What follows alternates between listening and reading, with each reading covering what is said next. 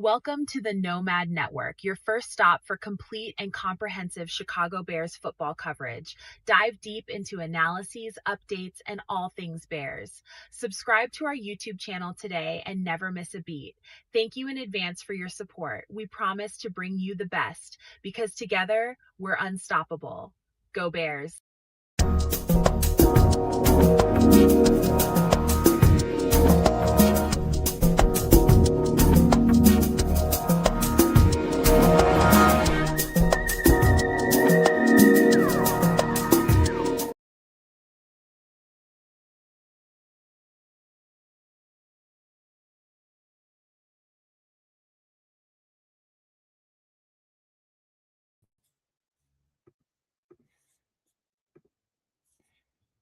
Put your kids to bed. It's some extra sauce, man. Yo. Welcome on in, y'all. Sorry we're late.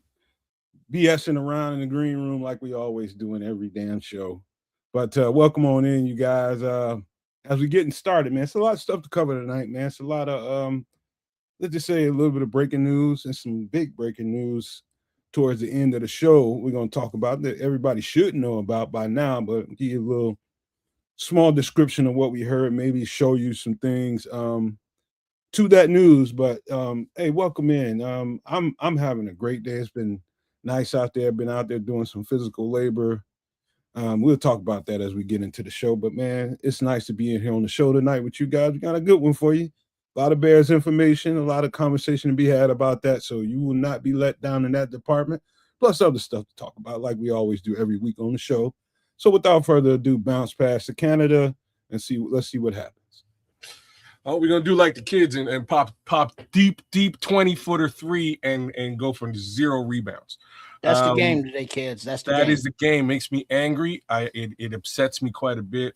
I cuss my children out and his bum ass friends who think they're 3-point shooters like Steph Curry and Brick.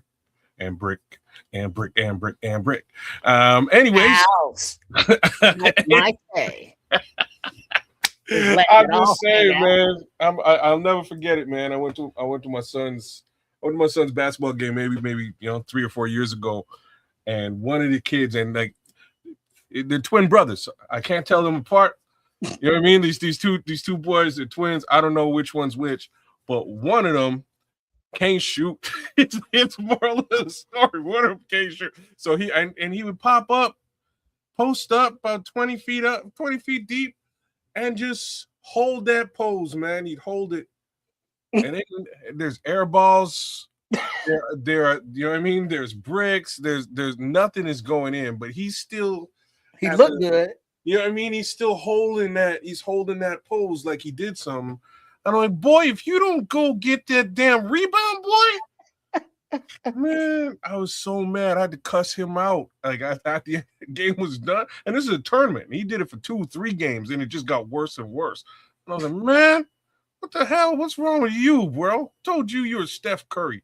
You ain't Steph Curry. You ain't even chicken curry. Everybody got the hoop dreams. Hey, play your ball, pop your shots. But damn it, go get the rebound, though. Because you know it's not going in. You should know you ain't special. You're not special. Go get the damn boards, man. That's the dude to get froze out when we playing pickup. When we playing, this ain't pickup. This is high school. This is tournament high school. This is for all the marbles. This is for all the damn marbles. You damn skippy it is. He freezing. And like, what was up with Coach? Allowing this? Coach cussed him out later, like professionally in the locker room where nobody can see it. I'm just a parent. When I see you, I'm like, damn, Osman, what it do, bro? Yeah, you just name dropped and shit, man. I'm sorry, Osman. I'm sorry. If it's your twin brother, if it's your twin brother, then like you go take that and cuss him out later on and tell him I sent you. But what kind of side eye did the parents or family members get in the stands? The stands was cold. Like the stands were cold blooded up there because it's like, oh, you know what I mean? Like, every parent in the stand, damn, and you turn around, you lock eyes with that other parent who's feeling the exact same way as you. You're like, what's up with them rebounds though? You know what I'm saying? It was cold, but like What was Oscar's parents? What was his people saying? What was they doing? Like, everybody was cussing. He felt bad. He felt terrible at the end, man. He felt terrible. But like in the end, like what's worse about it is that he's, you know, the inbound comes and they're fast breaking, and he ain't waiting for nothing. He's got green. There's nobody under the basket.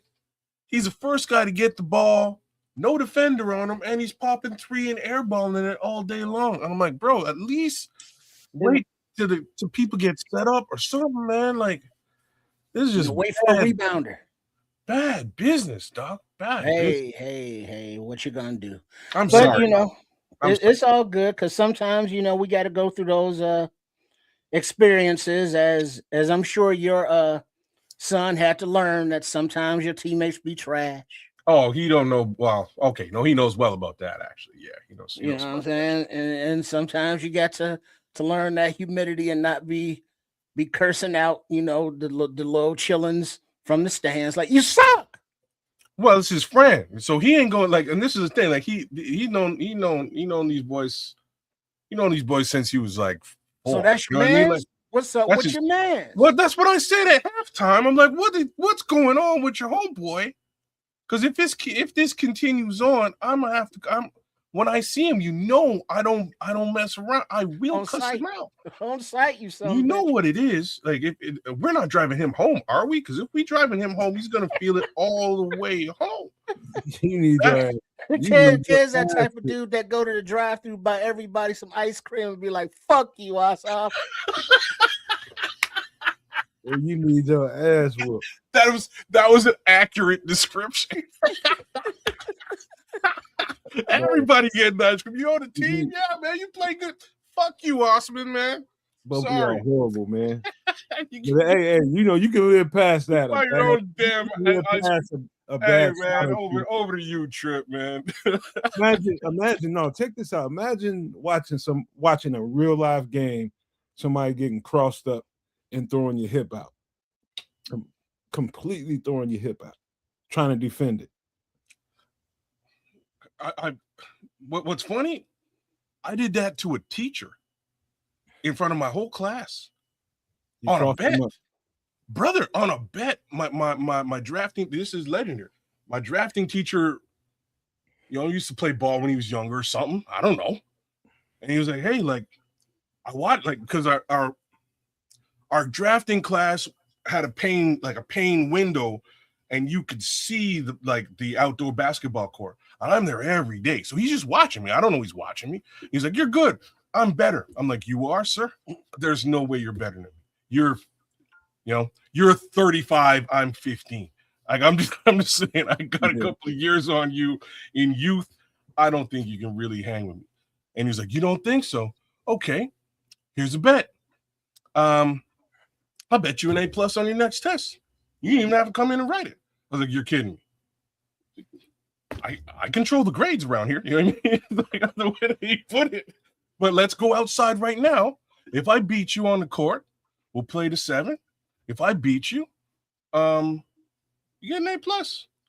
I look at the class. I'm like, "All right, boys, let's go outside." And everybody's like, "Sweet," because they get, they don't have to do any work. So we all go outside. I start playing teach, man. And my word, I think we got to 3. You know what I'm saying? We didn't even get to 7 or anything like that. One cross up, and he busts his ankle, and they had to call an ambulance, come drag his ass out. Hey, when that happened with me, kids, I was terrified, man, because that guy was alien. When I say alien, it was like deep. I mean, it was like, oh shit. Because all right, so imagine you standing in front of a basket and somebody's in front of you guarding, right in front of you. And to your right, there's an open garage door with a car sitting right there, front facing the garage door opening. And I kept telling the cat, man, this happened kind of recently for me, you know what I mean?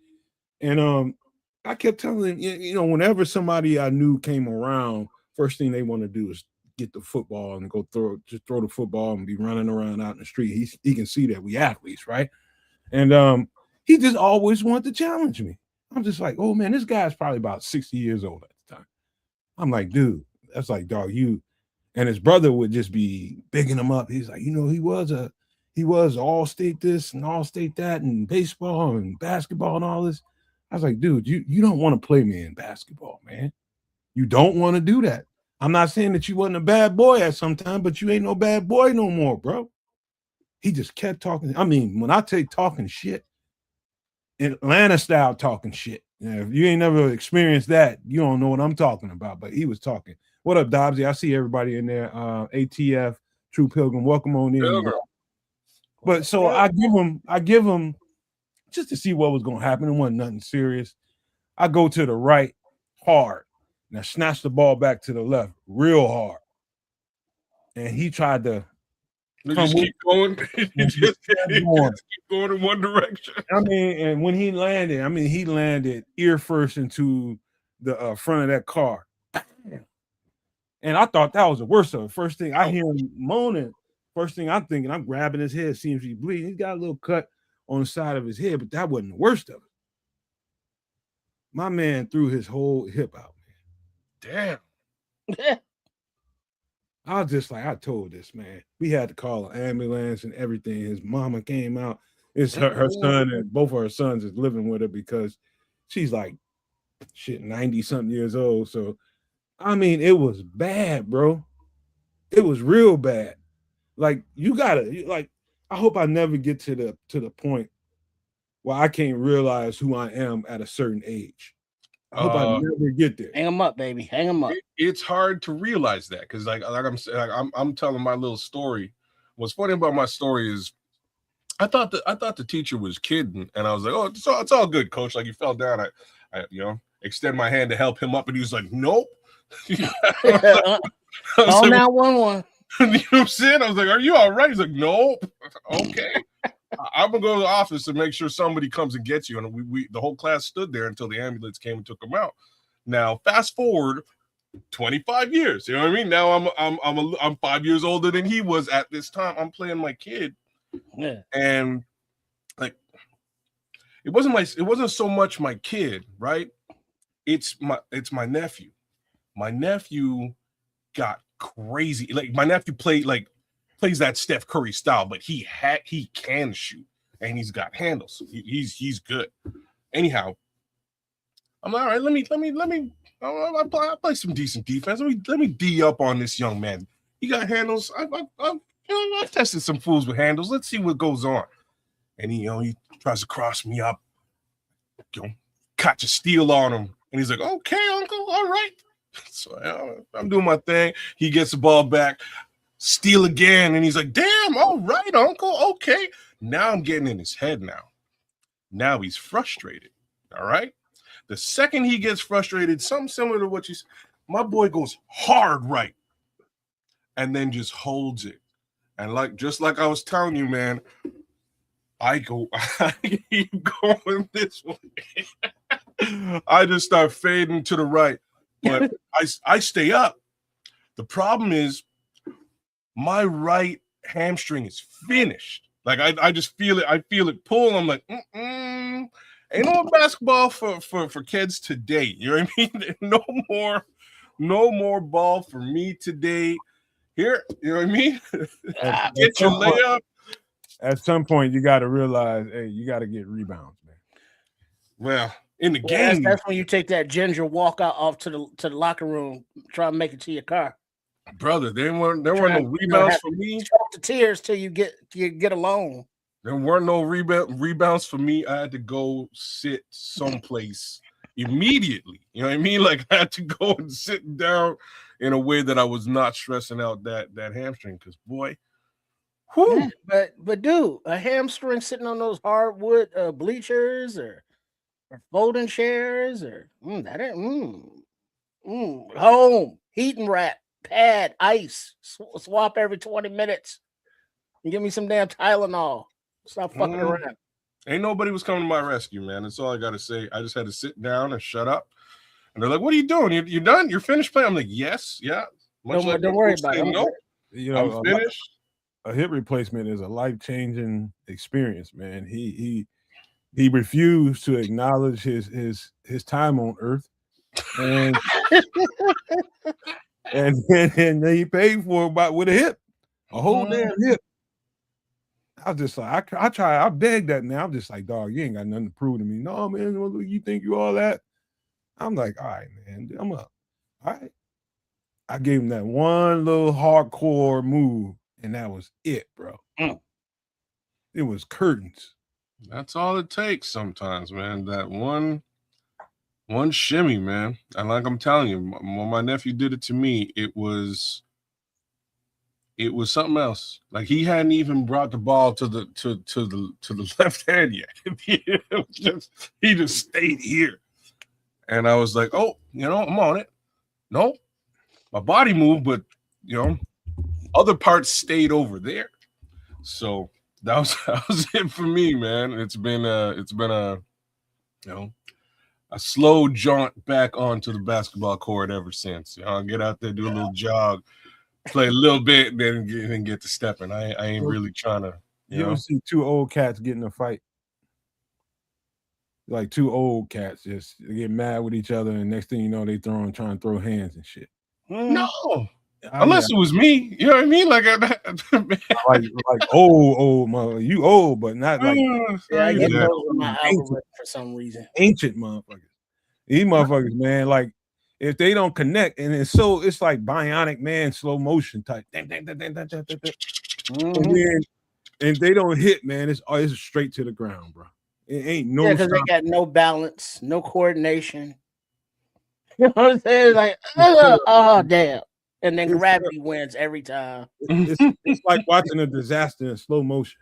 They be doing that shit where they go on the swing and they doing like a big overhand right, and it's like, damn, I could kick you, I could run in and hit you, I could run in and take you down before you even get that swing. By the time the punch gets thrown, yeah, you powering that up like. It's like I got so many options. It's like, huh.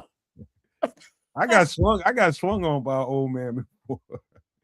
I just politely just like pop my head. And then I followed with my left hand followed him and his arm. I just pushed his head forward, and that motherfucker face planted, and teeth came out of his mouth, skin came off his lip and nose. I'm just like, see, I'm out.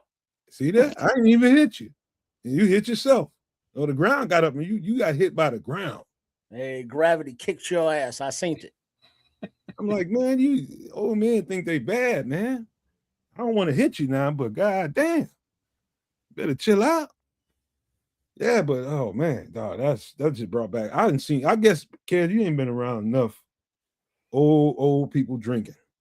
Because you get around enough of that shit, you damn sure gonna see some fireworks at some point. And they get tired of this. Because they old, they intoxicated, they inebriated, they equilibrium, they left them decades ago. It's awesome. Oh yeah, Dobbsy, I'm sure we're gonna speak on that because I got some goddamn grievances. I swear to God, Dobbsy. I swear to God. What are you talking about? But we don't even know. It's not official. Flying squirrel? His comment here in the chat. Comment rather. He said any schedule or release info. He's been busy all day. The sked. There's something leaked out there. I got grievances. Okay. I haven't even seen. All I know is it's supposed to be Seattle game 1. That's all I know. Supposed to be pump your brakes, son. Pump your brakes. I want the smoke. Well, no. I'm telling you to pump your brakes because I already know. Okay. You got something official? Because of leakage, much like when Pampers leaks, little adult, whatever, it's not good. Because officially we all know that the NFL schedule release is supposed to be tomorrow on Thursday. But for the last several days, there have been quote unquote leaks. All of the international games have been released. And as far as the Bears go, that first game against Seattle in Seattle will be the Patriots, coached by, I love and care about my wife and kids verbal. So So it's a Super Bowl redo. it is. Okay. The Bears will be opening up in Carolina versus who? The Panthers. That's a scary game Why? because they were trending very up by the time that season ended. I feel better like a Super Bowl champion. Somebody was in the Super Bowl, but when you got a team that's on the cusp of a come up, same as us, it could be a good game, but that could be I know This not is to take them lightly. the trade game. You know what I'm saying? Because they got Bryce Young because of the trade Brian Poles made to get, ended up with Caleb Williams. So you got that storyline. But other than that, you got as far as coming up, Panthers won their division, Bears won their division. I'll tell you what, Trix, hold it until we get to the Bears, and I'll let you cut loose. You can unleash when we get to the Bears conversation. I'll get to you first with that, and we'll lead with that. But just so we can get on around the horn real quick on how live's been going, so we can get other parts of the show going. How's life been treating you this week, Mr. Canada? Things are pretty much the same. My boys here, which means I'm spending a lot more money on things I didn't realize that I'd not been spending money on. But at least he has a little bit of money and he can spend some too. So it's not terrible. A lot of arguments, as in we talk a lot of shit, both me and him. And yeah, it's been great. That's like basically been the bulk of my week. Outside of that, hey, I got a question for you and your son. Yeah. Well, he even though Styles ain't here, but let me ask you this. How is life now treating him as a quasi adult and having adult conversations with him and not father son? Like are you able to separate them? Are you always running into father shit when you're talking to him? Define father shit, sir. Father shit is everything, man. It's too much. The definition is way too broad. Are you always trying to teach him, or are you just having conversations, talking shit? Or are you giving some kind of sage advice? I don't know if you guys have noticed, I'm always giving sage advice as it goes in as a general broad statement. So really what's cool is I've always we have a different relationship is probably the best way for me to put it. There are father level things that always will rear their ugly head, like wear your damn belt when you're doing squats, you don't blow your back out for no good reason. Stuff like that. Simple things. And it's like, oh, Dad, you know what the fuck you're talking. Okay, then why'd you blow your back out? Yeah, I wasn't wearing my belt. Exactly. Like simple little regular things where a father is like, dude, you're a dumbass. Just do the things you should normally do. But outside of that, we are kind of like the same person. So most of the time it's just jokes. 95% of the time is jokes. And it's like, oh, you did that? I did the same thing, except it was worse. I'm glad that the results for you weren't as bad as they were for me. That's it. The only reason I ask is because, I get it on a dual front, like all the kids that I help raise, mentor, all that different kind of stuff. And then, the occasional female that I was with, whose kid is getting older now, it's like a different conversation that I like. I haven't been in a relationship with this girl for ages. And here it is, her 17, 18-year-old son is now, hey, can you talk to my son? He's fond of me, but he hadn't seen me, hadn't been around me. All he knew me was as a fun guy that was dating his mom when he was a little boy. And trying to, bridge that gap is an MFer, but that's how I knew him, a small little toddler running around, being mischievous and being a kid. And now I gotta, have these grown ass conversations with you, like, dude, like, let me tell you something. Once you get to a point, and then I'll just give you a little tea into what was going on. I said, man, if you don't learn to use your verbal acumen you're going to find yourself in a physical problem for a long time because you don't know how to talk through stuff and you don't know how to separate yourself if the stuff gets too thick for you. I said, number one, you have to, at all times, whenever you start getting involved with the female, you lay the groundwork right then and there. We will have no physical contact with each other when we're upset. We don't hit each other. The minute you do so, if you put your hands on me, I'm showing myself to the door and you ain't gonna never deal with me no more. That's how it's gonna be. Because I can't put myself in jeopardy because you trying to provoke me. Things like that. You know what I mean? That's the kind of conversation I've got to have. You know what I mean? It's like you have to understand that. This is grown man stuff. If you do not, you're gonna find yourself in a heap of shit all the time because you're not emotionally mature enough to know your options. That's the kind of shit, you know what I mean? So hopefully your son ain't running into none of that and he won't have that problem in the future. But, you know, you got that, man. You got kids that's running around here that haven't been told that by a man and know the ground rules. You know what I mean? This is the standard. We don't hit, period. We don't hit. You separate yourself and you never go back if that's what it comes down to. Well, that's unwritten here. You know what I mean? That's an unwritten rule here. I don't have to explain that one. The only reason I say that is because the upside is he has a sister and he's the younger brother. So unfortunately, as a younger brother, you would think that the sister would have to be the mature one and not hit. That's not necessarily what's going down. You know what I mean? Like she may smack him, and if he smacks her, he still gets it. You know what I mean? Like, and it's like, but she's older, she should know better. No matter if she should know better, you might actually hurt your sister if you hit her for real. Like you might hurt her. And it didn't take very long for him to be the younger brother who is 7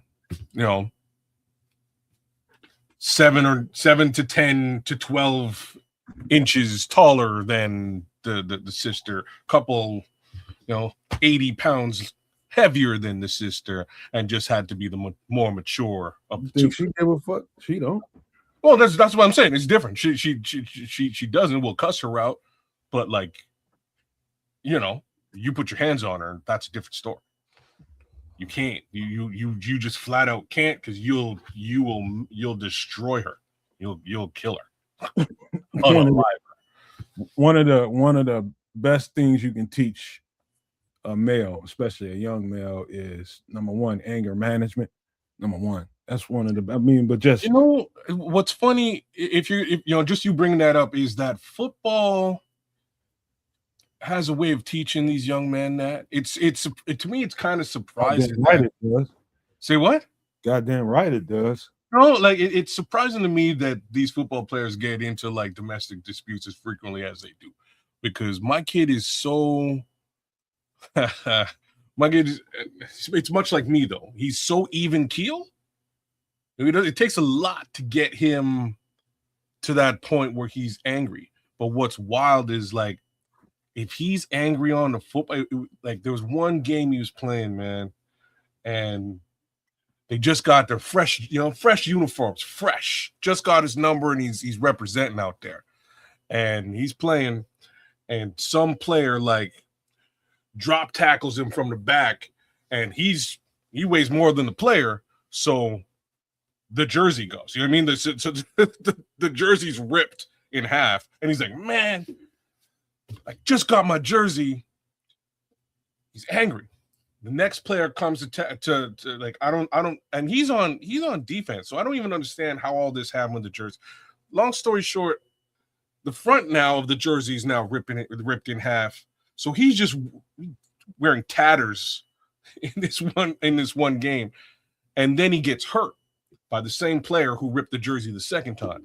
So as soon as he goes off the field, like as soon as he realizes he gets hurt, he's on the field screaming and cussing. And he don't cuss all that much, but I'm like, yo, he's mad. He's mad. Like I can tell he's mad. And he comes over to me and he's like, Danny, oh man, they destroyed my jersey. I'm so mad. They messed up my ankle. As soon as I get back out on the field, that guy's mine. And I'm like, okay. And I look at the coach, and the coach looks at me, and we both shrug our shoulders. The kid goes out there and starts playing, man. And now he's on fire because he's mad. He's young, 3 quarterback sacks, tackle for loss, tackle. He's all over the field, just flying around, pissed. And the coach comes back over to me and he's like, yo, man, so that's all we have to do? And I was like, what are you talking about? I was like, so we have to get a player on the other team to destroy his jersey and piss him off every game. And he's just Aaron Donald.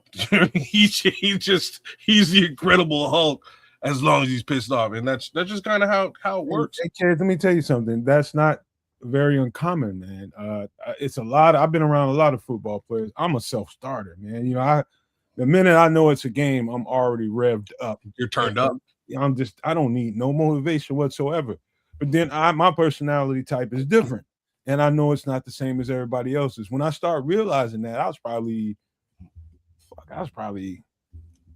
9-10 years old. You know, I started realizing like, man, if something needs me, I'm talking about Pee Wee football.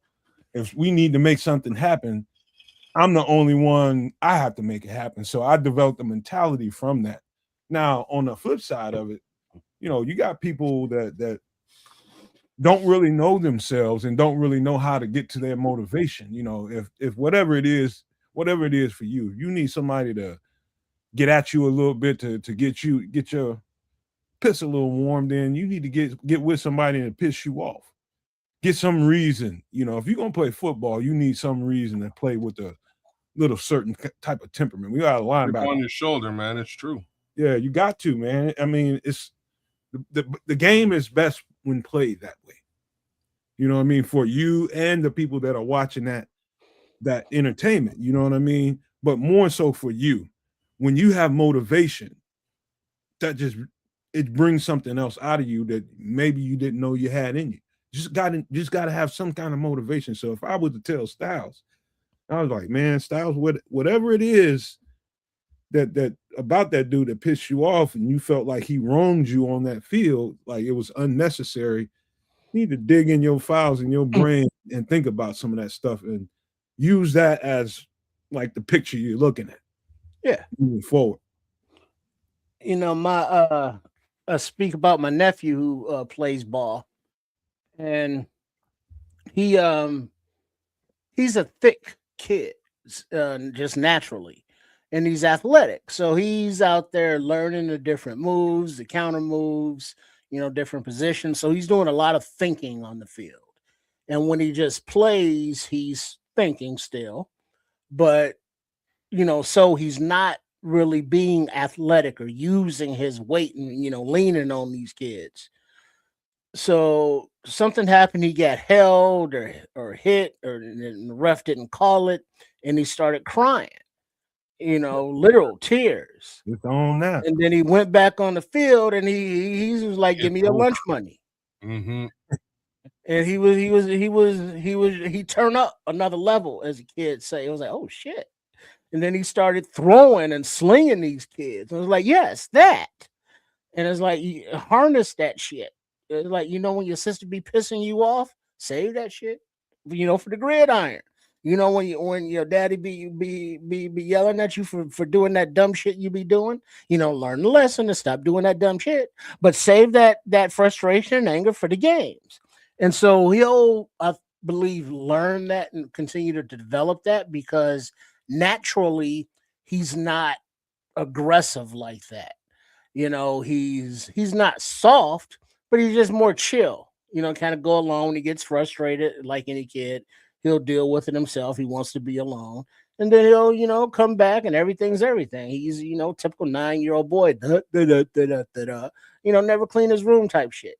So harnessing that desire, that emotion, that unbridled passion that helps players on the football field, it's in there, but it has to be brought out, developed, if you will. But once you tap into it, we see how games can elevate. Hey, we had guys on the team that were like that in high school and in college, man. I've seen some bad stuff happen. Some of the teammates that want to provoke that player. I've seen somebody get drove completely through a screen door out off the porch into the grass. I mean, like a big heavy duty screen door just bust right through it. Pissed them off. We were in there drinking and they just trying to get him fired up. It's like somebody that doesn't know their own strength needs to see an example of how your strength can really dominate people. And I've seen that happen a few times, man. I'm telling you, it ain't pretty. And it's almost scary, but that's what you need on the football field. Mm-hmm. You need that ain't pretty, almost scary kind of football player. But if they ain't wired that way, it's hard to get that out of them. But they don't work like that. They just don't work like that. I don't know how much it might be related, but I sent kids a message earlier that one of the draft prospects that came out this year, it's like not one of the retirements, but what's his name? Quintavious Hutchinson. Mm-hmm. He caught a case because of a domestic thing where he got a little too gridiron like, not on the gridiron, in the household. So that emotion, that level, that click on, we need to keep it on the gridiron. Is my point. Yeah, that's a maturity thing too, is learning how to bottle that, and use it in the right place. Like Doc is saying, football was about that for him. Or sports, it's the release. You know what I mean? And that's what it was for me. It's just like, hold on, I can just tee off on anybody I want to, and people love that. Right. Oh, it's on. You mean the more violent, the better? It's on. I was already aggressive to begin with. I grew up in a house with big ass brothers and shit, always fighting me and wrestling with me and bringing that side out of me and making me be that way. And so, being raised like a goddamn on pit bull, you're gonna do pit bull things when somebody put a uniform on your ass. Dog gotta eat. Shit, what it was. Shit, and all them other kids were just my damn victims or something. That's how I looked. I'm serious, man. It was bad. But yeah, man. Anything else, Trips? What you got going on this week before I spin off? Just see, I got the spectacles on. Looking at screens, doing some coding, getting everything popped off, coordinating with the crew over at Sport Chicago Style. Follow they're here on the YouTube at RRSCS. Meeting with the guy, we got the winds of change at Hallis Hall, the theme for the departures as well as the new arrivals that the team has made thus far this offseason. As everybody has gone on and have been recording, and we gotta pay for an editor because there's so much stuff backing up. But Chef Trips got his channel over there at Chef Trips, and we see him at the end of the month, the last week every month here, on some extra sauce, MF in the kitchen. Make sure you mark your calendars and have the notifications on for that. But then Coach Tripping and Trip with their Trip Kundo and the self-defense thing, it's still a thing. It's just getting it but yeah, harnessing stray cats, I think, is the expression. It's what it's like managing, all these different personalities and sometimes divas and contractual obligations and people wanting top billing and dressing rooms and close up. I don't want to get into it further, but yeah, it's going well. So Sport Chicago Style, keep up with everything going on, and everything's cool. Yeah, let's keep it rolling. All right, so let me take you guys into my world. So my mother, she kind of knows I've developed a nice little green thumb. And this ain't the first time she tapped me to come over and do some stuff for her. She wants me basically to start it off. She's got a bunch of remember all the trees I told you I had to go over there and cut down last year. All that shit's still there, but the stumps are there. Stumps are still there, and she wants the stumps removed.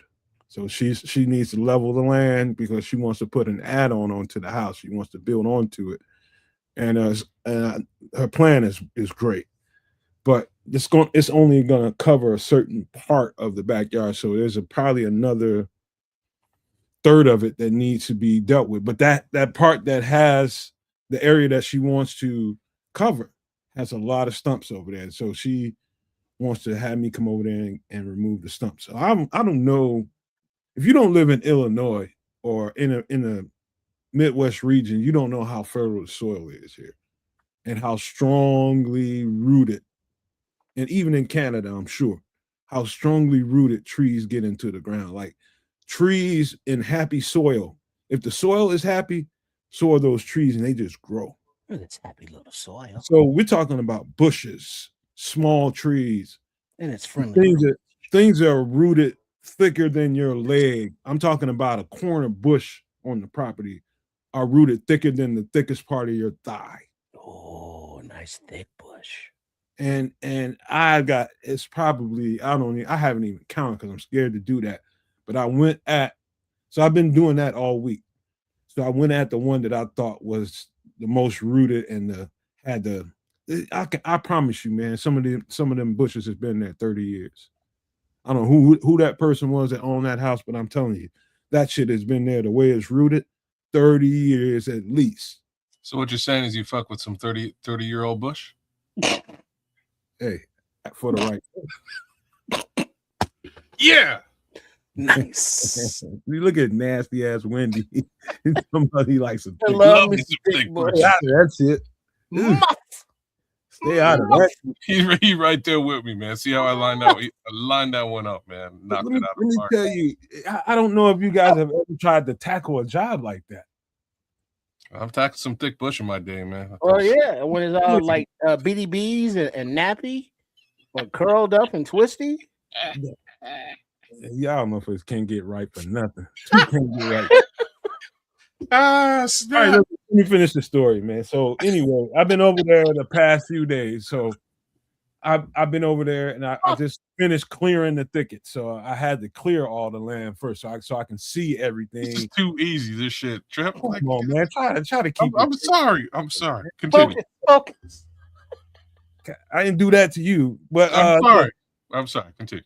All I'm trying to tell you guys is I'm going to transform that backyard into something beautiful. And it's not going to be easy. I'm going to be over there for a long time trying to get that. So if anybody got suggestions, I know it's probably some people going to say, hey, go rent this piece of equipment and you get them right out of the ground, man. Ain't nobody got money like that right now. Well, is it her property? Yes, it's hers, yeah. Is it out in the country or in the city? Oh, it's in the city. So she can't burn? No, you can't either. If you own the house in any city around Illinois, you better get a permit to be doing that. I mean, not open flame, but like a burn barrel, put a barrel around the stump and just keep the flames going inside the barrel, and it eventually goes down to the roots.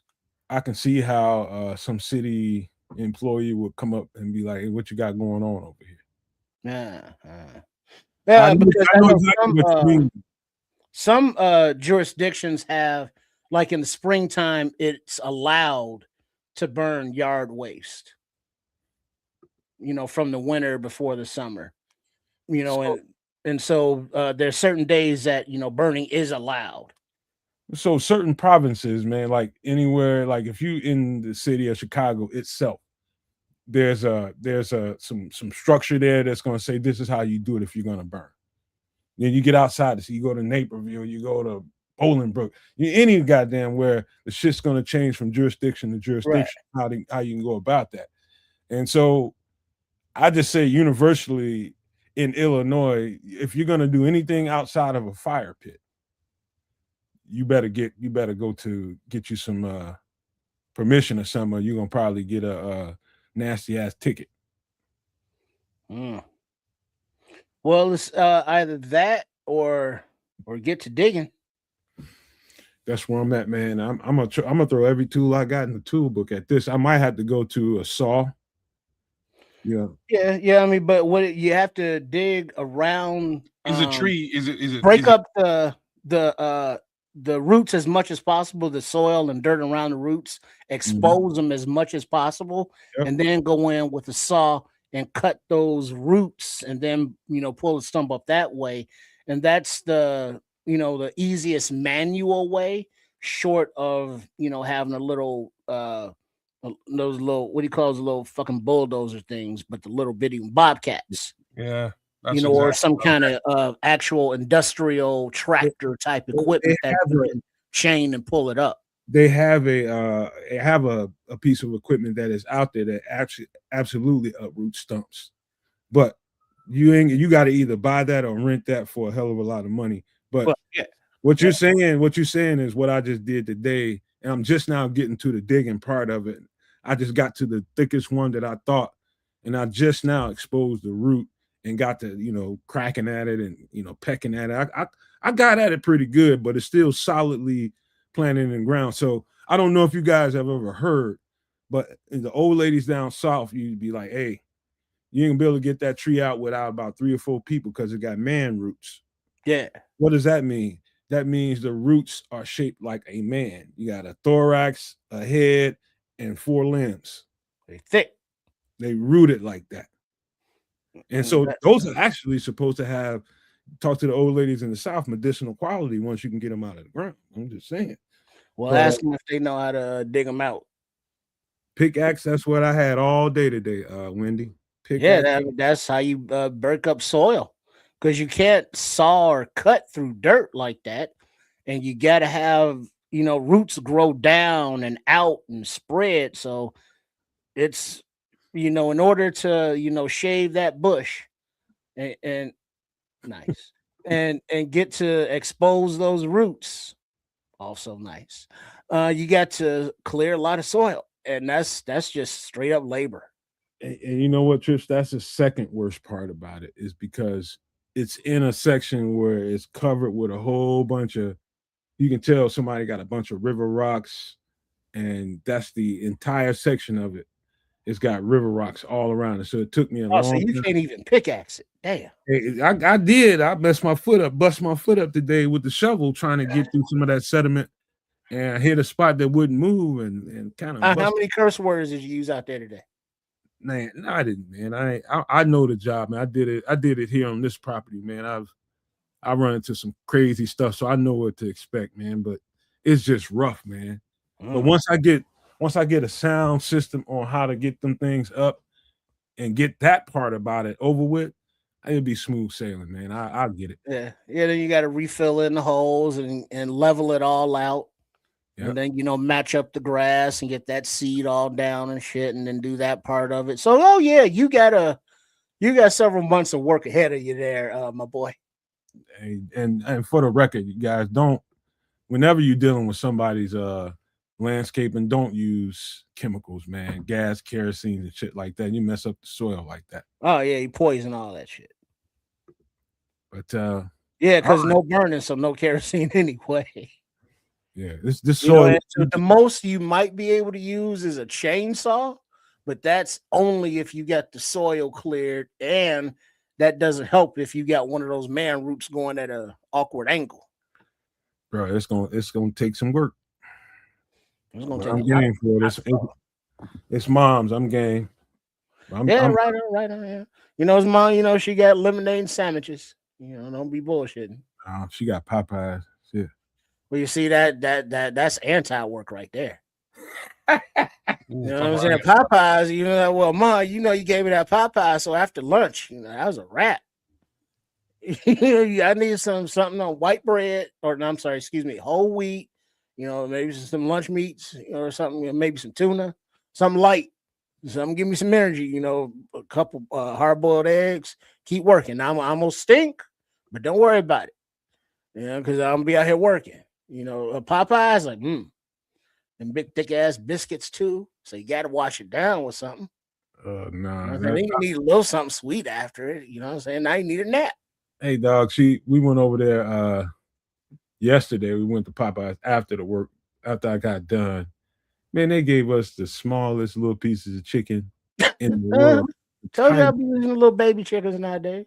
I mean, them pieces of chickens were so small, man. A 10-piece looked like a 4-piece, man. Mm-hmm. You gotta mean mug the server sometimes, man. You know what I mean? It ain't their fault. They don't grow. No. I need a breast. You know what I mean? You gotta mean mug them motherfuckers. They breast be 8 cups, kids. You know, we want some triple D's. That's what I'm talking. We want those kind of breasts. They ain't got triple D's no more. They got 8 cups. That's what they got. Damn. She was like, she was like, you want me to go back? I'm like, no, I'm too hungry, man. I ain't got time to be fussing with this motherfucker, man. There's the Museum of Science and Industry. When we were shorties, that we'd always take field trips there because it's a huge spot. They got all kind of different shit going on. And I used to love the trains, the coal mine down below, and then they got this part where they got little baby chicks. And you watch them hatch, you know, in little incubators, and they run around. Then it's like, oh, they grow up to be chickens. And it's like, nah, they don't even wait for them to grow up to be chickens no more. They just take the chicks and then they sell them as chickens. Yeah. I think it should be a class action lawsuit myself. Very dinky pieces of chicken. And I was quite upset, but I was hungry. I ain't had time to be fussing and arguing with folks, but I shall remember. However, man, you know what I've also been doing? Checking out some cocktails. Y'all ready to get into some drinky drink? Okay. Yeah, sure. And also, too, man, I've been drinking quite a bit of water, so I might have to pop out quite often tonight, man. Drinking all the water, trying to rehydrate from all that sweating. So I'm kind of with you there, man. I may have to do this very shortly as well. Right on, Red Baron. Your wife even there, all smooth and hairless. For short shorts. If you do wear short shorts, and that's on some old school shit. Now this is the Hurricane and not the movie starring Denzel's. All right, this consists of simple syrup, orange. God damn, you and your backgrounds, I swear to God. Orange juice, passion fruit syrup, grenadine, lime juice, dark rum, and light rum. Oh, that's 2 rums. The dark meets the light. So what am I looking at here? Syrup, orange juice, passion fruit. So fruity, grenadine, that's that bright red stuff, fruity. Lime, that's a little tart to offset all the syrups and sweets. And then 2 liquors, dark and light. Yeah, there's a lot going on in there. All wind whipped up like hurricane kids. You got me with the citrus, so I'm in. That's it. About that simple. If there's citrus involved and rum, I'm about it. Let's if do you that. About it. You ever want to drink a drink that is totally? Of course, the ladies gonna love this. This tastes beautiful, man. That passion fruit, man. That passion fruit sticks out in this drink. Don't worry about the dark and light rum. There's probably trips. It's probably been going on. If you drink mixed drinks, if you had mixed drinks, probably more times than you can count. And you just didn't even know it. But this is a favorite of mine when I'm hanging out and just being around females and doing something for people that's around me. You make this drink right here, and everybody's gonna drink it. Guys, girls, everybody just loves this drink. Especially down south in Atlanta, man. They effing love this drink. It's a winner at your party. I guarantee you make this drink, it's going to be a winner. Everybody's going to have a good time. This is like a solid punch. Yeah, this is definitely what do you call it? Obviously punch, but what do you call? Is there a special name? Let me use my words for those drinks that are drinks, but when you drink them, they're like punch. You really don't taste the alcohol. Well, have you ever been to a happy hour where you got the mixed wells for like $2 and $3? Yeah, many. That's basically what you just got through describing. So it tastes like fruit juice or fruit With a little or liquor. punch, but there's a lot of liquor up in there.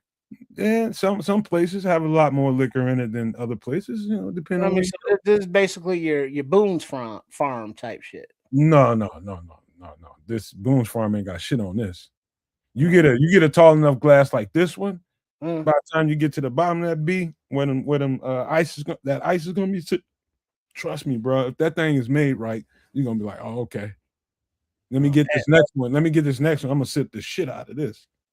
Because you're gonna run right through it because it's that tasty. That passion fruit is a star. Yeah, but I think I would rather run through these than something smooth like a Long Island iced teas. They're the same. It's the same kind of shit, though. Well, this ain't got as much alcohol though. Nah, that's what I'm saying. The LI iced tea, you only taste that booze sips 1 and 2. After that, it's just iced tea to me. You pound them things down. But this one, like, what's funny is like this one, you probably wouldn't even taste the booze at all. Right. You know what I mean? It's a little bit different.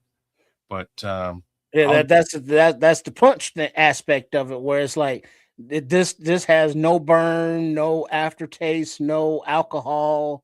You know, like ooh, bitterness. You know, this is just passion fruit, orange juice, syrup, grenadine, lime juice, and other stuff in there that you really don't taste. Well, Trip, let me ask you a question. What do you think? So there's a difference between a bartender and somebody that's a mixologist, somebody that really does this shit. And like your average bartender, what do you think? Because a bartender is just going to pour content on top of content, is going to hand you a drink and get their money. That's just what a bartender does. Yeah, bartender gets you fucked up. Yeah. A mixologist entertains you. So no, he knows how to mix that drink. Now, if the bartender gives you this and you stick the straw in there, what do you think you're going to taste first? Well, but here's the difference though. I think your preference of mixologist or bartender for the evening depends on your mood and the occasion of your imbibing. If you want, to get where you want to get and get there with less fuss, less muss, you want a bartender. But if you want to kick it a little bit, get a little smile, you know what I'm saying? Maybe have some smell goods on or something, you want a mixologist. Yeah, I ain't got no need for it. Fix my shit, do it right.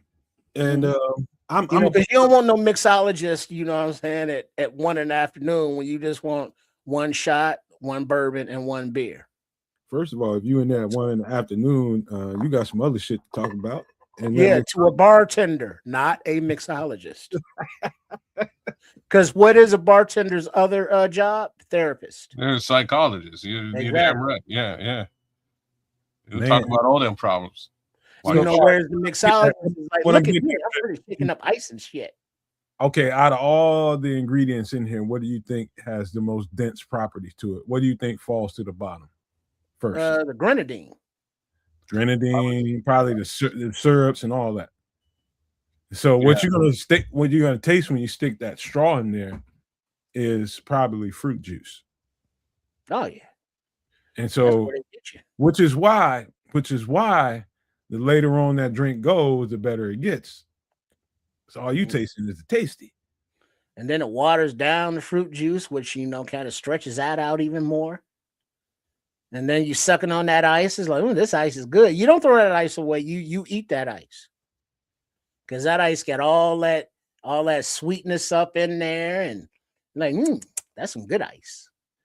Hey, we're in the spring and summertime. It's time to talk some spring and summer drinks, man. This is one of my top 5 to have a good time with, man. This has got it all for me. Everything that I like. And having people around me, and whether it's a girl or a guy, ain't nobody really turning their nose up unless they just don't know what a hurricane is. You're like, oh man, what's all that you put in there? If you don't know what it is, I can understand why you would turn your nose up at it. It does, like, oh, okay, it sounds like it's kind of sweet, man. There's a couple of syrups up in there. No, it ain't really. Trust me. This is definitely a beverage where you are and people are drinking it. the ladies have had pedicures done, and they wearing their flip flops and they Birkenstocks, got their toes out, enjoying that springtime air. They need to put you on some kind of. I was gonna say, how we get to feats again? Just Springtime. we having drinks. We just started the show. We having drinks. That's all. We just chilling. I see your pinky toe. We went from grenadine to toe jam. Oh, sweet and sticky and stinky. Wow. All right, I'll tell you what, man. So well. Hell of a party drink if you ever want to make one for your friends, your family. I like to, me, when I come around my family, I don't like to do the same shit all the time. I want to do something different. I might come in the door with this shit. Hey, who want to try this? And get people going. I'm a party starter, man. I'm a good time guy. And the Hurricane is a good time drink if you ever want to sip on one. But check that out. You need to go back and get the ingredients. Try it with your friends and your family, man. You're going to be the star of that party. I guarantee you that. Memories going to happen. All right, here's another one. Anybody want to read it? Go ahead, kid. Agave paloma. Ingredients: agave nectar, lime juice, grapefruit juice, sparkling water, salt, lime. I was waiting for the tequila. Grapefruit juice, just grapefruit and tequila. Yeah, this I would drink this for sure, man. This would get you up, man. You would tequila's an upper. So this be a nice drink. Plus, I strangely have I like grapefruit. Grapefruit's super sour. It's a bit of an odd flavor, but it's something I grew up on. I love it. Well, I would also sign off on this because the bitterness or the tartness of the grapefruit juice and the grapefruit is counteracted by the agave nectar, which is like really its unique own sweetness. Fuck yeah, but then the effervescence of the sparkling water to give you a little bubbly kind of fizz, jazzes it up a bit and makes you go, ooh, we's fancy. And then the tequila is just mixed in there nice, and this is a nice mixture for tequila because it will blot the entire flavor of it out practically. I had a drink similar to this at the Palms. Was it the Palms in Jamaica? It was one of those, the Sands. It might have been the Sands, but it was high-end shit. Somebody invited me over there to a get-together, and somebody had some nectarine. The bartender had some nectarine syrup, and I love nectarines. Forgot how much I love nectarines until I had a drink similar to this with some tequila and a salted glass. That's the key to it to me. It's tequila, and if you're gonna do that, salt that glass up.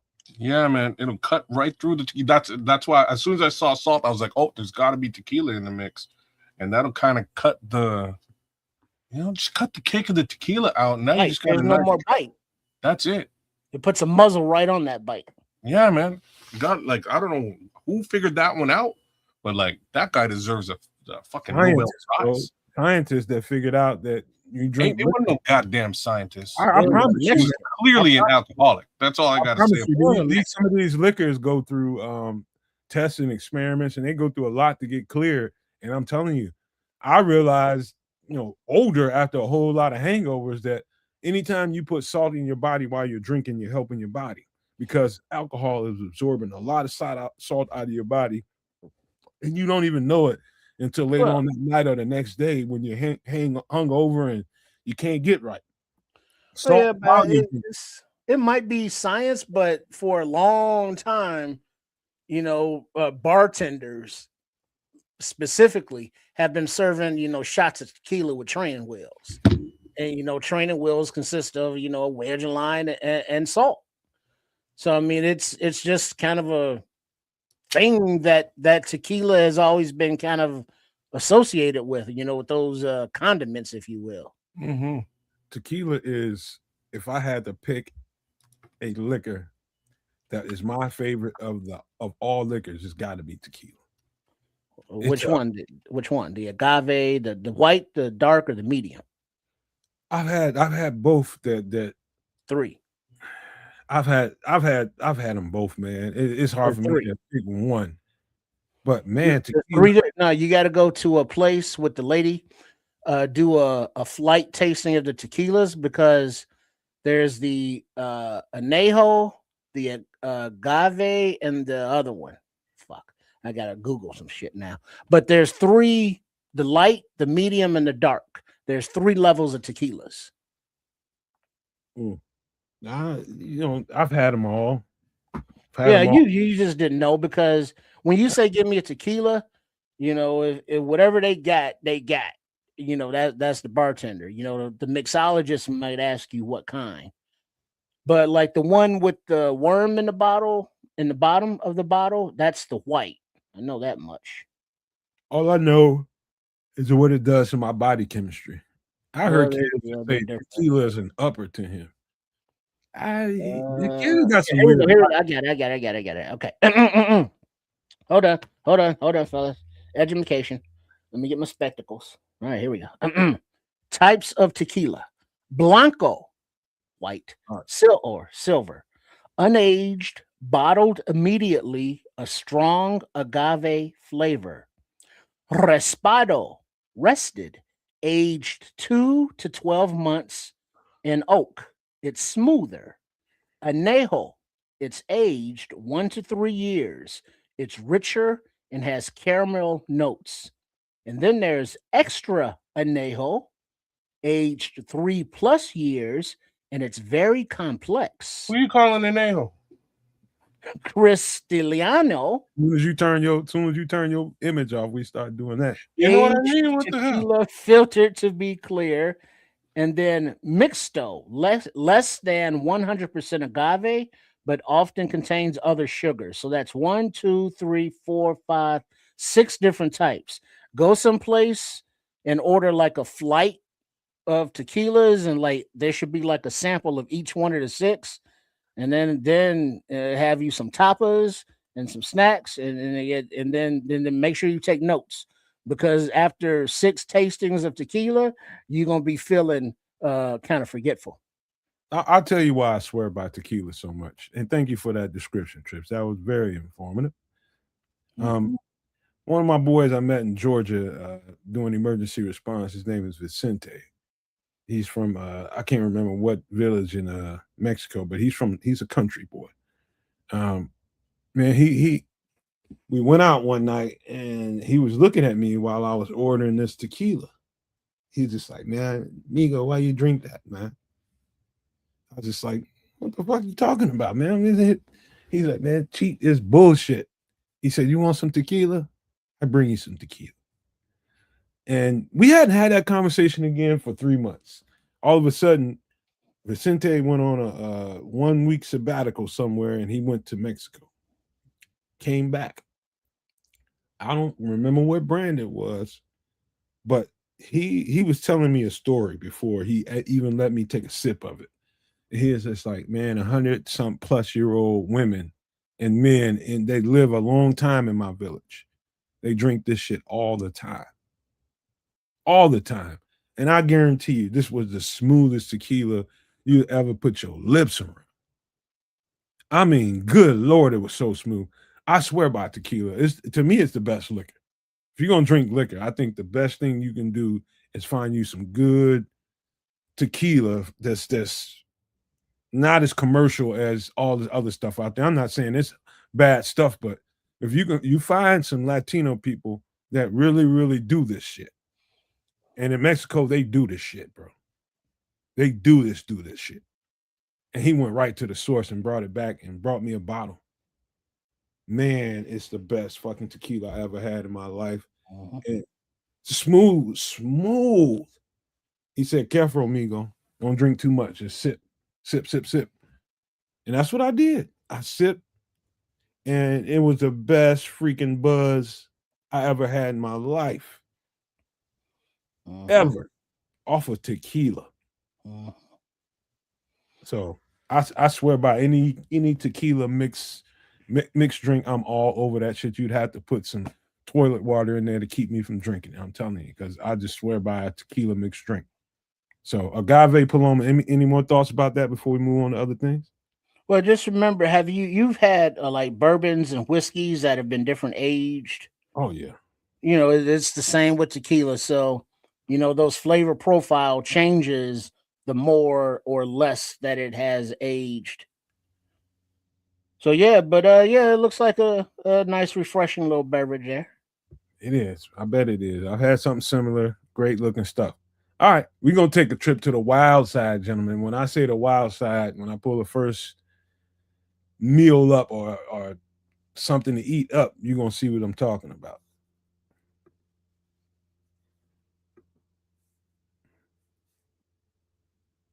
Venison steak. You know what venison is, kids? I think it's deer. It is deer. Ding, ding, ding. Winner, winner, venison steak dinner. Directions: you got to soak that for 24 hours to get all that gaminess out of it and tenderize that shit. Well, I'm just giving you guys my way of dealing with venison after somebody else has dealt with venison. This is my way of handling it. Yeah, but however you do it, you got to get that gaminess out of there. But so you got onion, scallion, olive oil, orange juice, rendered butter, and you pan fry it with that rendered butter because it can withstand higher temperature. And venison is delicious. It has its own unique taste, and it is kind of gamey because of what it is and what they eat. And it's unique. You know that you're not eating cow or beef or pork. But it's good. It's different than lamb, different consistency, different texture, but it's protein enriched. I believe it's very low carb, not a lot of fat, very, very lean. Yeah, it's a different experience if you ever have the opportunity.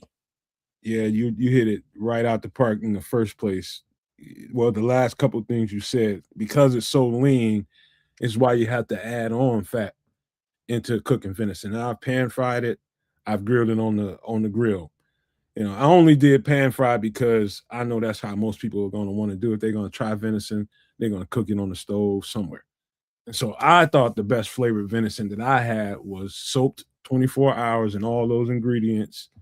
Now you take the rendered butter out of there if you're gonna grill. You can use rendered butter while you're grilling to keep the flame high. You know what I mean? Slap some rendered butter on there. It's gonna kick that flame up a whole lot higher. You can do that. But you have to add some kind of fat to it because any kind of wild animal, especially a prey animal like that, is going to be very lean, very strong, very muscular. And that's what this is, a very muscular piece of meat that doesn't have a lot of fat content to it. And so the level of I just tell you this. The first time I ate venison, I never wanted to taste it again in my life. And it took me 5, 6, 7 years before I'd ever even entertain the thought of messing with another piece of venison until I got a piece of venison sausage. Somebody really put some time and effort into flavoring that sausage, and I tasted that. That changed everything for me. And so after that, that's when I got a hold of a venison steak after somebody else made that steak, and I was just like, it's all right. Still real way too gamey for me. The flavor profile just really threw me off. Now, when I did it myself and just took to it like I would do a regular steak and add some things to it, because right away I realized how it's kind of dry. You know what I mean? And just no fat content to it whatsoever. It's just all meat. And I'm just like, that's cool, but let me add some flavor to this thing. And that's why you see all the stuff you see on the screen. Scallions is a really strong flavor, especially in a soak and a marinade. Very, very strong. You throw that in there with some onions, and that's gonna really punctuate the flavor of that meat. And so that's where the gaminess is gonna come out through those two things. What are y'all guys doing, man? Y'all watching phones and shit? What the fuck? Yeah, I'm looking at the schedule released leaks come out. I don't know about the venison steak thing. It was just me. I've had venison in the past. I had a venison burger. Just call it a deer burger. It was okay, and it's everything that you guys have sort of described with respect to that gaminess. You just chewing and chewing and chewing and chewing and chewing. It was all right. kind of had a. Even after it was soaked, it was still chewy. I don't. Well, like I said, I don't know how they prepped it. It was a burger, right? I don't know if they soaked it or what. I can only assume they did, but I don't know. It was chewy as all hell. It was all like. It was okay. Like there was a burger joint right. Like I mean, like a 3-minute walk away from my apartment when I was I was about 20, my first apartment. And they had some crazy burgers. They had a venison burger. They had a kangaroo burger. That's crazy stuff. So you go down there and like just a regular hamburger over there at the time was like massive. It was like a big old burger. You pay $10 and you had a big old burger. But I used to go down there and cop a regular burger. And I'm looking at this. I'm like, well, one of these days I'm gonna do the rest of these burgers. So eventually I made my way through, kangaroo, venison, whatever they had. But I didn't particularly like the venison burger. Like the flavor was okay. It was just the gaminess that kind of threw me off. And like I'm saying all this, kangaroo is so much worse from a gaminess perspective. You eat a kangaroo, you eating a guy. Say what now? You know who? You eating a guy. That kangaroo. Oh, that ain't never going. That ain't going on. Y'all ain't gonna eat nothing that can put hands on me and just beat my ass and box me and shit. Wow. I want to eat that guy. Oh, see, Nomad fell in love with Matilda. What? Who the fuck is Matilda? You like that movie with that boxing kangaroo named Matilda. It's a boxing kangaroo, man. What movie you talking about? Matilda. Yeah, that's the name of the movie. I don't know if it was Disney at the time, but it's about a kangaroo who boxed, and her name was Matilda. Oh, I'm definitely not going to eat that. You nailed it. I was gonna say like that one from Looney Tunes that that you might get confused with. Who was it? It was like a rat, and the rat would disappear, and the kangaroo would come and whoop ass. No wonder kangaroos want to beat people ass so much. Weirdos eating kangaroos and shit. That's half a human, man. Apparently, put another roo on the Barbie. Apparently, the kangaroo population in Australia is larger than the human population in Australia. If they piss those kangaroos off, man, one of these days it's on. Because it's not like cows. Cows ain't gonna, fight you. No, but these kangaroos will. They're right. Clearly athletic. So clearly, you better cook as many as you can. You might want to get to the barbecue right now. Why would you want to eat that guy?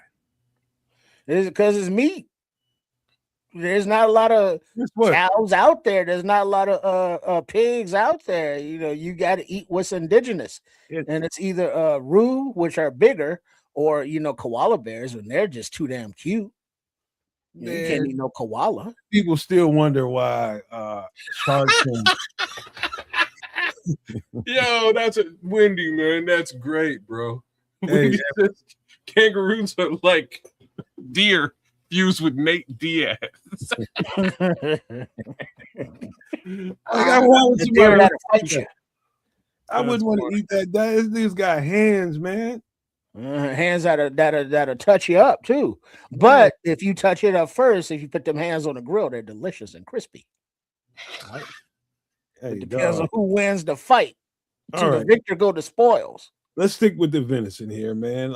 Okay, so they're much easier. Your experience with venison kids has been I don't know how you got a chewy burger. I have no idea how that works. But it's just the Well, that's the thing, though. How he got it was like they probably didn't soak it.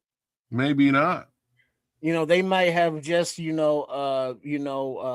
harvested it and cooked it with little preparation, because not everybody does that, or cares, or or cooks or seasons or flavors like that. You asked before, it's like, what's my problem with Dairy Queen? And it's like, well, it tastes like, Becky from the suburbs seasoned it. You know what I mean? It's just like, And it's like with venison, it's such a gamey meat, and anything on those plains like that, if you don't do the soaking, it just changes the entire flavor profile after you cook it. So it makes it not juice, like you're saying, there's no fat to it, so there's no juiciness to it. So it's very hard to keep it tender. So it can get tough, it can get chewy, and you have that just gaminess flavor of it in general. I mean, that's why it's like a very acquired taste. And you So- got to cook it right for it to be appetizing. So the last time I got it was somebody that I knew went and took one down and did it, chopped it up into steaks and different stuff, different loins and all kinds of stuff that he did with it, and he made some sausage with it. And this portion of the sausage he made his own seasoned version of it, but he gave me the uncut version of it so that I can do what I wanted to do with the sausage flavor. And so that's what I did. And so he gave me 2 or 3 nice tubes of it. And I cooked some up for some people that was around the house at the time. And I didn't tell them what it was. You're evil, man. No. I knew one Did of them. they think it was beef or no, it was different? It's fucking mystery. No. For real. First thing that happened, the country boy from Tennessee knew right away. Okay. Taste it. He knew right away. The other one, you've been shot some deer. He said, "This ain't no motherfucking deer." He was like, "Man, this is deer. I know a venison tastes like. This is deer sausage." He said, "Isn't this good?" I grilled it. And so most people will use that as a breakfast sausage along with some eggs or something like that. I put it on the grill and made a burger out of it. So it was a deer sausage burger. And them cats was tearing that shit up. I had 2 more tubes of it left. And I was just like, man, he gave it to me, but I ain't really into it like that. He was just like, "You don't want it?" I said, "Man, bro, if you want it, take it. Don't take the shit. You know what I mean? You want it, you enjoy it more than me." So he's from the country, Appalachian Mountain of Tennessee. They eat that kind of shit out there. So he's gonna get more joy out of it than I ever will. He probably got more recipes for that stuff, that than you would even know. Man, trust me. And then also just think like your buddy that gave it to you, if he did not soak it like you did, he could have made the same burgers or steaks and they would taste totally different. Man, my man was making meatballs and spaghetti with it. See? Yeah, everything that we use beef and pork and chicken for, they use venison, raccoon, possum, squirrel. Raccoon. The reason I'm doing this tonight. The reason I'm doing it's a reason why I'm doing this tonight. Not to generate a conversation just about who ate deer and who ate venison. It's because I got a feeling that we need to get acquainted with some more wild game the way the prices are in the grocery stores these days. We went to Popeyes the other day and it was 8 pieces of chicken for a meal. 8-piece meal was like $42. Kiss my ass. And so when I start thinking about that and I'm preparing this show, I'm bringing up this conversation so that people can start getting acquainted with it. I'm gonna be honest with you. The first time I tasted venison, because it was different than anything I'd ever tasted as far as the meat went, I was the same with lamb. The first time I didn't like it. I didn't like freaking deer, man. I was just like, oh no, I'm gonna stick to what I know.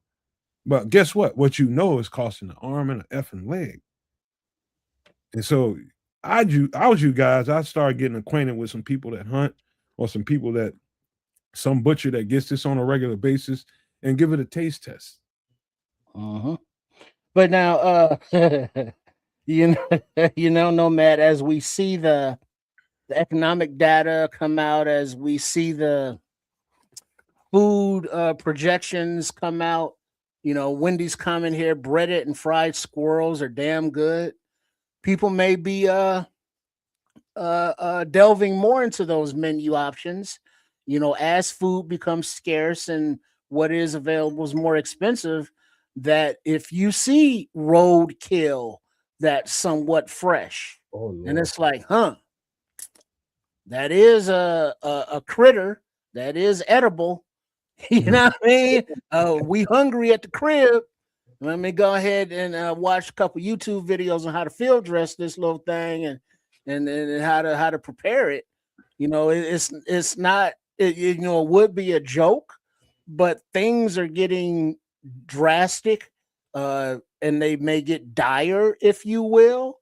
So, you know, we think about hunting, not hunting, but you know, cows, pigs, you know, farm animals.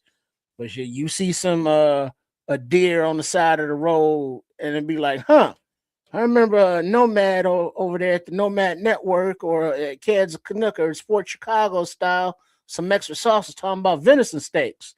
That looked like a big ass piece of venison right there on the side of the road.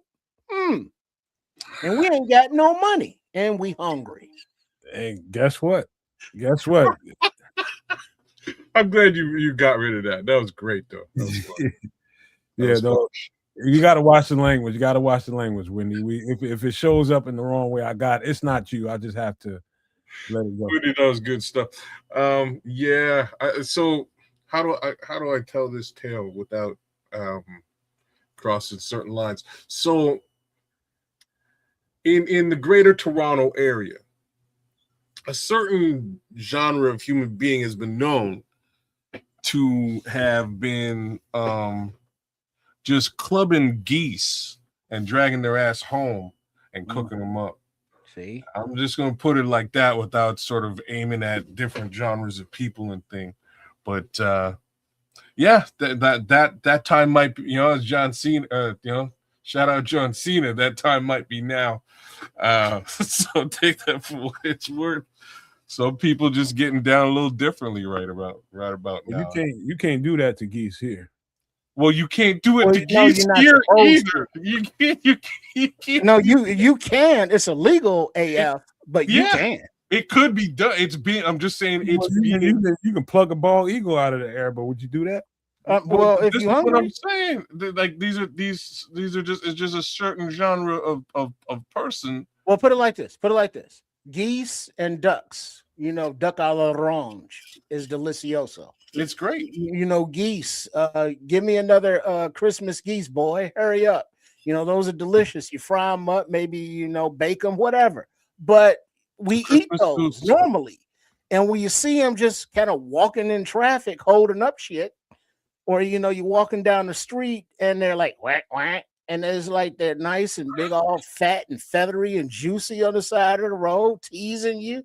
Like, look at these breasts. You know, these are double D's. You know, these are thick and juicy. It's like, yeah, they are.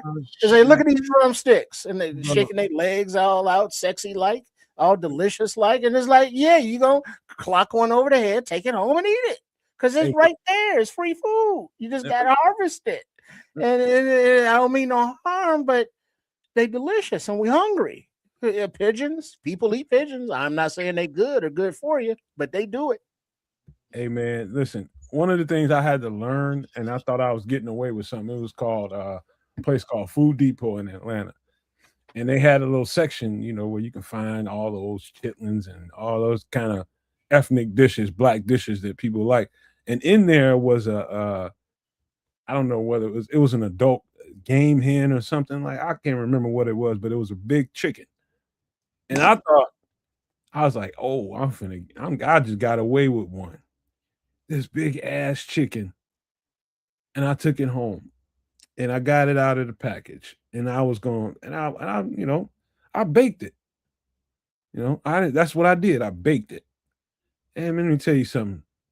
Depending on how old that bird is, tougher the skin is on it. Patrick.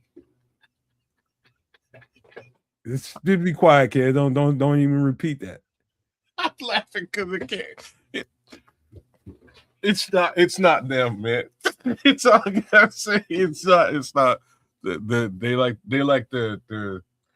their fowl dry, not gamey. But that's the thing, though. The roadkill or anything harvested or hunted, for that matter. You know, if you're out with your just hunting, you know, trying to live off the land, the ticks, the viruses, the bacteria, you know, we don't know what the hell's, you know, out there nowadays. So just don't think that you can just pick it up and it's all good. Like our current, what is he? The health and services coordinator. Motherfucker talking like this. He be picking up, stuff and just eating it raw.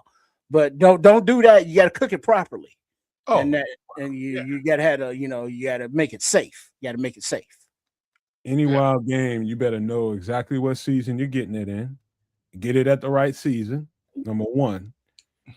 Some of these animals that run wild like that with no jurisdiction over them, after you take one down, it's not like you're gonna take it to somebody from the FDA and say, "Hey, is this good to eat?" You're gonna be Even like, if you did, no. You just got to know what season, because sometimes worms run through some of these critters at certain times of the year. Well, you should. Little do you know. But that's the same with fish. That's the same with birds. Anything wild. Because wild animals live where? In the wild, and they consume wild stuff, and we know the poisons, the pesticides, the just things that are not good for us to consume. But when we consume the meat, we consume what it has consumed. When we consume the vegetables and the fruits, when they pull it out of the soil, we're consuming the nutrients from that soil or lack thereof, or whatever's in there. So, just be aware of like where you're planting, where you're harvesting, the materials you're using, the pesticides or natural, whatever you do, you don't want to poison it, or you don't want to, make it a very bad harvest. Let's just say this. Just for if you live in somewhere, some region of the world where, let's say you got question that the wastewater coming out of, your area is questionable, and you got a lot of deers popping up around that wastewater containment area. Don't try to take one of them deers down. You live anywhere where they might be messing with nuclear materials, and it's a lot of deer popping up in that area surrounding it. Don't mess with that deer. Anywhere where there's toxic chemicals supposedly in that whatever facility that is, and there's deers popping up out of there, don't mess with that deer. That deer has been consuming everything in and around that thing, and whatever it's been eating, you just ate. Not just the deer, but everything, all the fish, all anything edible out of there. Don't mess with it. And that's hard to tell nowadays because we don't know anymore. Mess with it all the time and gain superpowers. Or there's that. A super fun guy, huh? Right. Just saying. All right. Let's get to the next. Whoa. Before we leave this, wash your food, people. Wash your food, man. If you got it, like I and cook it thoroughly. I sometimes wash my food in vinegar or in alcohol. Different types of alcohol. Make a marinade out of it and sit it in the alcohol marinade to kill any level of parasite, worm, etc. that might be in my food. I do it all the time. Something that I do because I don't trust anybody. Well, I tell you how to deal with that, kid. This is old school Southern knowledge.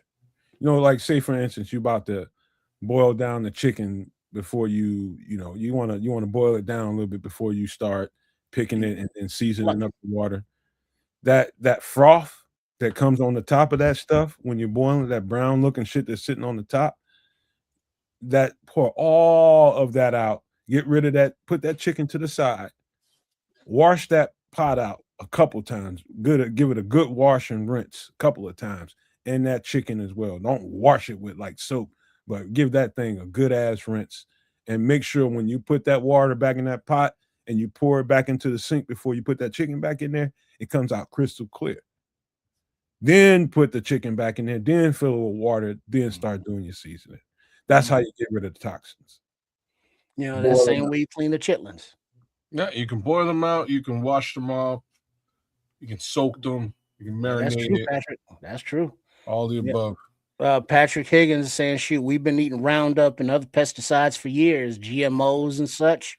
And it's like, hear, relatives or ourselves or people just coming up with all these weird cancers and sicknesses and illnesses. And it's like, yeah, because we've been being systematically poisoned for decades. I remember, I am old enough and lucky enough to remember when eating canned food, but the cans were like that old metal that the taste would get into the food. And if you could taste it, you were eating the poison because you could taste it. And I remember eating food from canned food that's like, man, this tastes like metal. You know what I mean? More than once that it made the memories. One of the little troubleshooting things is any meat that you're going to cook, whether it's a deer steak, whether it's a chicken, whether it's some oxtails, whatever meat that you buy from the store, the best thing you can do is boil it, get that froth up to the top, get rid of all that, take all that and wash your meat off. Yeah, and whatever you're going to do with it, fry it, huh? Yeah, those are your toxins and shit. Yeah. And then whatever you're going to do with it, fry it, bake it, fricassee it, whatever the hell you're going to do with it, do it after that. But boil it first. That's the best way to get toxins out of your stuff. You boil it out. Mm-hmm. And but even when you do that, True Pilgrim's bringing up a good point. He's saying he's not a great cook like Chef Trips. Oh, stop! You're gonna blow his head up, and he's already a diva wanting close-ups and shit. Settle down, True. We can't let him hear that. But handling raw chicken scares me. Yeah, that's true, because even if it's healthy, raw chicken will, can give you salmonella. If you get the juices or your utensils or your cutting board that you've used to handle it and you don't wash them, directly and promptly, that can develop salmonella, which can make you sick and or unalive you. If you leave it out too long, uncooked raw, and it gets to a certain temperature, now it's bad. Trust your senses. If it smells off, don't fuck with it. Don't you know what I mean? If it smells like, all right, it smells like, raw meat, you're good to go. When I know that when Chef Trips does his handling of the raw chicken, he washes out the actual sink and cuts it up in the sink and then puts it into the dishes or pots, whatever he's using, and then actually washes out the sink. So it's stainless steel, and always wash down your backboards in case of splashes. And anytime you raw chicken or anything raw like that, wash those dishes immediately after you're finished preparing with them. So that reduces the opportunities for the salmonella to develop. All right. I'll tell you what, we got another little trip on the wild side. It tastes a whole lot better. It's funny that it's called salmonella. Speaking of critters, rabbit. Wow, we're going right down the rabbit hole with all this. I had to stop before I said it, but smothered rabbit and gravy. I was trying to think of a Little Miss Muffet reference, or who went down the rabbit hole? Oh, Alice in Wonderland. Alice, not Miss Muffet. Different one. There you go. Okay, Kaz, let me ask you, because you're the one that I know of that hasn't tried rabbit. This is deep fried, chicken fried rabbit in gravy. Is what this is, and you're telling me that you wouldn't try this.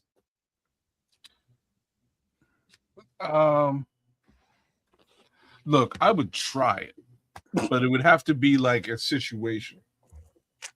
You know what I mean? Like if there's no, you would have to present it to me with like rice and nothing else. Well, of course, there's rice, vegetables, and no other food options. Or maybe some other beans. No. But like, you know what I mean? Like, no, there can't be another meat on available, because then I will opt for the non-rabbit.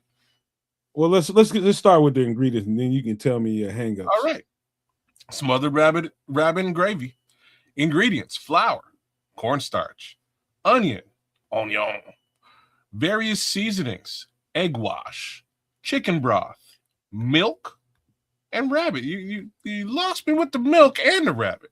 Well, because the gravy. No, and Yeah, another thing too, when you're getting rabbit, they say the best thing you can do is soak that thing in milk. which takes the gaminess out of it. Yeah. Okay. I'm just not a fan of seasoned milk on top of that. Yeah. I'm not a fan of the milk in general. You know, I try to avoid it if possible. Well, I mean, it's you're not drinking the milk, and you know you're not getting the lactose from it. The chemicals, the ingredients in the milk counteracts the gaminess. You know, like we were talking about the venison with the salt bath. It's the same premise. You know, because rabbits are gamey, because they live in the wild like that, they're going to have that gamey taste. And instead of a salt water bath, this is more of a milk kind of thing. But then you also have the milk for the gravy when, you know, you make, you know, gravy from the drippings and stuff. Or heavy cream or whatever you use for that. But there's a milk bath actually that, you know, you put these meat pieces in and just let them soak. And then once they're tenderized or whatever the actual term is, and you pour discard the milk, pour it out. Patrick's asking sorry, he's asking, is this lean meat night? Yes, another very lean meat. Not a lot of fat on rabbits. This is real ass. People need to start paying attention to what's around them, and in case you need to supplement your diet because you've been priced out of the goddamn grocery store. Mm-hmm. Sure. So, and we know that rabbits and squirrels got personality, but when you hungry, you hungry. And so if you look smack in the middle of there, kids, I want you to look at it real close. Smack in the middle of there, you'll see kind of a bone sticking out of it. That's a thigh. That's a thigh leg quarter. Yeah. That's a thigh leg quarter. Just like a chicken, except smaller. And you can see in the middle of there is probably the breast of the rabbit. Rabbit might have nice little B cups, maybe some C's. Okay. Some ribs and back on the side there. Man, this is the only way I've ever eaten rabbit. I got it introduced to me as a kid, and I didn't even know I was eating it, but I was tearing it the fuck up. Mm-hmm. In Kentucky, my country ass relatives, man. Man, dog. They say it tastes like chicken in there, right? Especially when you do it this way.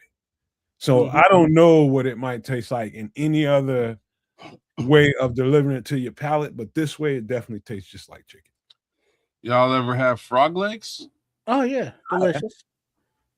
All right. But let's stick to the smothered rabbit and gravy. What about this turns you off? The rabbit and the milk. That's all. The milk, again, you're gonna pour that right off of the thing. Okay. It doesn't have any rhyme or reason other than taking the gaminess out of it. It has no. I mean, it's like the venison's not going to be salty because it's soaked in a salt bath. Look, if we're in a situation, I'll eat whatever I gotta eat. And real talk, like the other side of this is like you could kind of quick whip up like a rabbit farm because it's like rabbits have rabbits. You know what I'm saying? You could quick whip that up. You have like 150 rabbits in no time. Mm-hmm. So, worst come to worst, you become a rabbit farmer and you're good to go, Yeah, because they're, I mean, what do you call them? Coops, pens? What do you put rabbits in? Yeah. You know those things? But I guess they jump, so it would have to be you gotta seal them up in there. Yeah. But I mean, between rabbits, that's something small that you don't need like a lot of farmland or no, you do that in your backyard. You just need just a sizable fence that they can't jump on. Maybe some chickens, put in there, and no llamas or emus. Those might be a little big, but this is something like rabbit that you could have on your homestead. It's something that is in many regions just running wild. And, while Bear Truth 9 says you'd rather stick to chicken, you might not have the option because chicken ain't on the menu that night because the chicken ain't running through that little bush right over there where the rabbit is. And it's like, You brought up Is llamas and one rabbit emus. in the bush more than no chickens at all? I think it is. Are people out there eating llamas and I'm emus? sure they are, man. Yeah. What? Sure they are. They'll eat anything. But let me tell you, kids. I'm gonna And tell there's you. a llama or an emu farm. Hey, Like, let's stick with up the road. let's stick with the rabbit, man. Yeah, Sorry. there was. Stick with the rabbit. What more Listen. is there? The only way you would know that you weren't eating chicken is if I gave you that middle part that has the femur. And so you'll only notice that the femur is longer than a chicken leg that you would eat. That's the only way I would have knew. I remember in Kentucky, I'm just like, man, this chicken leg long. And my cousins were looking at me like they was busting up. My uncle was busting up everybody in the kitchen. I'm looking around like, what the fuck y'all laughing about? Hey, boy, that ain't no chicken. Like, what is? And I saw him unalive the rabbit in the alley. I thought he was just trying to keep it away from the garden. And he went out there and took a little rifle and unalived it. And he grabbed it and took it. But I was so busy playing with the dogs out there that I didn't know that he was taking it, into the side of the house and skinning it. And I didn't know that. I was just like 4 years old. But I was so busy playing with they had a female Doberman Pinscher that had puppies. And I was just having a ball with those puppies. And I seen it. He got it, went out there and got the thing, was still kind of jerking a little bit. I was just like, dang, man, he just killed that rabbit. And yeah, it ended up being in the meal. And they was laughing at me by the end of it, but I was tearing that shit up. I just knew it was chicken. That's cold-blooded that they had you over and tell you what was in the food. They knew I was a city boy. They knew I was a city boy. They couldn't just tell me you're gonna eat a rabbit. Well, you should probably. Yeah, they should And probably. then probably is like it don't matter if it was rabbit because there's nothing else on the menu. It's cold. That's okay. So you make the you don't eat what's on the plate, what's on the table. What we all eat. No. Like the answer to that is like yeah, but you should also have the option not to. You can consciously choose. Wait a minute. I like Bugs Bunny. I watch him all the time. Well, I'm not gonna eat his real life cousin. Well, but ain't nobody, twisting the arm. I mean, I'm sure if he'd be like, well, I'm not gonna eat the rabbit, well, ain't nothing else. You can eat all the side dishes and don't eat the rabbit there. You hungry, son? Go to bed hungry. That's on you. That's what I'm saying. Like if they let you know, you could make an educated decision, as they say. But then a lot of times you just don't think about it. It's like, well, why do I have to specify and tell this dude what we're eating? It's just we're eating dinner. That's what we eating. Sit down, eat, or don't. I was for, man. They could. I mean, it was just introducing. I was there for a reason to get acquainted with my relatives from another part of the. They live differently. You got acquainted, all right. Mm-hmm. And then that's as far as it went. Was that rabbit? I ate it. They say another time. He was scarred for life. Patrick said. No, I wasn't. I wasn't scarred until I found out about it. In that moment, it didn't bother me whatsoever. Man, but yeah, it's funny because you're like an animal guy, man. I guess you just don't have a soft part in your heart for the rabbit. Is that it? Well, hold on, wait, Phil, for the rabbit. The rabbit was in my stomach. What I'm gonna do, man? Right, it was delicious.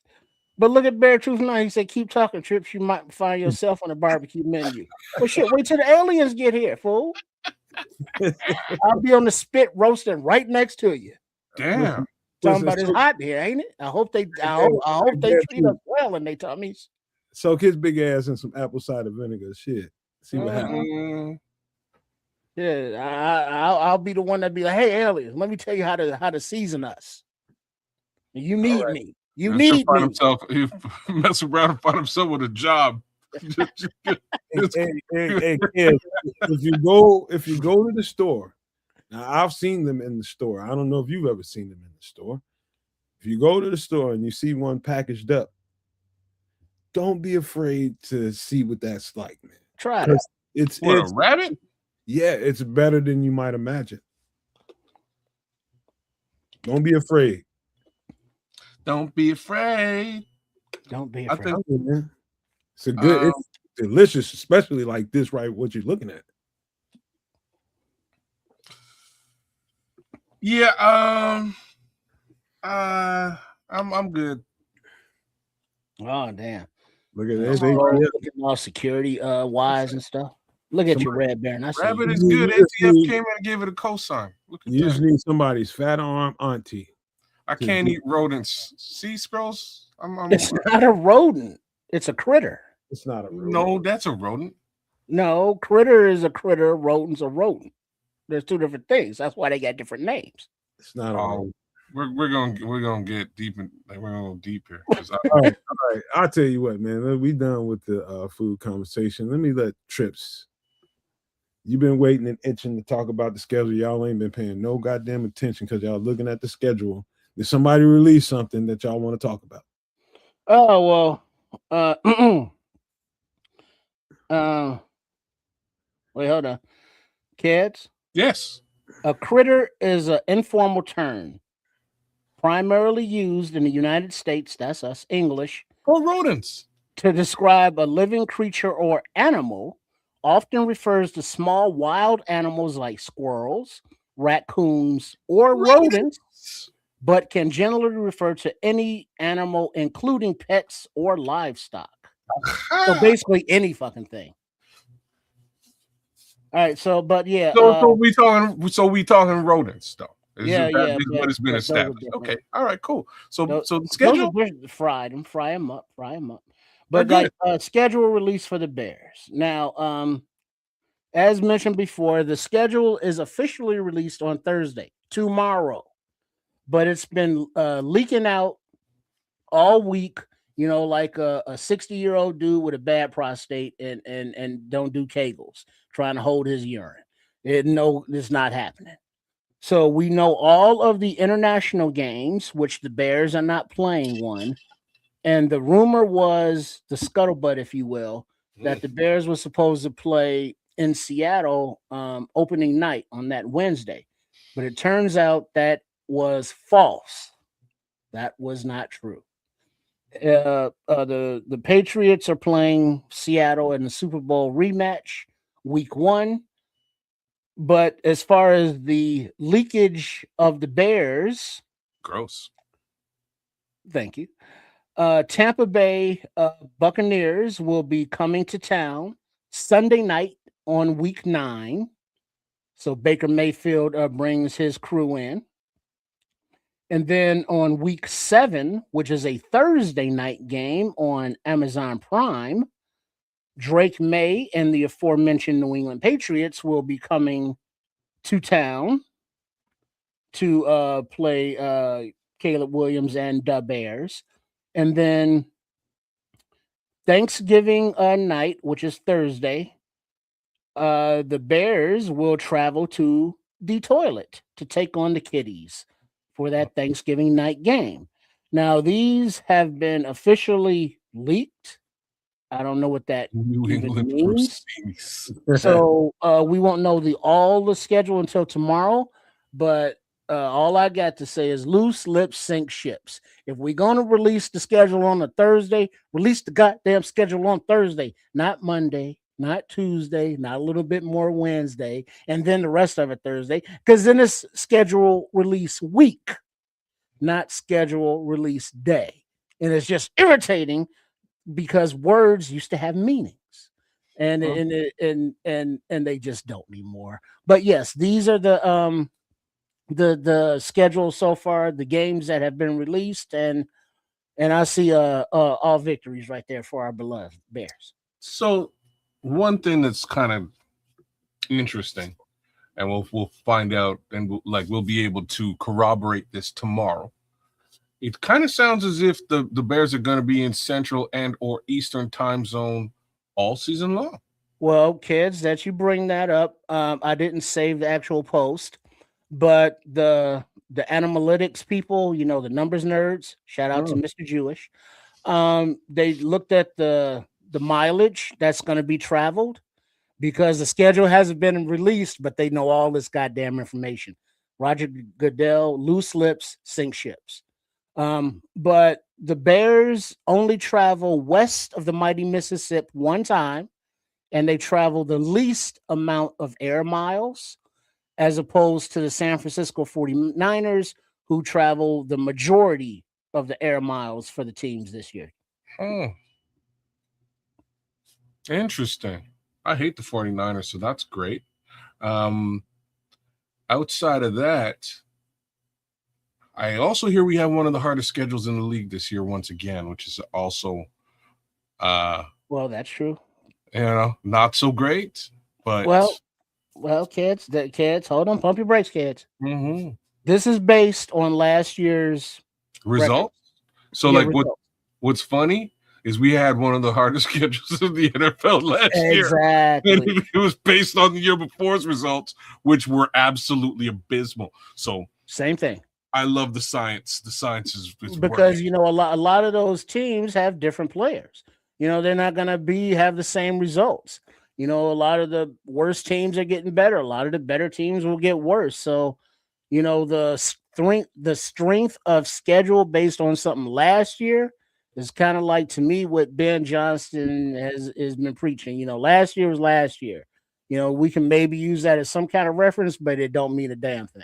Well, let me just guess what they might be saying on social media based on a little bit that's come out. The Bears got screwed again. Is that what they're saying on social media? No, I think it was just more of a not a screwed, or I haven't seen anybody complaining. They were just more of a disappointment because everybody wanted it to kick off against the Super Bowl champions on Wednesday night. Yeah. To have the spotlight and the focus. It's not just have the national eyes. They're the one team we didn't get to play last year that went all the way to the Super Bowl, and the speculation is there that maybe the Bears might have fared well against Seattle, right? Open the season litmus test. And that's kind of what folks wanted. Again, lots of eyes on the Super Bowl champions, and potentially a lot of eyes on the Chicago Bears in the same capacity. But the reality to me, just to answer what you're saying, though, man. Not a lot of folks are complaining or pissed off again. Nothing's been fully released. There's been some leaks. Not everybody's aware of all the leaks. We'll really hear what we hear tomorrow. But even then, I think the harder schedule was to be expected this time around.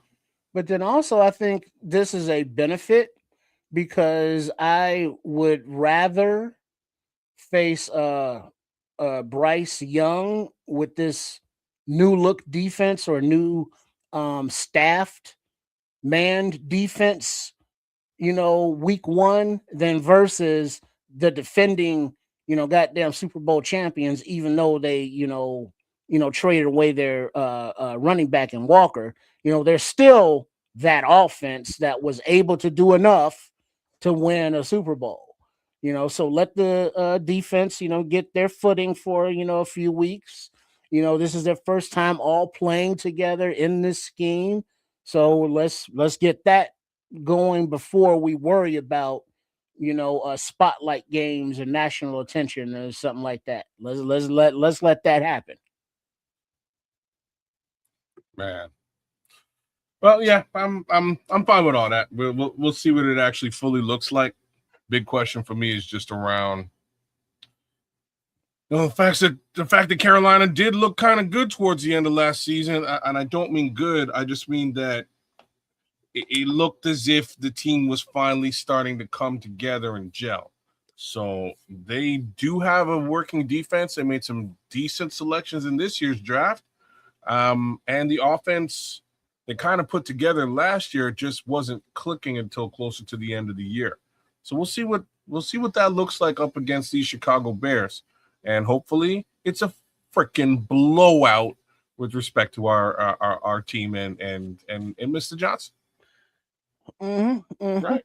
Well, that I think when when we get down to brass tacks, Coach Football Cycle, Big Ben, Big Johnson, as Chef Trips calls him, he has the goal to put up points consistently. he has the desire to run up the score every week, and he's putting together the team and the players to do just that. So let's strap it in, folks, because this ain't the Chicago Bears team that gets off the bus running. You know what I'm saying? Let me give you guys some thought. I really don't care who we play when, but if I had it, if a schedule came off in a way that I would want it to come off, okay, you got a couple ways of thinking about it. Early in the season, you got, let's just say we're 1 year removed from a brand new offense. So everything was so new, was so brand new, was fire. Everybody was under the fire hose the entire first year. And now that they have some experience in it, I would say because you got so many young pieces that are coming along right now, you want to play let's just say lesser qualified opponents early because it's a good warm up. Because really, until you get to game 4, everybody's not oiled up and ready. You're gonna have some shortcomings all over the field. Till about game 4, that's when they really start to sink in. Everybody's cleats are deep into the turf. And so that's when I want to play really good opponents. And then the thicket of what we do as far as the strength of our schedule, I would have it from 4 to about 8 to 10. I'd love to have tough football games right around then. And then towards the end of the schedule, everybody's going to play you tough at the end, because if it's not a playoff, caliber team at the end, it's going to be some team that's scrapping to try to bring you down, to try to snatch you off the pedestal. But that's how I would love to see the schedule play out. I'm welcoming all comers. That's just the way competitors think. I welcome your ass today, tomorrow, the next day, yesterday. I don't care. I deal with you. That's how I don't care about the schedule.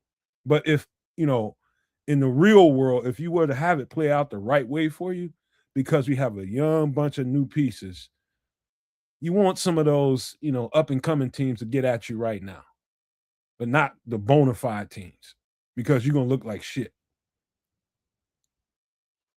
I was about to say, looking like shit. The Bears have the opportunity to make the Eagles look like shit on week 3 on Monday Night Football. Not bad. We'll see what Monday Night Football looks like once again. I wonder how many primetime games the Bears have this season. I bet you there's a bunch. Well, there was that Thursday that was Amazon. Then there's the one that I just saw with the Buccaneers Sunday night. That's 3. Then Monday night with the Eagles, so that's at least 3. The only concern I have is probably defensively, and that's because there's so many new pieces. And the thing about the defense is them guys learning to play together. Once you learn how to play together, there's one other thing that needs to happen: how you feed off of each other. And that's just learning how to play together takes about 3 to 4 games. You just get used to the movements of this player and his language and how he communicates, and you responded to it on time. Now, after that, the second level to that is now you learn how to feed off of the strengths of the player next to you. Oh, I know TJ got that, or I know this person got that. I ain't got to think about it. I can go hunt somewhere else because I know he got that. The third level and the last level is you don't even have to think about it. So we're 3 levels away defensively, and so that's the part that I know we're going to look shitty at first. Yeah. I think that almost goes without saying. I think this defense is a work in progress, and they'll have to sort of get it to where they want to get it to. I just don't see it with all the moving parts. Well, not moving parts, just changes. New parts, right, in place, new pieces. It's just going to take a little while for them to acclimate and get together, which is why we have to, have to look towards 50 burgers and things along those lines. Whoa. Hold on, kids, for just 1 second. Hold that thought. So I want you to repeat what you're about to say because it's important. But I just gotta say something. But Scroll says there really isn't any bona fide teams left, Nomad. Who are we afraid of? NFL is extremely weak right now. I would say I agree with you that the league ain't strong, but there are bona fide teams. Bona fide teams for sure. So where I would agree with you, sir. Don't forget your thought now. Don't let me get you off. You was talking. Well, you done got me off. Right, go ahead, Pause. So yeah. Major. Anyways, you about to light up a square.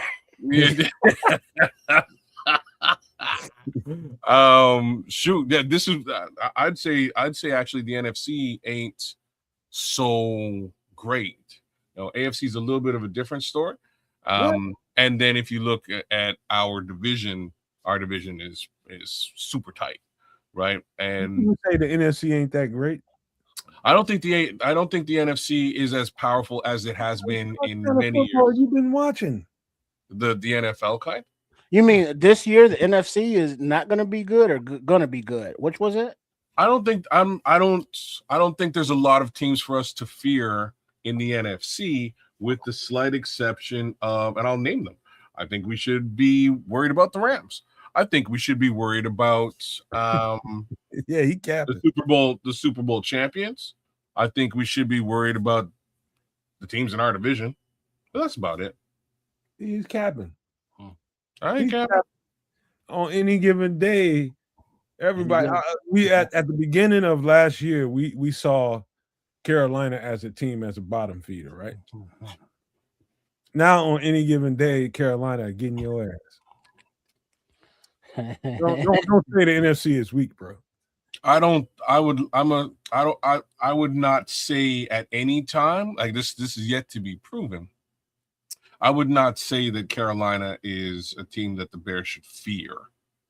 Wouldn't say that at all, ever. They'd have to whoop on us first in order for me to say that, and that hasn't happened in Carolina has since Cam Newton you left the team. Carolina, you know what I mean? Like, Carolina has quietly assembled quite the roster. I'm not going to argue with you. I'm not saying that they haven't done the work and they didn't look really nice towards the end of last season. I just actually finished saying that.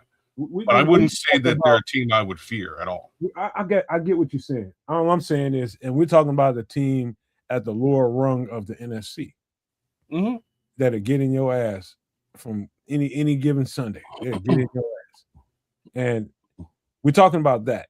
Now we're talking about Seattle. Now we're talking about Philly. We're talking about these other teams that, I mean, come on, dog. I'm not as afraid of Green Bay. We're talking about Minnesota. I said in our division we should be worried. Getting your ass. In our division, we should be worried. That's straight up and down. The teams outside of our division, I'm a little bit less worried about. Cowboys. I think we can beat the Cowboys. I think we can beat the Niners. I think we can beat the Giants. Oh, wait a second now. Let me just say this out loud now. I'll tell you what to say out loud. I think the Giants might be the sleeper team in the NFC East. Like, I have to say that. I think they might be a big-time sleeper, and nobody's really looking at them. They made the right changes. What you say out loud is, I fucked up. I shouldn't have said that. No, I think the Giants are going to be a serious team this year. Some of the AFC teams are some of the weaker teams out there to me. Well, here's the thing, though. We can look at strength of schedule. We can, debate about what teams are stronger, but something that was kind of a throwaway line that Nomad said a little bit ago, any given Sunday. But here's the thing. We already know that NFL is Sunday and Monday, and we've also gotten used to Thursday, but we've also gotten used to Friday. But what we're seeing a lot more this season are Wednesday games. I don't know the exact amount of how many Wednesday games there are, but it's notable that there are a lot more Wednesday games. And speaking of Thanksgiving Eve, which is a Wednesday, the Packers will be playing at the Rams.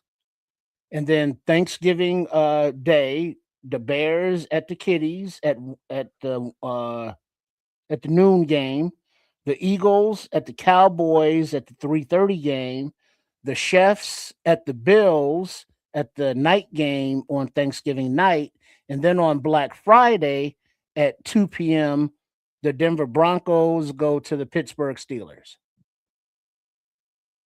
Yeah, man. There's yeah, kids. You probably shouldn't have said that.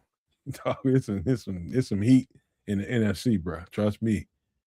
It's been yeah, man. Anybody can beat anybody in the NFC right now. Anybody. The only team in the NFC I don't think is going to challenge nobody right now that I can think of off the top of my head is probably New Orleans. That's the team I can think about. I even think Atlanta will get you because they got a high level of talent down there. They've amassed just talent can win you a game. Just having playmakers around. Well, we're gonna see, man. We're gonna see exactly what that looks like real soon. I'm just saying, I'm a little bit. Here's the facts. Like the facts is the teams in the AFC are much more established than the teams in the NFC, with the exceptions of Philadelphia and these newfangled Seattle Super Bowl champs, right? And then you look at the teams in our division, which have been a problem for the Chicago Bears year on year on year. I think we're going to see a bit of a resurgence of the Vikings with Kyler Murray, because now he's going to be playing pissed off. I think we're going to see a little bit of a decline in Detroit, slight decline, and it's always going to be a battle between the Bay and them cheese eaters and the Bears. Like, that's just going to be the battle. But the Rams is the team that they're worried about. Yeah. I kind of mentioned them earlier on. They're the other team that I would be a little bit worried about within the NFC. But there's always that your quarterback he can get hurt at any time thing going on with them too. Like Stafford does not have a good back. Stafford does not have a good back. That situation can rear its ugly head at any time. They did get a solid backup. I'm blanking out on who they got. They got a solid. Oh no, they drafted. Shoot, what was his name, man? Who? Exactly. Simpson? Is it Simpson? Who drafted who? Nicole? No. She's no longer with us. Oh, my bad. Jessica? Oh man, no. She packed on the pounds and got divorced. We talking. I think it's Ty Simpson. It's like the number 2 quarterback in this year's draft. They traded up and they wound up getting him. So Ty Simpson, man. Yeah, we'll see if he's ready to play this season in any capacity. He might have to. Oh, Matt Stafford. Yeah. Well, I'm just saying, like, Stafford's back's been a thing for quite some time. Stafford's job is to keep his ass on the bench, and he will remain on the bench so long as Stafford wants to play football. As long as he has life, Stafford. Well, that's the best place for him, and like he'll learn a lot from Matt Stafford, man. He'll like just being on that bench.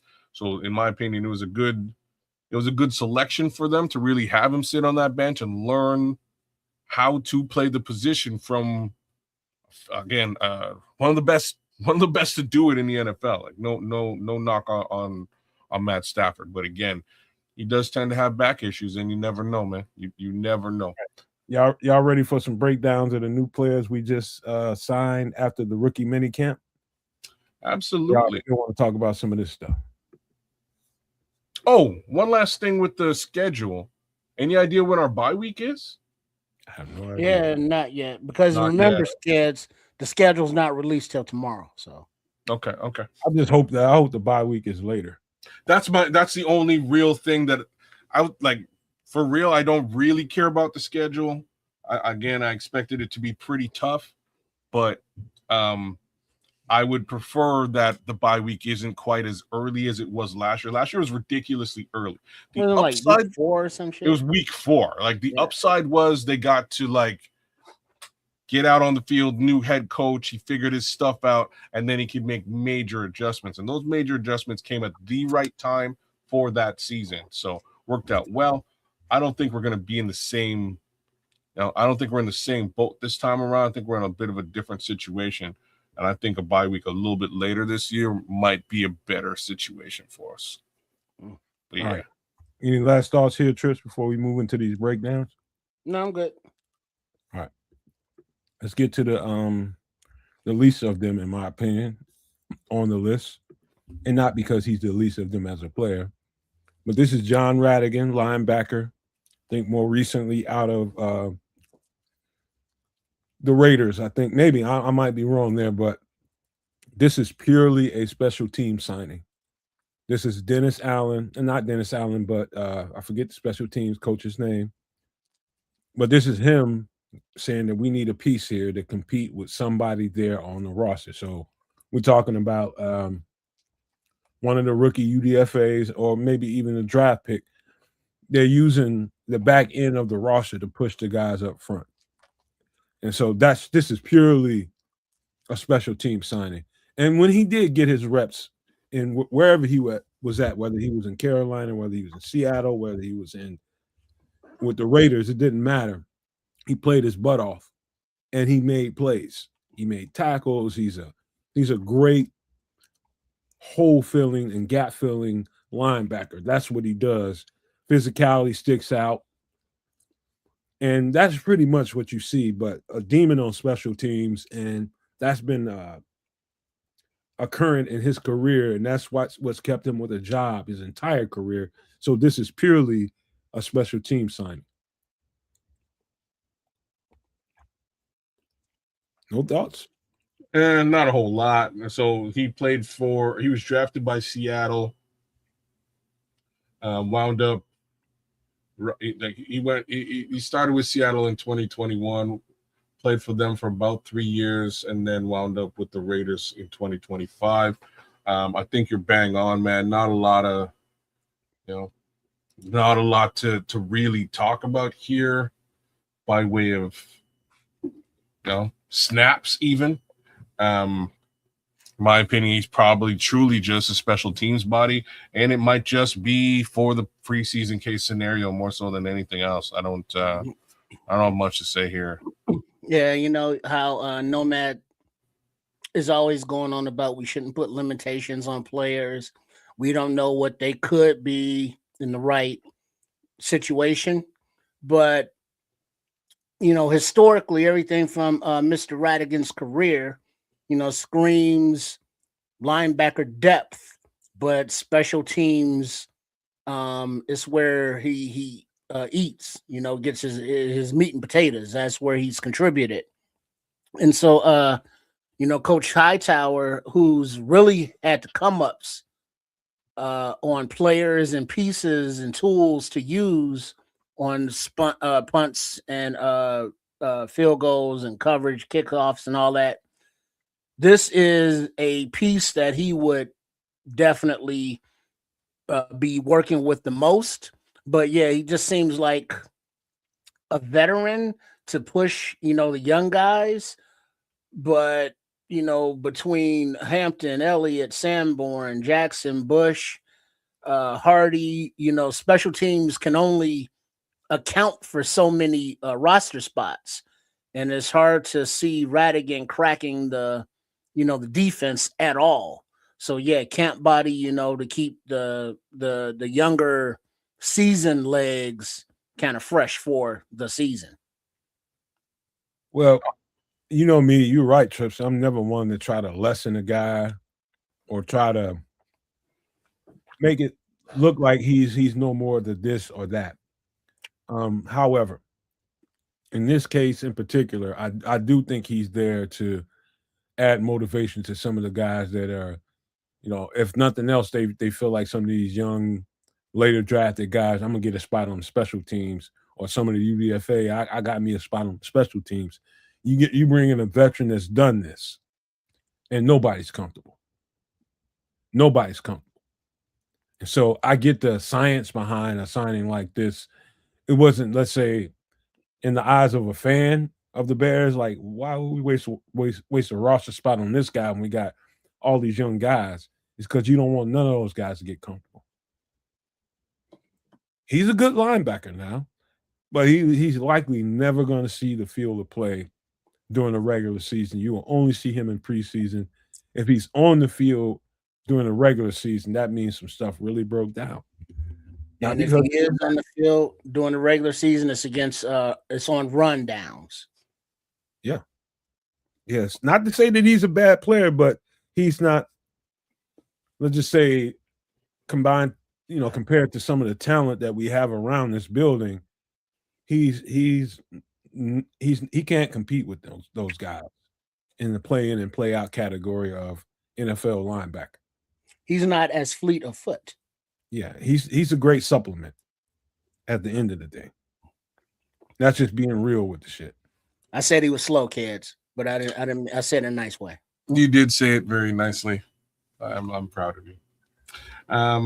That being the case, yeah, not a whole lot to say here. I don't. To me, this is a camp body. I'm not sure if he gets much further than that.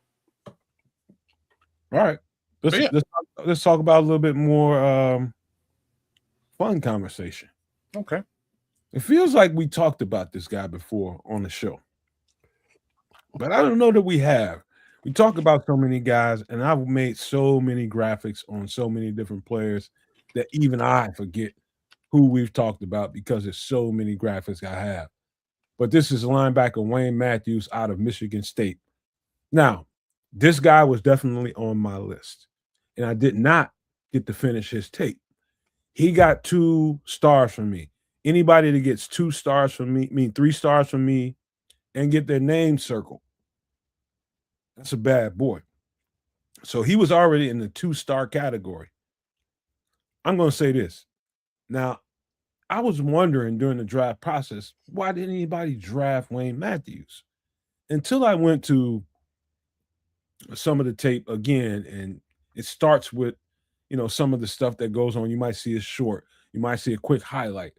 And I didn't realize that Wayne Matthews had a scary neck injury during the game this year. During this year's game this year, and got carted off the field, face mask removed, the whole 9 yards. It was a friendly fire incident. It was just 2 of his teammates they collided, and it ended up being less worse than what it was. However, I can see how a player of his caliber, and I think he's a high-level linebacker.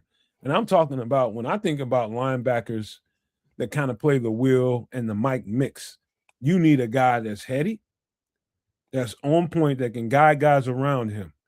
Number one, you need also a little speed, but you also need to have the temperament of a terrier. This guy, if you've never owned a terrier, you wouldn't know what the hell I'm about. You'd be like, no matter what the hell you talking about now, I'm about to explain it to you. If you've never had a terrier, then you have no idea how tenacious a dog like that can be. And not to compare Wayne Matthews to a dog, but the mindset of Wayne Matthews is equivalent to a terrier. Sounds a lot like that's what you're doing. He knows exactly where the target is, and once he locks in on the target, there's no stopping him. You ain't blocking him up. He's going to get off that block. He's going to get to the ball carrier. That kind of mentality goes and it translates a long way. I love linebackers like that play with that kind of tenacity. He knows his role, knows it well. He's a leader. And he has a tenacity like that really has to get at the ball. Just have, if you've ever had a terrier, and you say you had the girlfriend holding it back, and you got the terrier's favorite ball in your hand, the way that terrier will be pulling at that collar for you to let him go so he can get that ball. That's how Wayne plays. Well, it's good because he's 6'2", 230 pounds. There was no actual official testing for him, maybe because of the injury, but it's good to see that he is, he has a dedication and he's healthy enough to not only be able to compete, but to actually have made the team. Obviously UDFA, so nothing's guaranteed a roster spot, but he has the ability to, have a position, on the 90-man roster, have a key card for Hallis Hall, to have the opportunity to compete, because that is what, a lot of these guys have wanted their entire lives. And we've seen, retirements come from UDFAs just out of the blue. We saw it with Squirrel White. We saw it running back Le'Veon Moss, who was a rookie. They get to camp and they realize that everybody's fast, people are hitting, and maybe some injuries that may have been lingering, are inhibiting their opportunity to compete. So they walk away from the game, and that's, sad to see, because they've worked so hard to get there. But it is refreshing when someone like Wayne Matthews can recover and come back from such a serious or scary, incident on the field, and still have the wherewithal to want to strap it back up and get back out there. I'll give you a hot take, and you guys, after I explain this a little bit, maybe you guys can. I'm not asking you to agree with me, but in a nutshell, I think this is Ruben Hippolyte's push, because Ruben Hippolyte had a certain amount of expectations on him. You expected to take your role and excel in it at some point during the season, but the opposite happened. Ruben Hippolyte had something happen. He was kind of shelved for the rest of the season. Tight end Washington from Pittsburgh happened. Maybe so, but that doesn't explain why he was shelved for the entire rest of the season. This is Ruben Hippolyte's push. I think they still expect a lot out of Ruben Hippolyte, and I do think he can get there, but he has a lot of Ruben Hippolyte qualities, minus the speed. Now I'm talking about nose for the ball, physical, has the body to be able to withstand the physicality of the game. If you were to put me on a truth serum, I would tell you that I think Ruben Hippolyte ran into a problem with the physicality of the game. I think he couldn't hold up, and that typically happens with rookies in the NFL. I'm saying to you that they bringing this guy in here to show you that, hey, this is how you handle the physicality of the game. He's physical, he's around the ball, and he's nonstop about it. He has no let up in his game.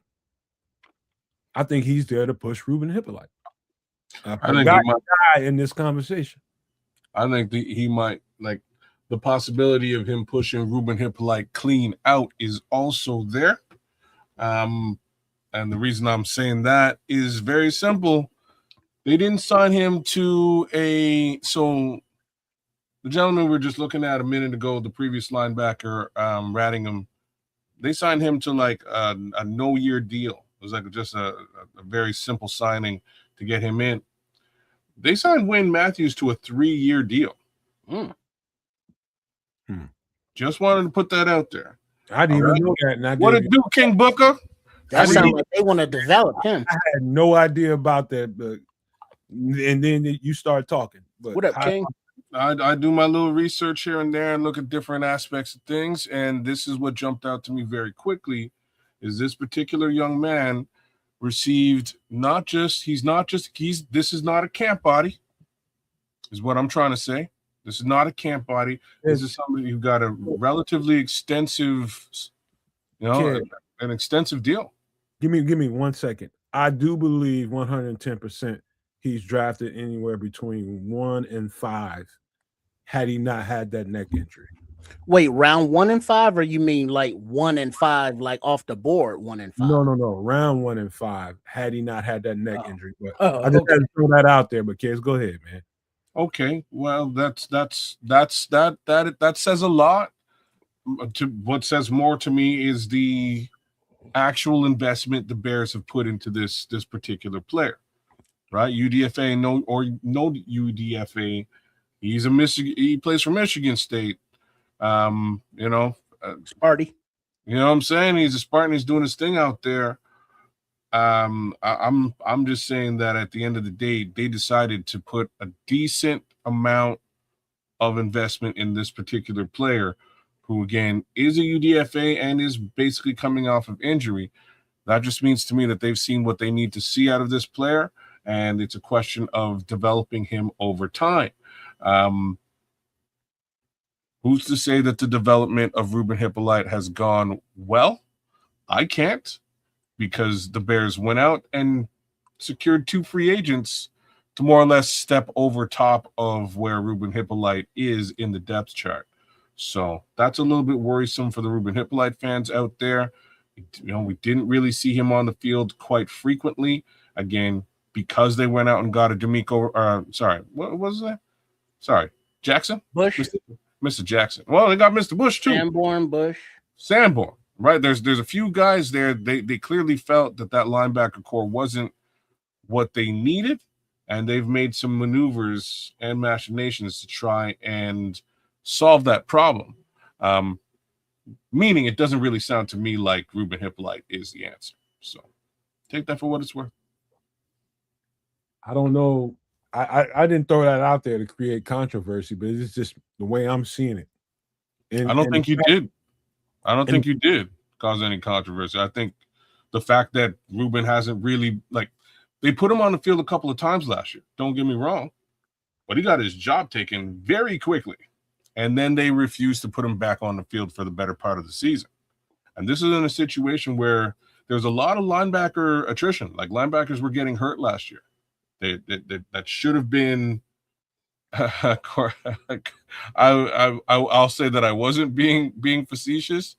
He must have some fans somewhere. Ruben, he did have fans all year. People were just like, "Hey, we need to put Ruben Hippolyte out there," and I'm just like, obviously, I kept saying, obviously, the coaches are seeing something we ain't. Well, I'll say the opposite. We all wanted to see him on the field to see what they got out of this overdraft potentially. And it just doesn't sound like they got what they wanted to get out of this particular player. So, they went out and got some bodies to really shore up that linebacker position. And this is another body that they look like they may be developing to, again, shore up the linebacker position. Long story short, I don't think Ruben's the answer. And it was September 21st, 2025, so later in the season. He was carted off the field after that friendly fire play with partial paralysis. Oh, my. That ain't good. No, but he's obviously been able to come back. He's got a clean bill of health, enough for, them to be confident enough in, to make that investment, for his development. Yeah, I should have mentioned that he had that injury, and it wasn't like late. He got back on the field and played well. So that's that. You know what I mean? Oh, so he did come back after the injury. Yeah. Oh, okay, so he finished the season healthy. Okay. You think he's a camp body, Scrolls? With a 3-year contract? I don't know. Now, if that's true that he's got a 3-year contract, he ain't no fucking camp body. He does. Because now, if you have a 3-year contract, you can still be put on the practice squad, though, right? They can do whatever they want with them. And when I say a 3-year contract, it's a 3-year contract at UDFA numbers, right? Worst come to worst, like if he goes, he goes. It means somebody's paying him a little bit more if they snatch him off the practice squad. They're not paying a handsome fee for this young man, but again, they've decided to give him a multi-year deal. It's a low wallet share multi-year deal, but it's a multi-year deal nonetheless, right? But something that speaking of kids, that speaks to what Ryan Poles has been doing with the contract situations. We talked about linebacker Radigan, the veteran, who signed for, I'm sure, low wallet share, but can earn more. Then you have this UDFA who has a higher upside, who signed a contract, but for low wallet share. So they're contractually, bringing guys in that they want, but not at the detriment or, sending out too much money in case they decide to go a different direction and cut bait with these guys. I think he's a physical. I just love the physicality, the tenacity, and the way he is around the ball. I mean, man, there's so many good plays I've seen him make, and it's just pure that terrier mindset. Just like I'm finna get at it, and you ain't about to stop me. I'm going right through your chest if I need to. I'm gonna get to the ball, getting to the ball, and I just love it, man. So either way this plays out for Wayne Matthews, I love the competition and the thought that they're putting behind. If you want something out of Ruben Hippolyte, this is one way to do it.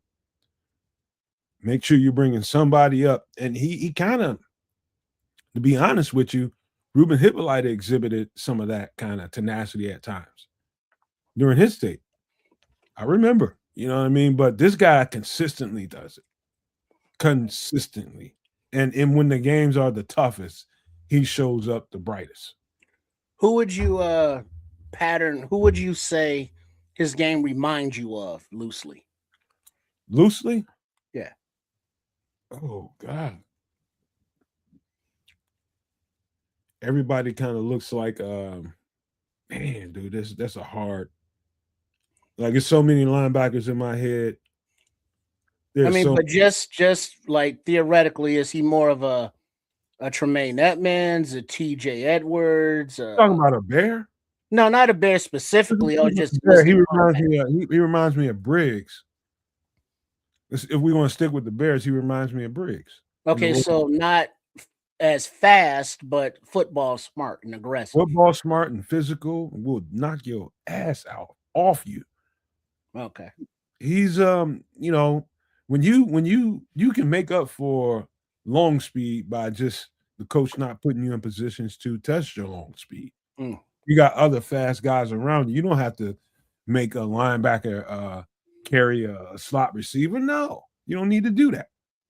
You need him around 15 yards and in, busting people to F up, getting the people, making tackles, getting guys on the ground, and you need him to be aggressive about it.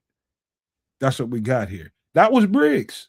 Okay. I don't know how many times y'all seen on replays where it was a rare sight when you seen Briggs running more than 40 yards down the field. That was not his thing. Yeah, that was mostly Urlacher. A wheel linebacker is a guy that cleans up horizontally, left to right. A middle linebacker is more of a vertical guy. Somebody that covers the middle part of the field, middle right, middle left. You might have to carry a tight end. You might have to carry a running back. Anybody down the middle of the field, you might have to carry. But a wheel linebacker is a cleaner from the left to right. Speed is definitely going to show up on tape. Tenacity to get to the ball and make the tackle, that's going to show up from a wheel linebacker. It's a different role than a Mike. Similar could be said about a Sam linebacker, but the Sam linebacker is mostly there to support the run. The will is more a little bit more of a combination of both. So this guy is a will linebacker with some Mike linebacker football IQ. That's what Wayne Matthews is. So you'll be able to cross-train him, but he's definitely going to probably get more will reps during the Bears camp than middle linebacker reps. It's not going to be enough of those to go around. Yeah. You're right. They are going to cross-train him, though, because it is good to have another guy available, worst come to worst, if push comes to shove. But yeah. All right. Any last thoughts about this guy? Let's go. Yeah, somebody I'll keep my eye on because, again, with that extended contract, odds are he's going to be around for a while. We'll see. But this last guy, this is Kyron Hudson, more recently out of Penn State, but he did play with Caleb Williams at USC, which is why he's wearing the USC uniform. This is a big receiver. I don't even know his measurements, but I imagine he's about 208, 205 to 208, about 6'2", 6'3", maybe. But Wow. If he makes this team, if he looks up and makes this team, I'm telling you right now, you can argue with me, fuss with me. The closest second that I would give to anybody on this team to having hands anywhere near as good as Kyron Hudson's would be JP Richardson. Oh, nice. Yeah, he's 6'1", 216. There you go. 23 years old. There you go. And he runs a 4.640. Which is why he got slept on. But boy, this is a fun tape to watch. More so at USC, but even so at Penn State. But this guy's got vacuum cleaners for hands. If it's touching his hands, if it gets to the mitts, he typically comes down with it, man. His hands are incredible, man. Kyron Hudson's hands are incredible. You just put the ball anywhere in his vicinity. I don't know how, but he somehow has the body control, the sense of timing, getting up and getting to the catch point before the defensive back that's on him. But he just has a sense on how to come down with the ball, play in and play out, time after time after time after time. Saw it too many times on this tape to just think it's just, all right, it's just here, it's just there. Nah. Dude has a knack for coming down with the ball in pressure situations, crucial situations. One-on-one, you throw that ball in the 50-50, I'm going to say 85 to 90% of the time, Kyron Hudson's going to come down with that rock. Competitive with the ball in the air, bro. Great body control. And his turn, I watched enough of him to know that he wasn't the same receiver from freshman to where he's at now. He's turned himself into a pretty nice route runner that really understands the art of route running. But he really excels when that ball is in the air. And he's one-on-one with somebody on his hip. He just excels there. He just has a dominance to him that I'm getting this ball. I don't care who you think you are, but I'm coming down with this ball. And time after time after time, Kyron Hudson comes down with the football. Playmaker. That's what it sounds like to me, kids. Trips, what did that sound like to you? Well, yeah, from that and from, just the brief looking at highlights, he's very adept with moving with the quarterback in the scramble drill. He'll come back to help. And like aforementioned with Matthews in the, 15-yard area, this dude eats because he's a very precise route runner, gets open. But he will still go down the field and is able to, beat coverage, adjust to the ball in the air. I haven't seen a lot of reps of him blocking, but, this is a team, no block, no rock. So that's, a thing. And then the red zone, seems to be where, he can also be of a weapon, So this is the kind of kid that despite, being slow running the 4.6 kids, that's what we're looking at. Because we measure 4.2. If you're not 4.2, you're slow. That's a little misleading too, man, watching his game speed at times. Right, because he's got football speed. He's not a track guy. He's not gonna, foot race Xavier Thomas, but he can get open against defenders. And when the ball's in the air, he's like, yo, homie, that's my rock. Back up. Get off me. He's going over one-handed catches, either hand, he's getting bumped and PI'd with. He's fighting through that because he's getting that ball. Man, Ben Johnson loves offense, though. Had to go find another wide receiver immediately. I don't know if this is the wide receiver for him to find. No, it's competitive playmaking is what he's looking for. That's what you see on tape. Because even if this is a developmental piece, this is somebody that will push Maurice Alexander for the back end of the Is he wide still receiver. on Go to the congregation and hear what Trips just said again. Say it Is again. he still on the team? No, Yeah, let Trips say it again. What you just say, bro? Yeah, it looks like Kyron Hudson could be a younger version of someone to push Maurice Alexander for, the back end of the wide receiver room. There you go. Clearing out the deck from the bottom, like I tried to tell y'all. Well, what I will say again, this guy's also got the exact same contract as Wayne Matthews. Developmental. So he's got a 3-year developmental contract, which to me is crazy town. But it's fine. We'll see how well he does against the receivers that are here. If he can be developed into something a little bit better than he is, given the situation, is what it is. Well, hold on, Kez. Before you get too dismissive, because I hear it in your voice, you're not writing him off because of the contract, but I can hear it where you don't know where he fits. No, it's I do know where he fits. Go. But you got Roma Dunze, Luther Burton, Jade Walker, J.P. Richardson, that's 4, Khalif Raymond, Xavier Thomas, that's 6. But then on the back end, the Squirrel White's gone. He retired. So you got Scotty Miller, the veteran guy that they signed for a year, Amari Kelly, the UDFA.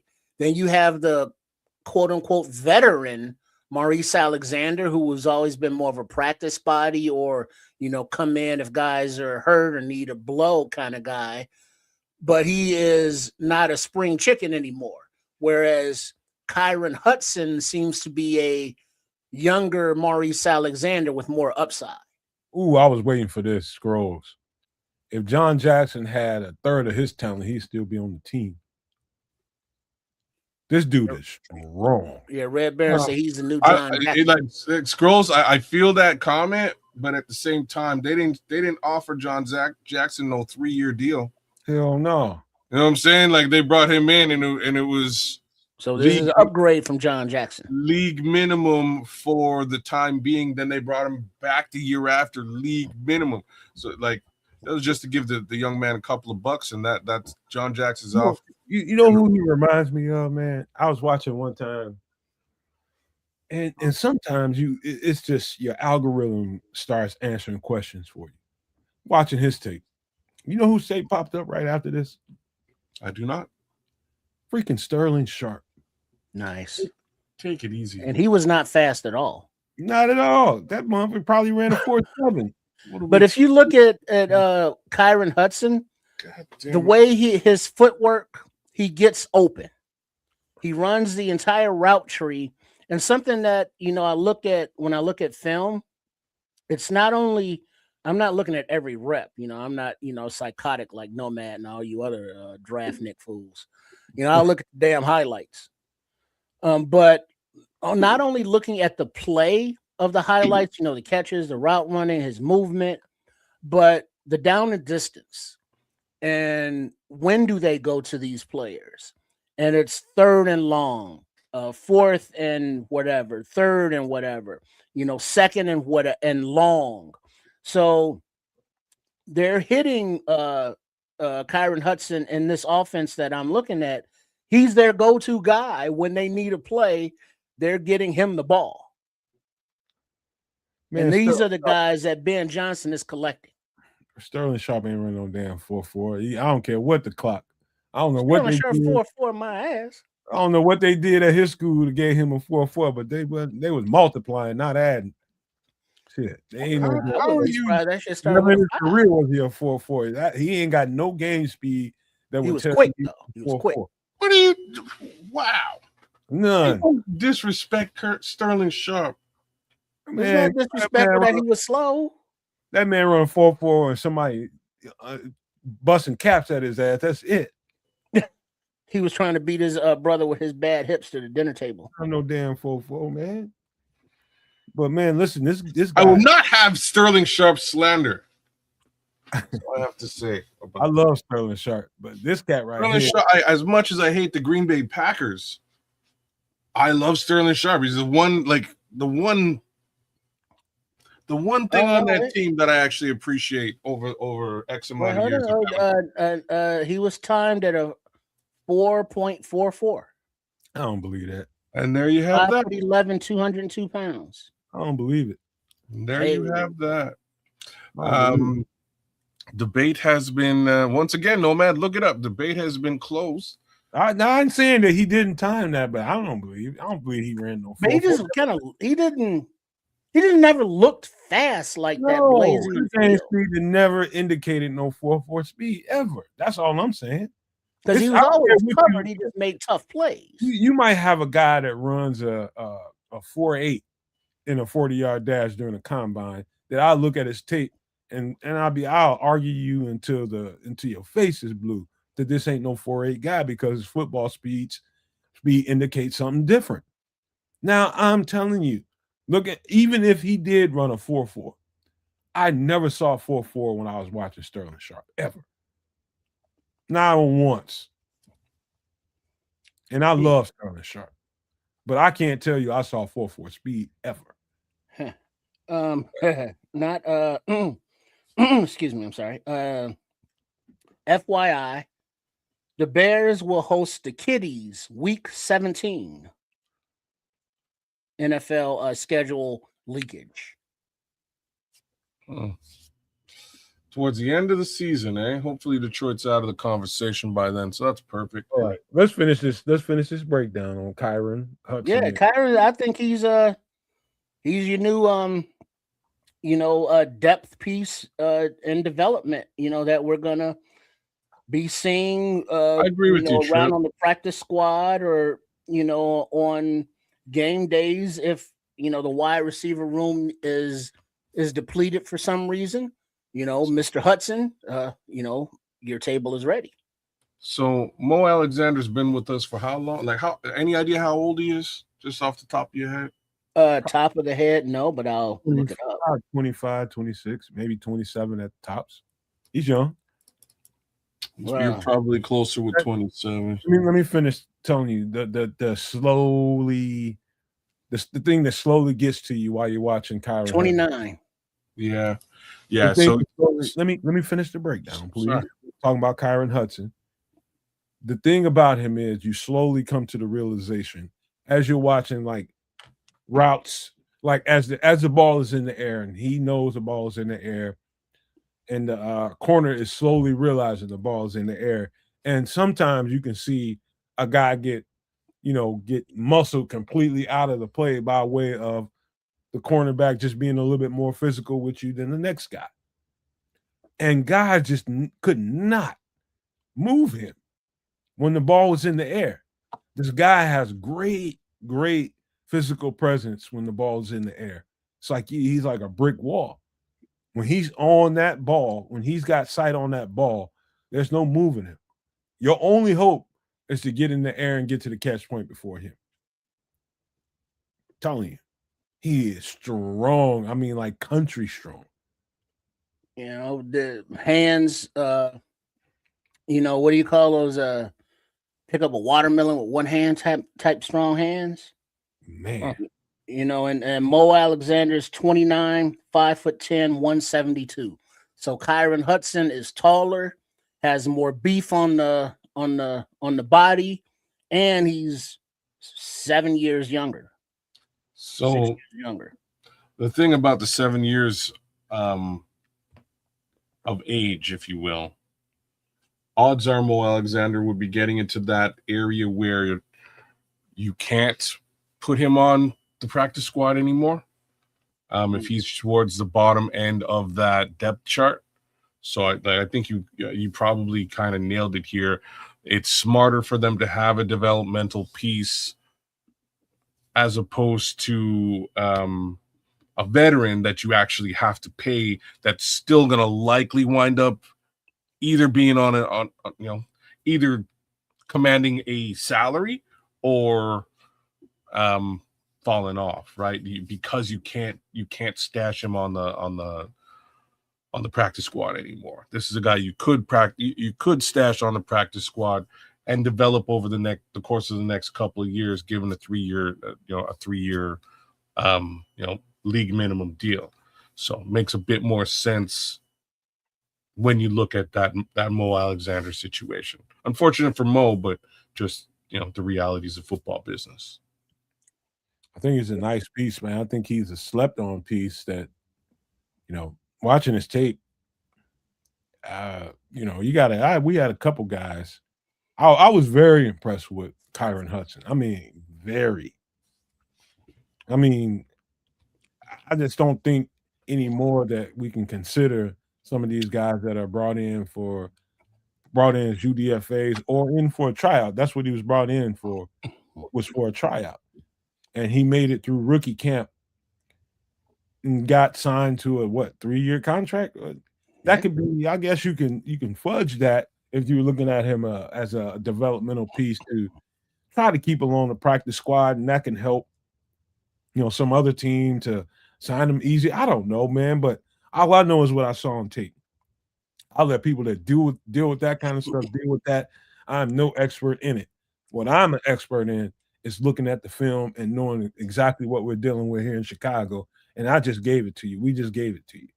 Well, that's the thing, though. Looking at that, Nomad, when you look at like the veteran Radigan, the linebacker per se, versus the UDFA Matthews, you look at the veteran in Alexander versus the UDFA of Hudson, but we are not throwing limitations on players, or this is a camp body, or we won't see much of him. We can't do that shit no more, because this coaching staff is looking for players. And if those players produce, be like, this guy, this young linebacker, he was, carted off the field late in the season, but he came back, signed a UDFA agreement. Now he's, a starter, or, they work their way up.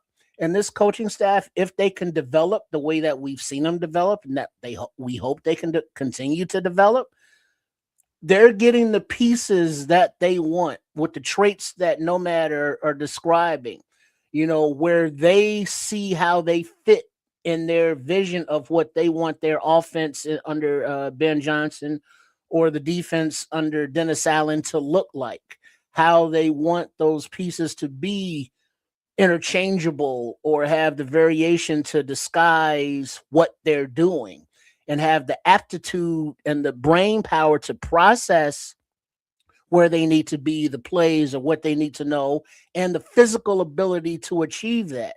So as Ryan Poles is bringing in all these names that we may not know who they are, just see how this coaching staff makes them fit before you write anybody off, is long story short. There, and to your point, Trips, there's a guy on the team that we just acquired who's a veteran, is 31 years old. His name is Khalif Raymond, who was one of these guys at one point. And over time, given opportunities, has made a name for himself. And so, got to have the ability to see around the corner a little bit, and there's some talent they brought. And I've said this at the beginning, and I remember when I said it the first time, that I don't think anybody really saw it that way, but I do think after the conversation that we had on the show about a week or two ago, I think people are starting to see what I was talking about. But I do think that the Bears were okay for the most part, and I say for the most part kind of lightly, with the top end of the roster on both sides of the ball.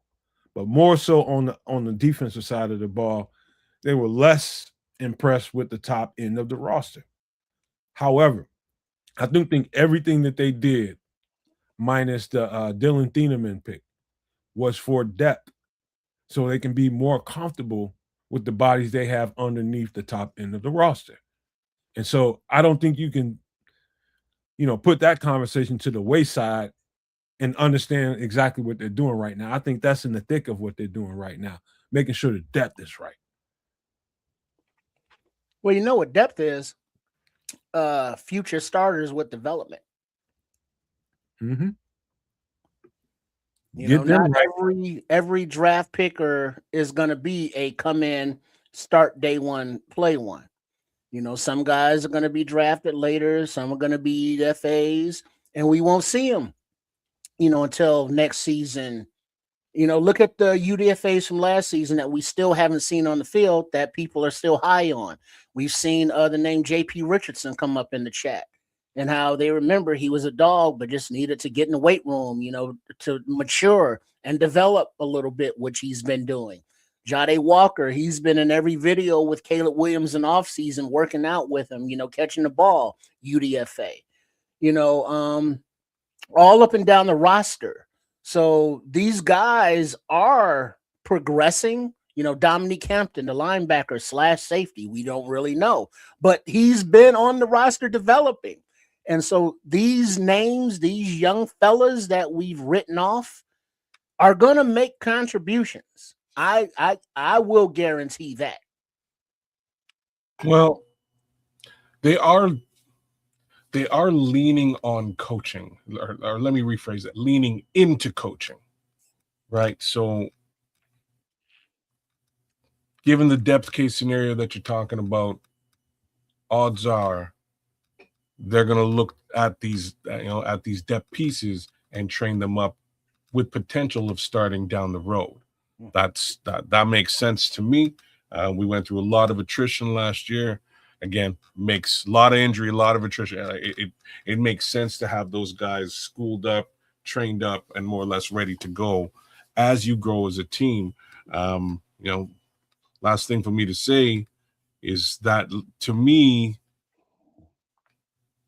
looks like you are aiming for a 2027 Super Bowl berth. Like, that's what it looks like to me. Just say that out loud. Hey, man. Listen, Cornell Bryan says, hey, damn, Nomad, the whole Bears schedule just leaked, but I keep my mouth closed. Well, they probably got more to say about the schedule than I do. I don't give a shit. It's still not supposed to be out till tomorrow, but, the ships are sinking all over the place because the Bears will host the New Orleans Saints Week 11 at 12 p.m. All right. I'll tell you what, because we do got to finish this thing in a certain amount of time. Trips, we in your territory right now because we're going to start something. It's going to be very informative. Give me a second. Pulling it up.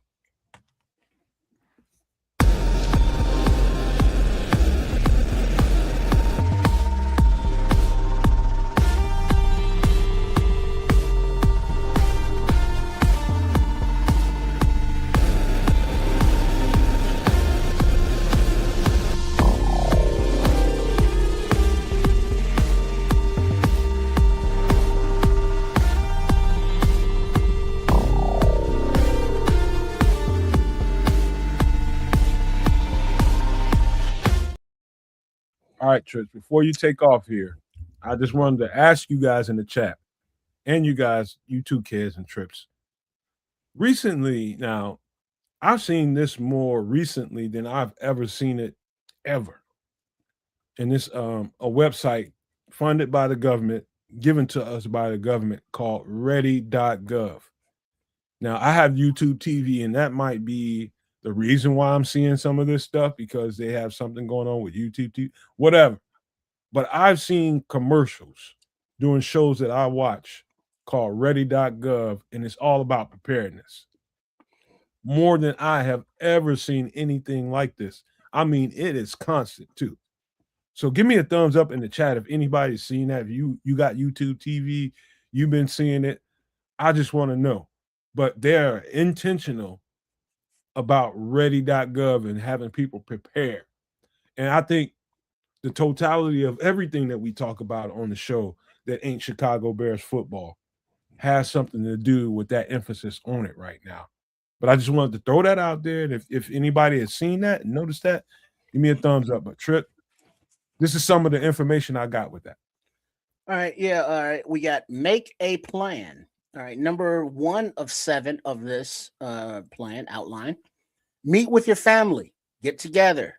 Sit down. Have those uncomfortable conversations. 2, assess your household needs. Be honest. Be fair. We need to have more duct tape. We need to have more supplies of whatever they are of your list.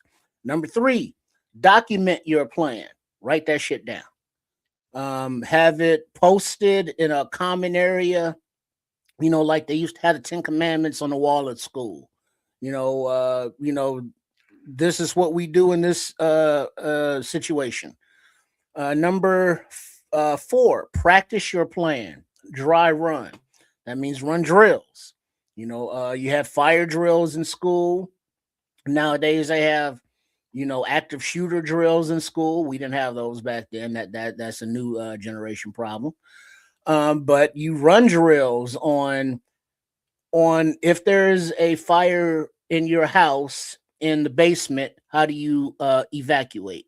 If the fire is in the upper room, how do you evacuate? So plan for different scenarios of where the emergency is, so you have backup plans on how to egress. Well, just do me a favor. Just read them off, then we'll drill them down as afterwards. Okay. Number 5, know evacuation routes. Number 6, locate help centers. Number 7, plan ahead for medications.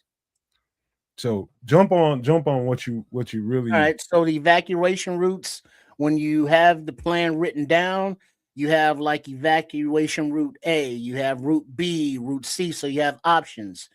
And so those routes, you've practiced all of those different scenarios and routes.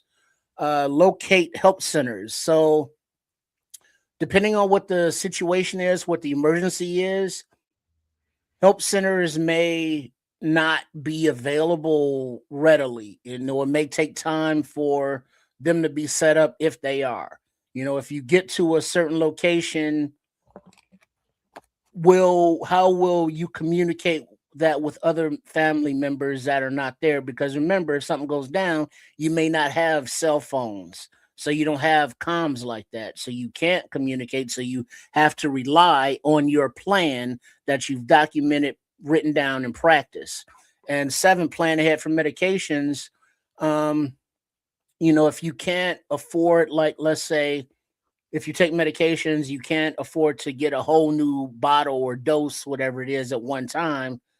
If you just have to ration your shit out, unfortunately, so instead of taking, a pill every day, every third day you take that and set it to the side for your emergency stash, so you're not messing with your medication too much, but you are putting some away for emergency purposes.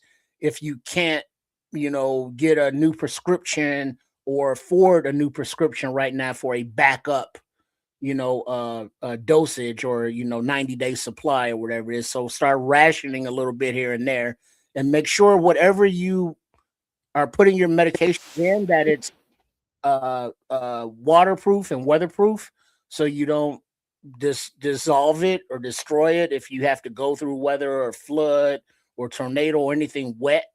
So plan for that stuff, dry seal, vacuum seal, all that stuff. So you put this together, you have your go bags that we've discussed before. You can check out those shorts that are out there. And every member of the family needs to know this stuff, understand it, why you're doing it. Don't be afraid of it. Don't get anxious about it, but just say, hey, this is what it is. Whether it be a outside situation, like a war or bombs or drone attack or grid failure, or interior issue like somebody's breaking in, or you're having an emergency like a fire or something like that. So make a plan and stick to it and know it. Well, let me drill down on a couple things here real quick. Why you should meet with your family. This is, and kids, hopefully you won't mind me using your family as an age group reference. Sure. Because he's got younger adults that frequent his home, and that's why you have that meeting. And they're on a different frequency than kids. They see the world completely different than he does, and that's why you do it. They're gonna look at him like a lame. You tripping, Dad? What? I got other things on my mind. I ain't thinking about none of this shit. But you have to at least make the attempt, put it on their minds. In this scenario, you have to, because things happen. Things happen. And so you meet with them and you give them, like, say for those kids that he has, they're not kids, they're adults, but have the conversation lightly and then reapproach the conversation again at some point. That would be my tact to go about that. You know what I mean? But do sit down and meet. You might have a different age group in your home, but they don't know unless you explain to them how this thing works, which is why documenting the plan is important too. Putting it up, like you said, like Trip said, like a fire drill you might have in school. So when things actually happen, let's just say something exploded very close to the house and somebody's house across the street got lit up, a few houses got lit up. How do you respond to it when everybody's going crazy? Don't forget the instructions on the wall. Go look at it. That's what we're doing. And so, as crazy as this sounds, it's very pragmatic. Very pragmatic.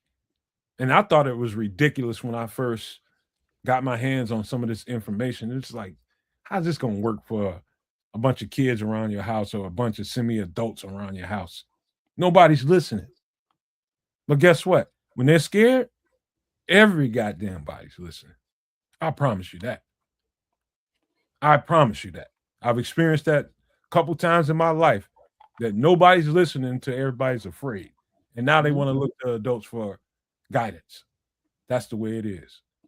Just remember, you're the leader and you have to kind of shepherd them through this shit. Unfortunately.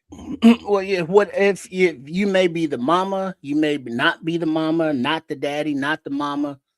You may be the youngest one, but if you are a member of a family and you love your family, you got to herd them together and get them to open their eyes and realize and recognize and understand and accept however you got to do it. Make it fun, make it exciting, make it scary. Your family, how to communicate with them, how to push their buttons, because we do it for fun anyway.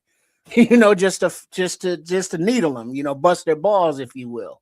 But in a situation where you're trying to convey serious life-saving information, you got to be able to communicate that, because we all know we got those relatives that are, into the tree hugging stuff. We got them into the space stuff. We got them in everything, but maybe not real world emergency making a plan stuff. So if that's you, take the bull by the horns and get your family on that same page, literally the escape plan page.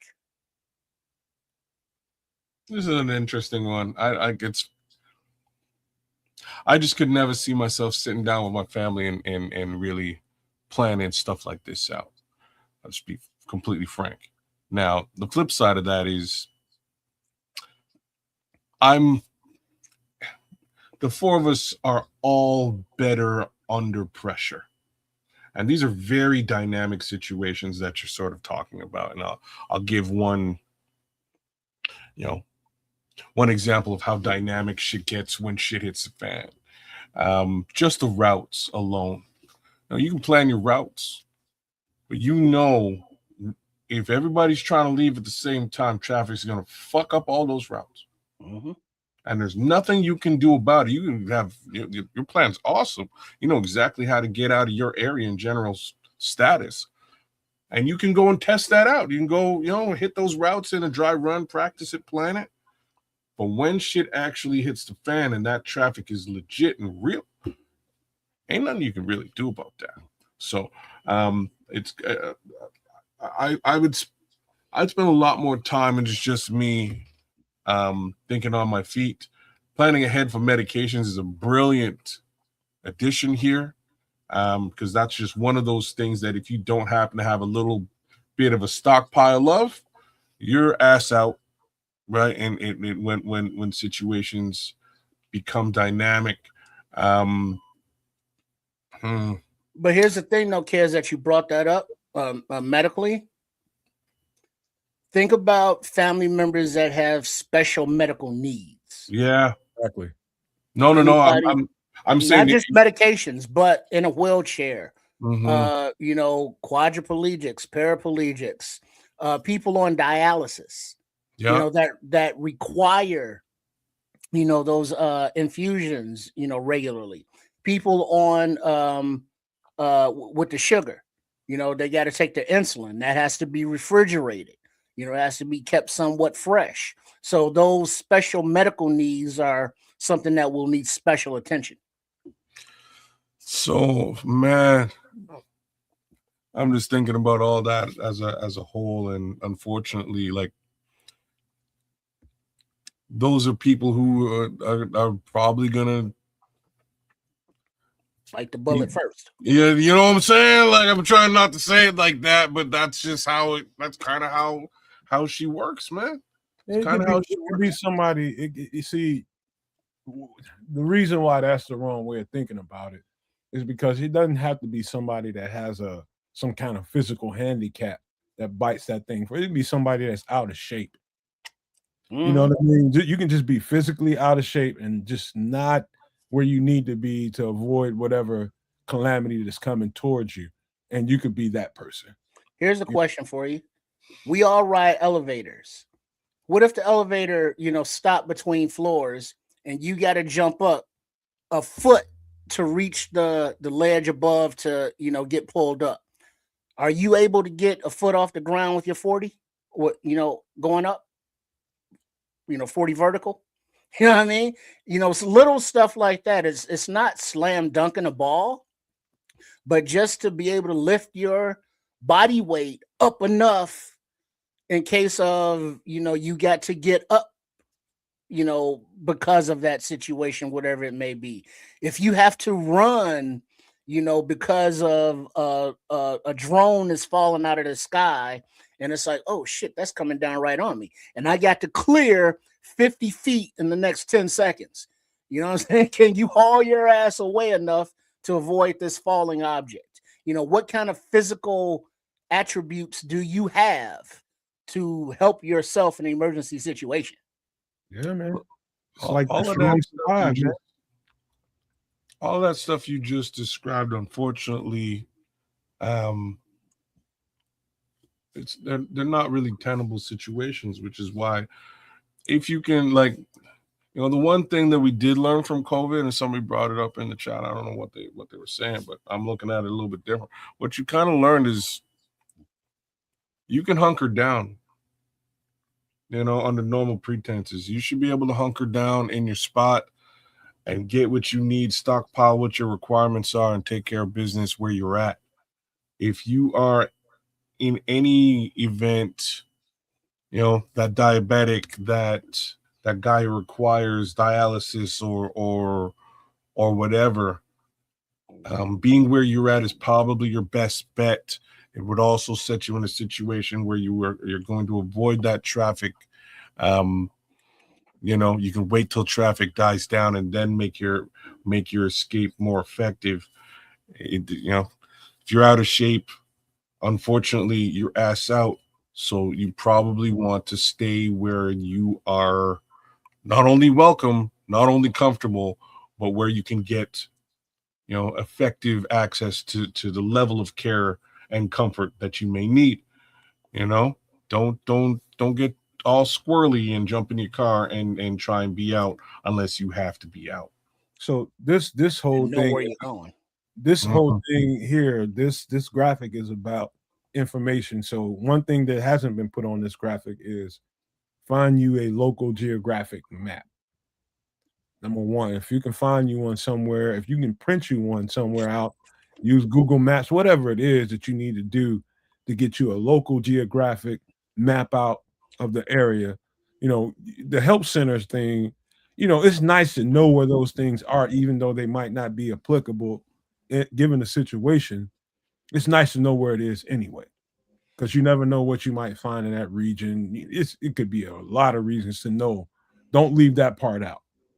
But it's just go ahead. Well, to go on with that, as far as the maps go, in this day and age, we are all very dependent on apps, not maps, but apps. Mm-hmm. And a suggestion would be to, like back in the day when we had MapQuest, and we had to print out the goddamn directions because we didn't have the actual GPS.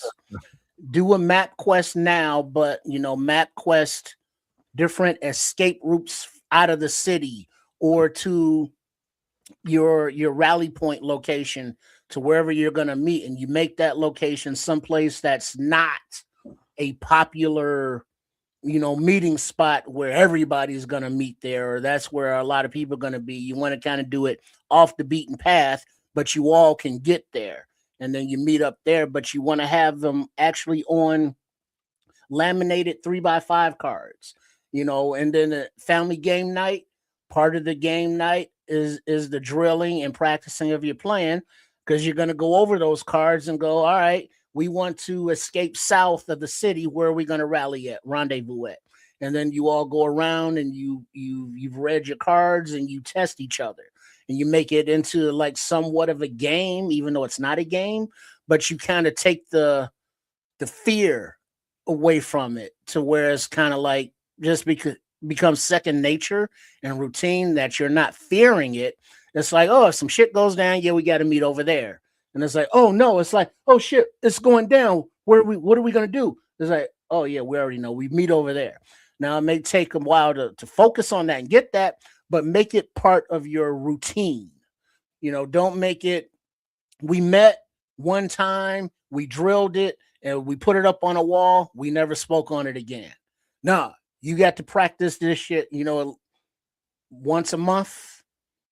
You got to reevaluate all your rations and your go bag. Make sure that's good to go. You top off anything that needs to be, and you always are ready to go. It's a sad thing that we have to do in this day and age, but if you want to continue to survive, you do what you gotta. Scrolls is throwing out some dimes, man. I'm gonna read this one. He says you also need a compass in that situation. Maps will only take you down roads that are probably either won't be open or riddled with bandits. Very important. That's when knowing the topography of your area. Are there hills? Are there mountains? Are there trees? Know how to read that on the map. Know how to avoid the roads and the crossroads and the checkpoints.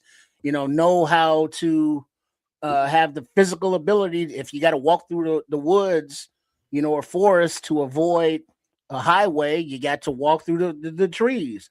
So have those plans for, you can't plan for everything, but you can plan for a lot of things. You can make a game of it. It's like, all right, think of something to plan for that we have not planned for, and have the whole family brain tease. It's like, well, what if this happens? Write it down. Plan for that. Well, before you go there, Trips, I got a better one for you. This is the last part of it.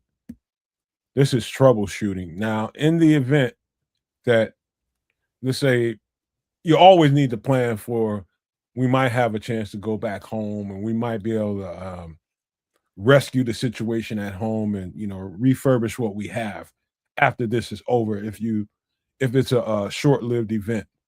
But if you want to, Trips, you can read this off and we'll go from there. Yeah, all right. Troubleshooting.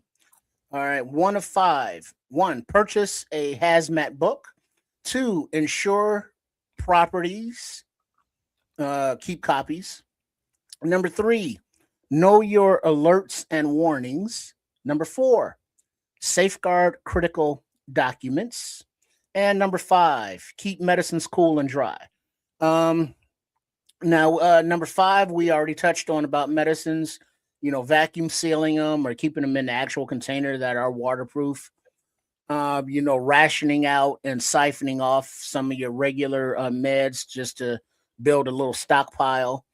And I think that number 2 and number 4 kind of go hand in hand, because when you insure your properties or your possessions, you want documentation of warranties, of proof of purchase, of any written information that's critical to it, and you want to have that safeguarded in another cool and dry, waterproof type notebook.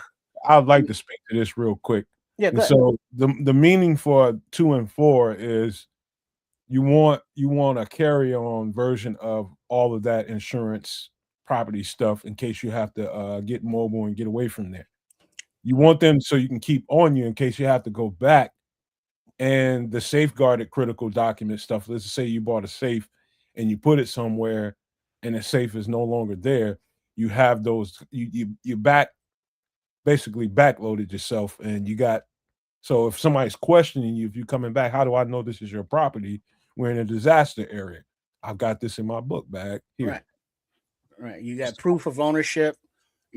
Have, like, if you got a social security card, birth certificate, have copies of those documents sealed away in your go bag, because even though shit might have gone cattywampus, if everything straightens back out and you have to prove ownership or prove documentation for insurance purposes, you have that stuff, and it's not just gone with wherever your stuff is gone to. And number one here, purchase a hazmat book. Valuable. So what's what. What happens if you're walking someplace and you trudge through diesel, containers that have spilled over. If you, get a hose nozzle of gasoline because as somebody was pumping, they sprayed it out and it got all over you. How do you clean that up? How do you sanitize yourself and protect yourself? And Nomad will go more into the hazmat stuff because that's his area. Go ahead. The thing about a hazmat book is knowing a hazardous materials book is so thorough. It's so thorough until you get your hand on a physical copy of it. You can go online and look at a hazmat book if you want to, but having a physical copy that you can take along with you and just have in case, there's so many signs you may have or may not have seen here or there, so many trucks you may have seen, in travel, that you have no idea what these signs mean. This hazardous material signs, but you didn't know exactly what the hazardous material was. Mm-hmm. Most hazardous materials have signs to them that is nonverbal. It might have some words that come along with it, but you will definitely see that sign, that patch on a truck or in some location near you. If you're anywhere near hazardous materials, it might say blank picture ahead, be careful, something like that, and not give you a description of what it is. Knowing what those hazardous materials are is a whole other game. And we use it every day and don't know it because of plastics. There are different grades and degrees of plastic. Some you can have food in and eat the food out. Others, if you have the food in a certain type of that plastic, now that food is contaminated because it's not food grade plastic. And there are little symbols on the bottom of every plastic container that tells you what kind of plastic is. But if you don't know, you're not paying attention, you don't know. You know what? I can do that same. Hold on, Ken, for 1 second. You know what? And most of the images you'll see are scary looking for a damn reason. It's scary shit that you're about to encounter if you're not careful. But go ahead, kids. I was just saying, I worked for, at one point, I worked for a manufacturer, like a chemical manufacturer. My job had nothing to do with chemical manufacturing, though. But I had to go through just about all the same training that Scrolls is talking about in the chat. I went through full hazmat training, and I'm like, I'm never gonna use this, y'all. But like, they walked me through the manufacturing plant. I messed with walked me through the chemical areas. They walked me through the whole place. Facts was, I'm never gonna be here again. You know what I mean? I'm never gonna be in this warehouse area. But that did not prevent them from saying, hey man, you have to do basically 3 days worth of training on all this hazmat stuff, because like, worst come to worst, who knows? You might get messed up in the warehouse if something just spills. I'll tell you where that can go wrong for you kids. Mm-hmm. If you get a relatively well-paying job in a place that processes sulfur or something like that, you just like, man, this pays well, gives good benefits. This is great. What can go wrong? I'm gonna manage this place and make some money. And you're around processed sulfur every day and not even thinking about, you just worrying about the money. I'm getting paid better than any of these jobs are asking me to get. I mean, come on. It's about knowing. It's about knowing. Like, say, for years when I was growing up, it was about asbestos. But there's so many plants that deal with so much crazy toxic stuff. And you just taking a job there to manage the place. You don't have to be directly dealing with said product. But the ramifications as a byproduct of you being there, subsequently, you might be exposed to some shit. I was in San Francisco a few years back and actually experienced an earthquake. It was like a 4 point something, so it was like a little baby earthquake to them. Mhm. But it was enough in the Berkeley Bay Area that it set off some kind of explosion / fire in a local chemical or gas oil processing plant. And so now all of this toxic smoke, is floating around San Fran and the Bay Area. Damn. And this is a plant that, has been there for years. And they have the hazmat signs out front. As you pass by, is like, they're telling you what they got. You can see it on the big tankers, the big placards. It's got, whatever this symbol is in there. If you don't know what those symbols are, you don't know what they are. But if you had a hazmat book or that training that tells you, it's like, oh, this rectangle with the skeleton in it, yeah, that's bad. Yeah. So it's like, oh, I There's want a to bunch avoid of that different smoke variations of that one skeleton one. You know what I mean? Like there's a bunch of them.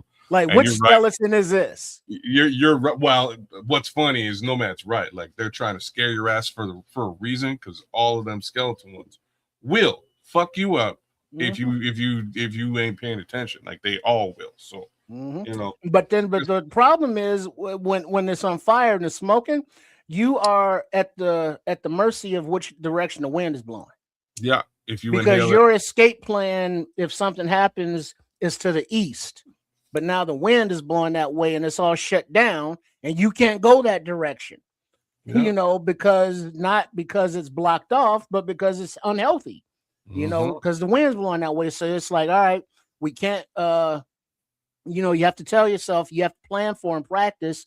We can't go east because of this natural blockage. So we gotta, have a fallback plan. If we can't go east, then what's the plan? Do we meet at the north location or the west location? So you got to have those contingencies in these situations. This is this seems like do I really need to do all this? I don't know how many people are actually plugged into current events and are paying attention to some of how things are trending. And if you are plugged into current events and you can see the way things are trending, and you don't need, people to explain things to you, that means you're coherent and that means you're tuned in. That's what that means. Anybody that's thinking about this day and time in a nonchalant way, like whatever, let that person keep thinking like that. You can't do nothing about that individual. Nothing. You can't help them. You cannot deter them from thinking that way. They are already wrapped in a certain way, and they just won't see the world in that way just because it's uncomfortable for them to think about, and that causes them strife. And so just let those people go. Let those people go. It's best, whether it's family or friends, doesn't matter. And the bad part is, Nomad, is if it came down to a situation where it's like, I care about this person, whether it be a family or friend, but y'all not opening your eyes and realizing and recognizing. So when the shit hits the fan, I tried to warn you, but basically you voted for this, so that's on you. But they will be the very first ones to be banging at your door talking about, why won't you help me? Why you hating on me? Why won't you, take care of me? And it's like, dude, I've been telling you for years, this shit is coming. But now when this shit's here, it's my fault that you're not prepared, and it's my fault that I'm not helping you.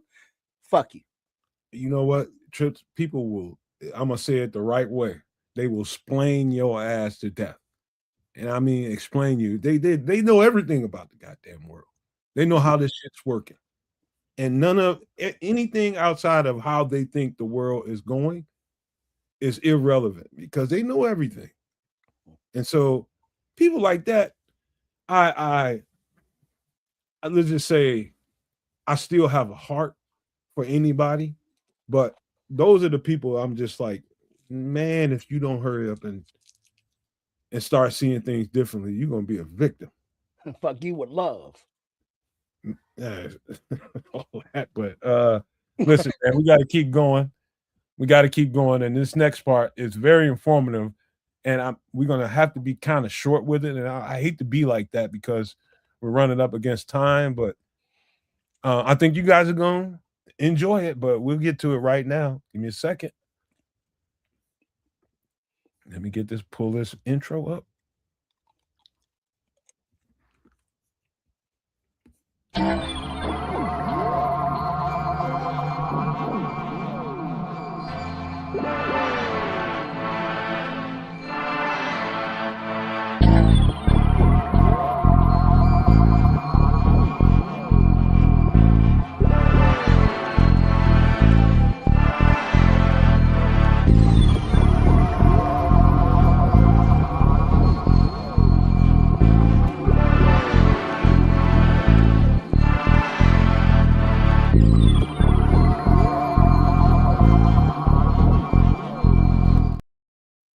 So before we get started in this conversation, I just want to say I apologize for the people that came here last week for the 12 missing aerospace scientists, nuclear scientists, government scientists, all the people, and even government personnel that are missing. I apologize for people that came for that last week and came for it this week because this information I'm about to give you supersedes it. And in a way, it still leads into the conversation. But if one of you guys want to read this, just to be a narrator here, be great. Sure, I got it. War.gov. The Department of War, bracket war.gov/UFO bracket, released an initial tranche of 162 classified records featuring 120 PDF documents, 28 video files, and 14 images. Highlights include Apollo-era footage, a 2024 star-shaped object video from Kazakhstan, and in 2023, an Aegean Sea military reports of an object making a 90-degree turn. I should have said objects. I messed up on that, but thank you for that. That was great, kids. Mm-hmm. Now we've gone past what Nomad and everybody else on the channel is speculating and things that we've been seeing. Now the government, and I'll be honest with you, this first tranche of information ain't a whole lot eye-popping here because some of the stuff, to be honest with you, we've seen on the show. We've seen some of it on the show. And so now we've moved past whether or not, oh, Nomad, you're a conspiracy theorist, and we moved past that now. They are releasing, and there's more to come, according to them. Even though I think of this release as a bullshit tranche of documents, I think it was there to kind of curve the narrative in the media about this administration, and I think it's conveniently placed. Now, I'm not discrediting any of the information given, but I think it was a deterrent, to be honest with you. I don't think very much of this stuff because of what I've already seen. We've already seen some of it. It's some of the stuff that's kind of new, but we've seen some of it on the show, be quite frank with you. But let me shut up for a second. And what do you think about them releasing this information? No matter how much of it you know about, but just tell me what you think about it. I think the worst things. It's mighty convenient to send this type of stuff out right now, just given the state of the planet. You know what I mean? Like this could not be poor. Like, it could not be worse timed. Well, yeah, granted, if it was made to be a distraction, there's just a whole lot of nothing to distract though. I mean, just true. more blurry, radar images or hazy pictures, or there's like no government, data. It's like, oh, we came across this object. There's no scientific autopsies of aliens. There's nothing that says, hey, we're the government. Here's what we've researched and found about anything. It's just more speculative stuff. Nothing's concrete. I'm looking at a bunch of it right now. It's very now I will tell you this. I'm just going to tell you what I watch a lot of stuff, man, and I'll tell you what's really what ties it all together for me. 2026, I'm talking about in a collective information kind of way I'm explaining it to you, is apparently the year of disclosure, where we admit that there's life beyond us. And apparently you can find out more information in some of the 2001 footage than you can find in this tranche of information right here. There's stuff that happened in 2001 that is really breathtaking, and it kind of went by wayside because people were focused on other things. Now, I'll say that as a side note. I would say this, 2026 is the year of we'll get this out in the open and let people start getting their minds wrapped around the idea that there's life beyond us. That's what I am starting to understand. And I'm led to believe that in the year 2027 is where we will see physical representation of some of that life beyond us. Now, that's just me and what I've been gathering. That's just what I think. I believe that. Now, I don't know about you guys, but it makes sense to me that they're kind of powder puffing this thing right now.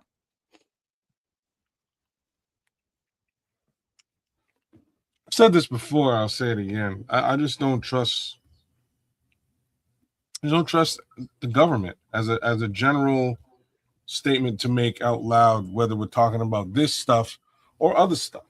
And if they're saying, hey, all of a sudden this stuff is stuff that we have to show you, they've been sitting on this stuff for God knows how long, and they determined that these are the images that they wanted to release. Like, it's the worst shit, man. I don't even know what to say. For me personally, this is just more par for the course divisionary bullshit that will keep folks from talking about the fact that their gas costs way more than this shit.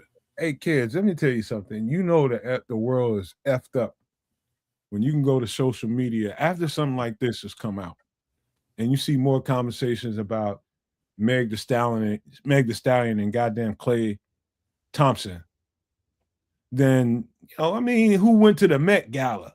Nobody give a. People are that. Well, no, obviously they do.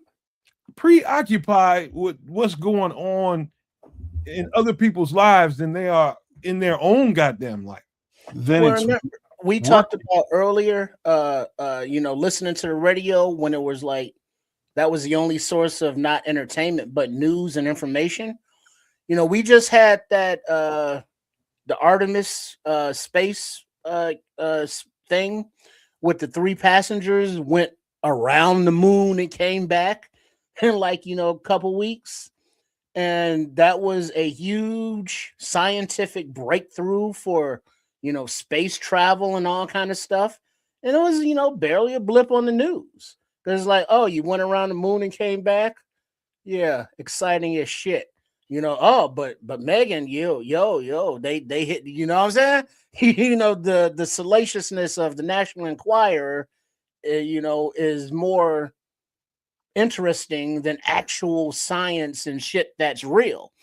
But as far as like this war UFO release thing, it's just more of the same of like a whole bunch of nothing. So it's like, yeah, more distractions for up in the stars from the shit that's going on here on the planet.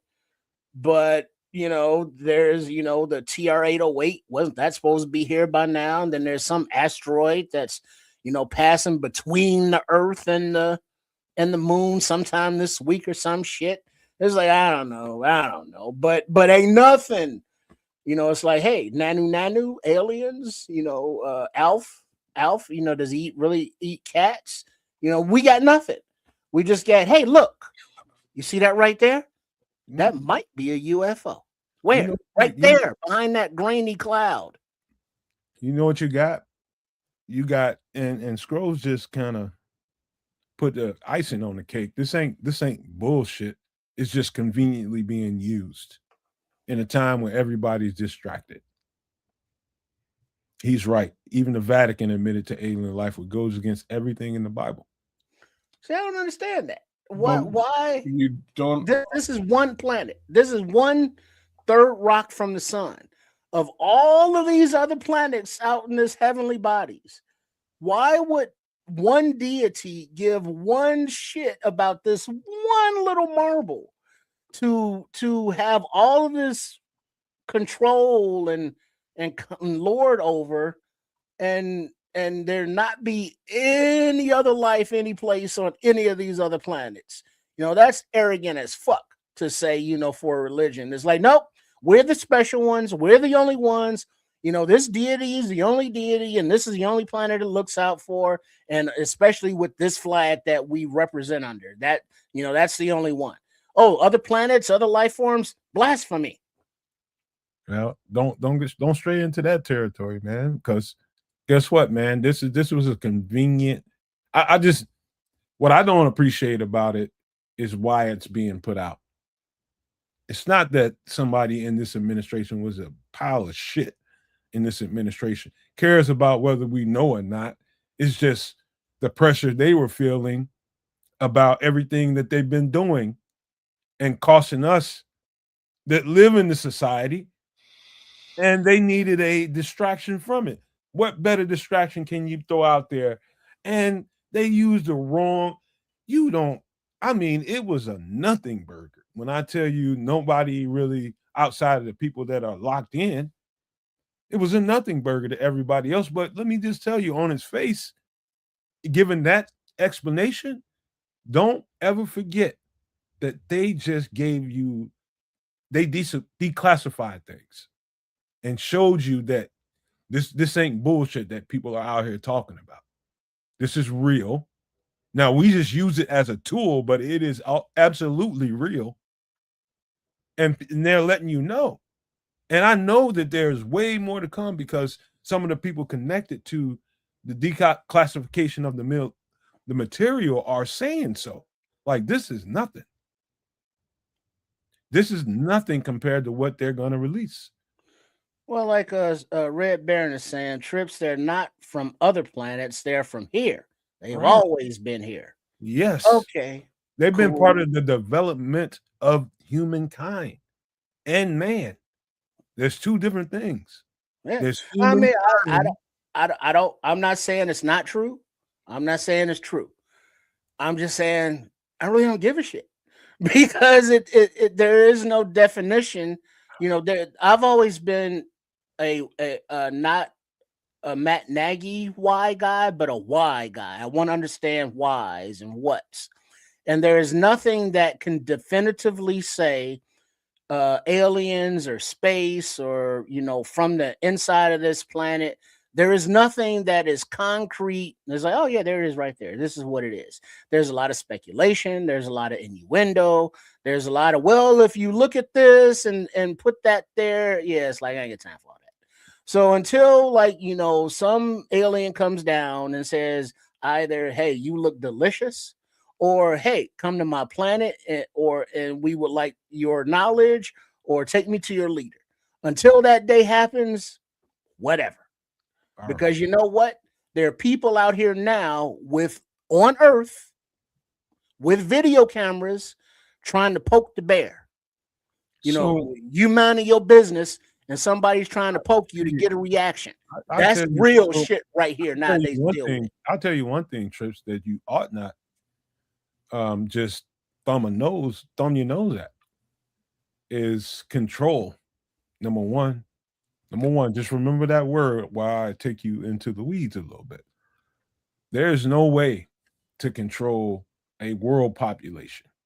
And I'm talking about on the strength of governments across the board. What? Hold on, let me finish. You can't refute what I'm saying without hearing what I have to say. Okay. Without there being at least a general connection to them all. And so governments in particular have to have people in the front of their governments that are connected in some kind of way to maintain a certain layer of secrecy. Because you can't control societies for this long without having that aspect being there. Number one, and who knows exactly who or what those people are? If in fact these extraterrestrials are people that have been a part of human civilization forever, or have been involved, who's not to say that they've not been chosen and picked to be a part of what we've been going through this whole time carefully? And so I wouldn't thumb my nose at any of it, because all I know is what I see, but I can feel as well. And I know this, you can't get to a certain level in society without having some kind of knowledge of something and connected to something. And there's definitely some things that we don't know. As citizens, we just don't. So I'm going to refute a little bit of what you're saying here, because controlling society is it's kind of easy. So we're going to go back to our conversation behind the scenes before the show started, which is the radio. Radio potentially is a modicum of control, because what you can do is you can broadcast thought to a select area of people. You can then do the exact same thing to another select area of people. And you can control those thoughts, as in what is being broadcast. And that's at the radio level, which means it's more or less localized in a select area, right? We are so far fucking beyond the radio at this point that controlling the entire planet is easy. We're literally on the control modicum right now. You can pump this the internet itself in scope is the greatest mind, huh? It was never easy. None of it. Of course it was. No. All that you need, of course it was. All that it was ever easy. They've gone out of their way, and there's always been strong ass individual personalities that saw through any of it. It's never been easy. They've been ruthless about suppressing the real. No, it was easy, bro. And when I say it was easy, all that it took was a certain amount of money. That's check number one. The next thing that you need is a reason for doing it, which is hoarding the resources which come from the money. Check. There's check number two. And you need to have people in different locations that have the exact same general purpose, which is keeping more money and hoarding more resources. It's so simple. So now each of those localized areas that we're talking about, again, in the radio aspect, have their own delegated leaders, if you will, who are in place to ensure that the status quo is kept. The status quo that is being pushed down by the folks who are hoarding all the money and the resources. It's actually super easy if you really break it down and you look at it at the radio level. Yeah. Now multiply that out by the internet across the world, and you can control the whole fucking planet. But it's easier, kids. It's easier. Hold on, Nomad. We were talking about Edward R. Murrow, The War of the Worlds, when he had that legendary radio broadcast, which was entertainment. He wrote a script about aliens. But the medium of radio, people listened to it and believed it was actually happening. Whereas the studio audience is seeing, the different actors doing the different voices and seeing the sound effects doing the sound effects. So the studio audience knew that it was not real. But people listening believed that shit, and a panic ensued until the government had to come out and say, hey, it's a play. It was a radio show, people. Yeah. Chill. But you don't think people heard that and was like, how many people thought that was real? And that they've built on that, and now we have the social medias and we have the AI propaganda and the bots, that are posing as one thing when they're really something else. And so they're confusing, they're misguiding. And the three topics of conversations that we are never supposed to talk about: sex, religion, and politics. And all three of those ways are the main means of control of people. And so you throw those in with now the updated paranoia and group panic of the internet, control is easy as fuck. Hey, and on top of that, kids, let me help you out with something else as an example. There's this thing called stock market led by Wall Street, right? Very successful, right? Before it was booming as successful as it is right now, there's this thing called Black Wall Street, thriving in the belly of a town here in the United States. Because it was so easy, they didn't have to do anything to that booming, thriving community at all. Tulsa, Oklahoma. Just let it live because it's easy. It's not easy. It's called Black Wall Street. Got burned to the ground. Then that's how they control. That's how they controlled it. What are you saying? They controlled it by destroying it. Okay, that's an easy way to control. Misunderstanding the point. No, it's refuting your point because you don't have to refute. It's just the fact. It's not easy. No, it is. It's easy to control. How many people went to jail for that? None. They shut the whole thing down, burned it to the ground. It doesn't exist anymore. If Black Wall Street was in place today, then if it was easy, that it would not be easy. If it was easy, manipulate and control, they would have had a need to do that.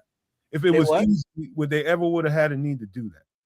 Of course, because they didn't foresee or Black Wall Street is unfortunately a little bit further back. That's basically in the beginning of radio days. And again, we're talking about localized case scenarios. So when a localized case scenario, these guys start to thrive. And when that society it begins to thrive and bleed out beyond that local area, that radio pocket, if you will, that radio coverage area, other societies start to look at it and go, oh shit, we can't let this go on. We can't let this continue on. We need to shut that shit down. Takes the ease before somebody else has a Black Wall Street in New York, or somebody else has one in California. We need to shut that shit down. The Black Wall Street wasn't the first one though. Not of where former sharecroppers or just Black people in general came together to create their own thing. There was I can't remember the name of it. Somebody help me out. But there was a town in South Carolina. There was another place in Georgia. And I remember the one in Georgia specifically because they turned it into a lake. Yep. So there's a lake in Georgia that used to be a Black town. Lake Lanier. Thank you. And Black Wall Street was Tulsa, Oklahoma. So those communities of Black people progressed. They did their own thing. They had their own commerce. They were doing their thing, but jealousy, envy, hate, lust, and just devil mentality couldn't have that. So, the Klan and that kind of mentality, the Rebs, the South, if you will, they burn that shit down because they couldn't have those examples of quote unquote, the lesser of the darkies, the lesser of the race, being successful when they were still wearing overalls and fucking their cousins, but now easy now. well, it's the truth. Come on now. But well, tell me the lie. YouTube, man. Okay, but it is still the truth. But now, and then you look at today in 2026, when the actual Supreme Court, many of the majority have that same mentality, that devil mentality, if you will, have made the voting laws, gerrymandering, and all that shit. So the same states that we're talking about that got rid of these prosperous black towns are the same ones now that are getting rid of the black vote in 2026. So the racism that was prevalent back then is alive and well today. And we see the videos of, who is it, Lane Kiffin, the coach at LSU, who was the former coach at Ole Miss, talking about the racism at Ole Miss, but he is still coaching at LSU, who is still Louisiana and still racist, but maybe not as racist as Ole Miss. And then you got the video of the Ole Miss students, calling everybody the N-word and all that stuff, monkeys and all that. So the prevalence of keeping a society down and controlling them from the radio days to the days of when black people had their own thing to 2026 today is still here, and it's still about control. Well, before we stray off into a whole other conversation, let's stick to the topic that's on the screen right now. Oh yeah, well, I got nothing else for that because like the stuff I'm talking about, the 2026 and the black people and the resurgence of the Confederacy, that's some shit right here, right now that we need to deal with. Whereas this speculation about, oh, this dot might be that, or these people or these beings might have been here since the creation. Yeah, until you got some actual facts, get back to me. But today we got to deal with this shit. Let me rope this thing together, Trips. Calm down. Let me rope this thing together. The release of it and the information that you see on the screen led kids to, I'm just telling people how we got here, led kids to talk about this thing of control. It was based off of, he responded to something that I said. And he got into how easy it is to control a populace. And we started responding in a way that led to a conversation about race. And that conversation came about because I brought up the fact that it's never been easy. It's always been resistance. It's been always situations and moments of, no, you can't control everything because we don't like what you're doing. You've always tried to hold us down, and we're going to do this. And that all fits into the narrative of the reason why this information is being leaked now. All of it. Everything that we just got through saying fits into everything and the reason why this has been leaked now. And it goes back to what Triple R was just talking about at the ass end of his conversation. When you're doing all this stuff in all these different states, you're doing this, you're doing that, you're trying to reinstitute this Southern heritage. Jim Crow. Yeah, you're trying to reinstitute it, and you're trying to use this as a clever distraction to keep us off the trail. And it ain't gonna work. It ain't gonna work. It never will work. And you've been fighting. That's why it's not easy. It's never been easy. But to wrap up this conversation about this, because we do have a review to do, whether it be music or whether it be a movie. This is important for the simple fact that at least there's an admittance of it actually being in existence. Triple R, whether you agree with, whether you'll believe it when you can touch one, I get that. But it's out there and people should know about it. This is the information. If you want to know exactly what's there, you go to the very top of this graphic. It's war.gov/UFO and go see for yourself and see what they've been released. A couple of the things. Hold on, before we go, no, don't get it twisted. I do fully believe that aliens exist. I don't know what they look like. I don't know if they're the Greys. I don't know if they're the serpents. Sure, whatevs.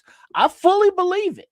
So it's not speculation, but the speculation comes from these little dots that move funny or light up funny or or crop circles. It's like, yeah, I don't know what none of that shit is. It's from the aliens, maybe, cool. I'm not saying that aliens don't exist. I believe they do. But until we have actual physical proof and evidence, right here in the face, it's not relevant to life. It's just one of the things I accept. Yeah, sure, aliens exist. Okay, cool. But we still got, the clan to deal with today right here on this planet. Until the aliens come down, and say, hey, I'm going to help you with this clan, or we going to eat all y'all. It's irrelevant about aliens to me, because we got some clear and present danger going on right here fucking now. You clearly let me know that this is a conversation that you really don't care to have, Trips. I get it. And it's just something that I prefer, to talk about, because I think it's going to be a prevalent conversation moving forward, and I stand by that, and that's the reason why I insist on doing it, man. Because hey, question, where's the TR-808? What? What was the name of that thing, kids? That's supposed to be the thing in the formation that was coming this way, and it's supposed to be here like now or soon. I forget all about that thing. It's got some numbers in it. Oh, I don't know what he's talking about, but really, you did 2 shows on it. Okay. Anyways, I'm closer to Trip on this topic. I am closer to. I don't believe that there's aliens in the capacity that they present it as. I don't. I believe that there is some level of extra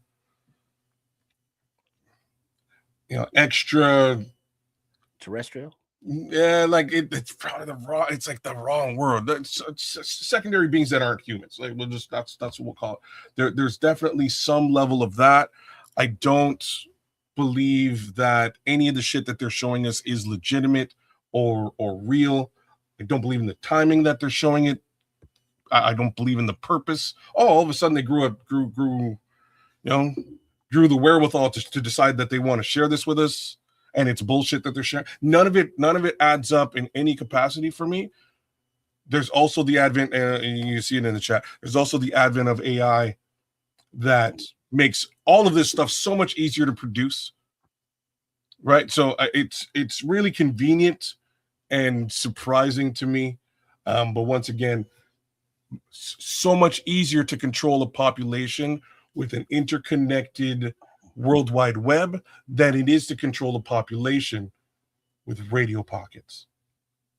Well, either way, man, go to war.gov/UFO if you want to see exactly what they put out there. You want to read the documents.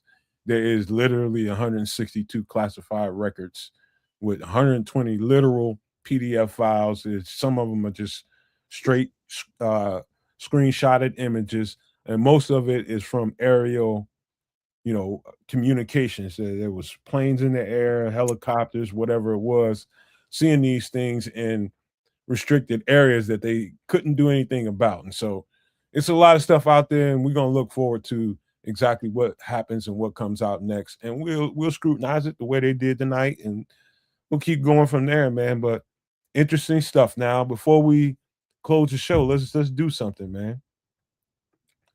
Let's make a decision on whether we want to do a movie review or another music review. Now, just remember, if you want to do the movie, that's great. It's something you guys probably know well. You want to do the music, it's something you guys know well. Just know that. I'll let you guys call it. Dealer's choice. I'm open. Was it Atlas 44? It was Atlas something. Focus now. Let's review, man. So I went last week. I said music. I'll throw this at you, Trip. What do you want to do? Oh, fuck's sake! All right, let's go music again. Double up. All right. Again, like I said, I think y'all gonna love this one. Y'all probably have more to say about this one than I will. But here it is. Enter the Wu, 36 Chambers, Wu-Tang Clan, legendary. Period. Come on.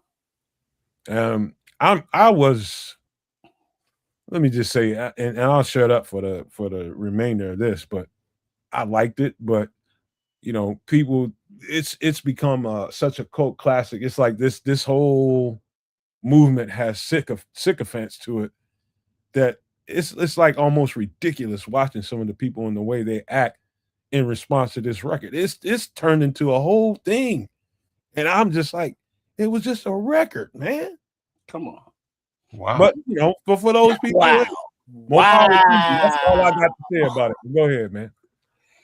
Never been a Wu-Tang guy. So. Me neither, man. Wow. Okay. I like some of the MCs. I like some of the MCs in the group for sure. Some of the MCs, kids. Not all of them.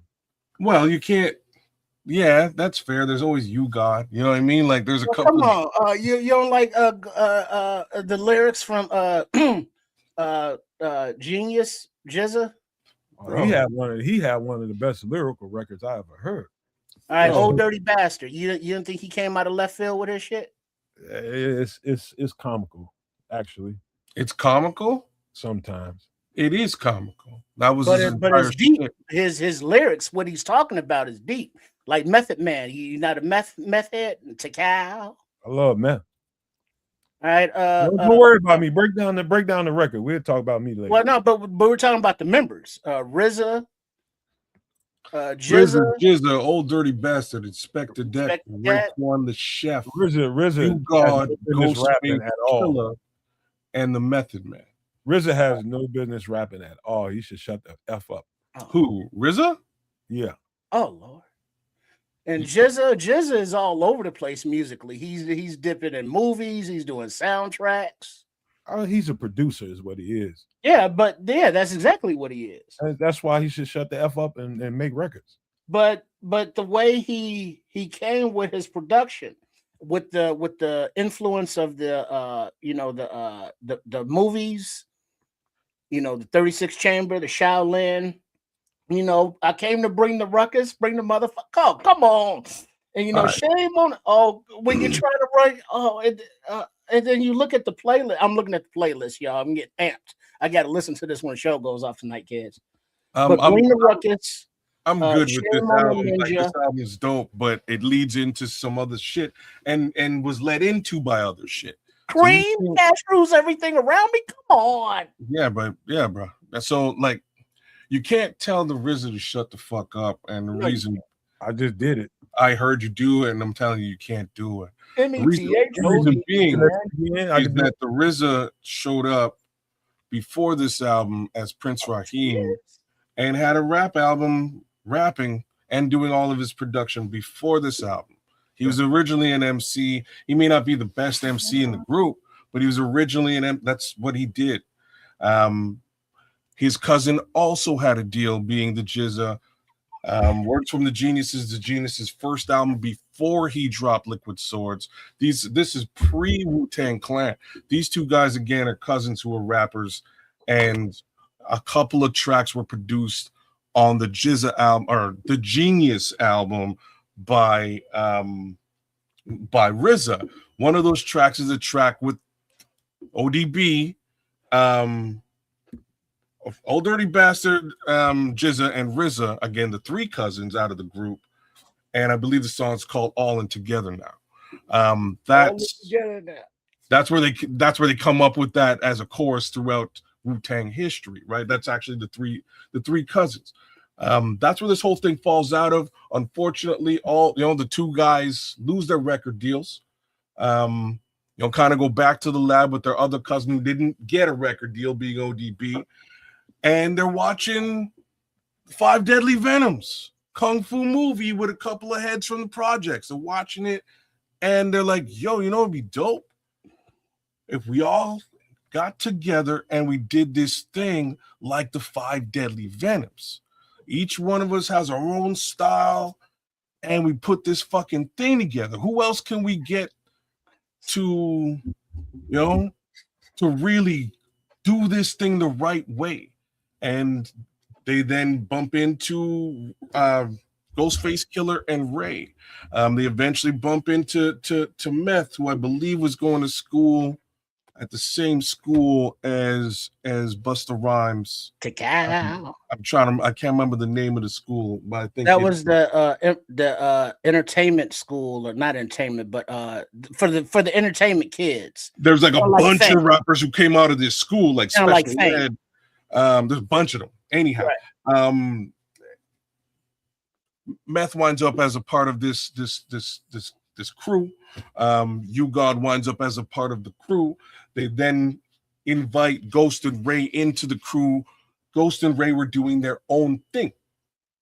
All right, they're doing their own thing outside of the clique. They came together. They decided to put this album together. I got access to the 12-inch of Wu-Tang Clan Ain't Nothing to Fuck With. B-side being METHOD, man. I got that early, New York, and I brought that here down to Canada, and I was losing my mind. Like I played this for some of my homies here, and I'm like, dog, how did you even find this? What is this? This is insane. And it's just, I don't know how many there were at the time. I think there's 9 of them at the time. Just 9 rappers going crazy. Right. And that's all this was 9 rappers going crazy, and they're playing it everywhere. That was all it took to turn this beat, A side and B side into enter the 36 chambers, enter the Wu. Because now remember, at the time, kids, this was a legendary sound.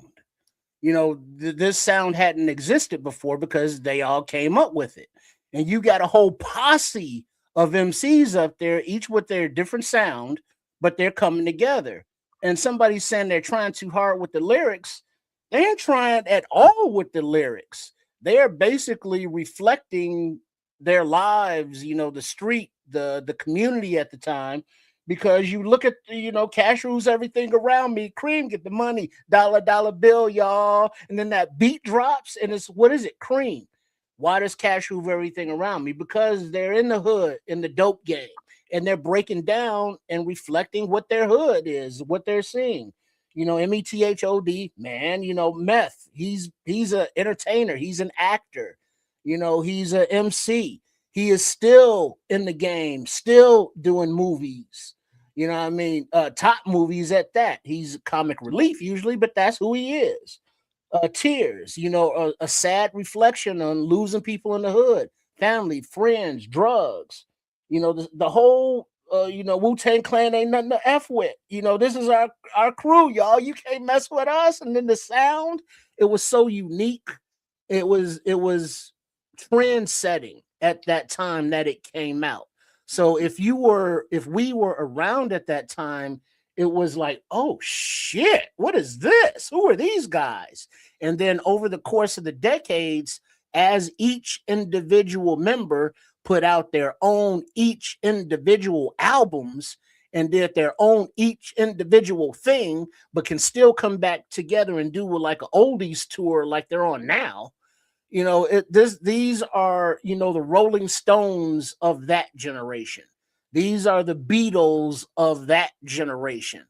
For hip hop, Wu-Tang Clan is that transitional group. Now, if you're coming into it after the fact, it may sound, like the old Rolling Stones sound when you come into it now, or the old Beatles sound, because at the time, this was the sound. Now it's been sampled so many goddamn times that it's like, oh yeah, I've heard this before. It's like, no, you didn't when this came out. Your Beatles comparison is actually super accurate. And why I say that is because, like, the Beatles is one of the first boy bands, for lack of a better thing to call them, to sort of break up and go out and do, 4 layers of solo shit and have it all be kind of banging and popular. I make John Lennon made mad dough, married an Asian girl and came back, did some other stuff. Paul McCartney left, drops Wings, and everybody's like, oh, this is whack. But then there's like 8 tracks on Wings that are killer bangers too. You moved on to Ringo Starr in the future, George Harrison in the future, doing their own things. Very similar. in with respect to Wu-Tang Clan and how things sort of shook out after the fact. One of the major things about this album, though, one of the major influences on this album, as well as on Snoop Dogg's album, is probably the other album that I would have to put, maybe even just NWA in as well. De La Soul, strangely enough, if you've ever listened to 3 Feet High and Rising, there's like 25 tracks, like tons of tracks on this album, but I'm going to say maybe 10 of them are just skits. De La Soul is the original interlude. You know what I mean? The original interlude album where you just have just a minute or two of just jokes and comedy. Wait a minute. What year did I think they're 87, 88. I think that's when De La Soul came out. Daisies, you know, when they was kind of on that tip was like 87. I think it's 87. Daisy Age. Yeah, Daisy Age. Again, a lot of people sleep on this album. Five in the source. Why I'm bringing this up is that album was produced by Stetson Sonic's producer, Prince Paul. Prince Paul is a madman who's really all about them skits. Everything he does has skits involved. He's done a rap opera, skits all over that thing. He did not produce this album, but because of the way that it kind of spun out with the skits, etc., he winds up linking up with RZA and Fruit Quan and I'm trying to remember the other MC in this group, but that's the Gravediggers, and that's where that sort of came to Gravedigger. Horrorcore, different style of rap at the time, spun out of horror rap. Right, horror rap. And there's other groups who kind of went along that general subgenre that was only created by the RZA and Prince Paul. You know, you also look at, like, you can't have this conversation, without talking about the Purple Tape, right? The Purple Tape gets spun out of this album, and I don't care if you're a Wu-Tang fan. If you slept on the Purple Tape, you made a grave life mistake. You made a huge mistake in life, and you should probably go pop that into something or go download it and listen to it immediately. My favorite verse of all rap is on the Purple Tape. It's on a song called Verbal Intercourse. And it's not a Wu-Tang verse. It's actually a Nas verse. But this song explained a certain subset of life to me that I wasn't that I was being introduced to and didn't understand up until this song was played in my ear for the first time. I had a bunch of homies go, be incarcerated for long periods of time while listening to this album. And this particular song, Scrolls, I get it. Like EPMD, Enter the Wu, it's spun out of EPMD too in its own right. Like, the beats are similar, the lyricism is very similar, the style is very similar, as well as a lot of the stuff we talk about on this show from a conspiracy perspective. These guys were touching on in deep, meaningful ways on this album as well as on the future albums. But Purple Tape, man, and Verbal Intercourse, just that song alone explained to me some of the stuff that my boys are calling me, and they're like, yo, I'm in the day room. And I'm like, what's it? Like, I'm not going to ask because it just makes you sound stupid. I don't know what the day room is. I'm not doing time. I don't know what that is. You know what I'm saying? I don't know what a fish. Can I tell you a little story here, man? Sure. And one of my uncles, man, is he's like me. He loves to. This is where I got the music bug from. He collects records and shit like that. He was a DJ. And while he was growing up as a kid, this is the one that's like 14, 15 years older than me. And he said, like, during that time while the Wu was popular with a lot of people. He said, and he showed me pictures, man. He's one of them people that keeps everything, one of them types.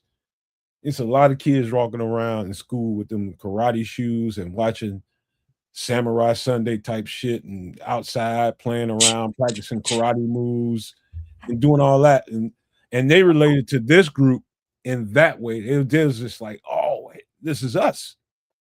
You know what I mean? So they did that lyrically for the people that was, had these fantasies of karate stuff. You know what I mean? And that's when I started to really understand exactly what the phenomenon was.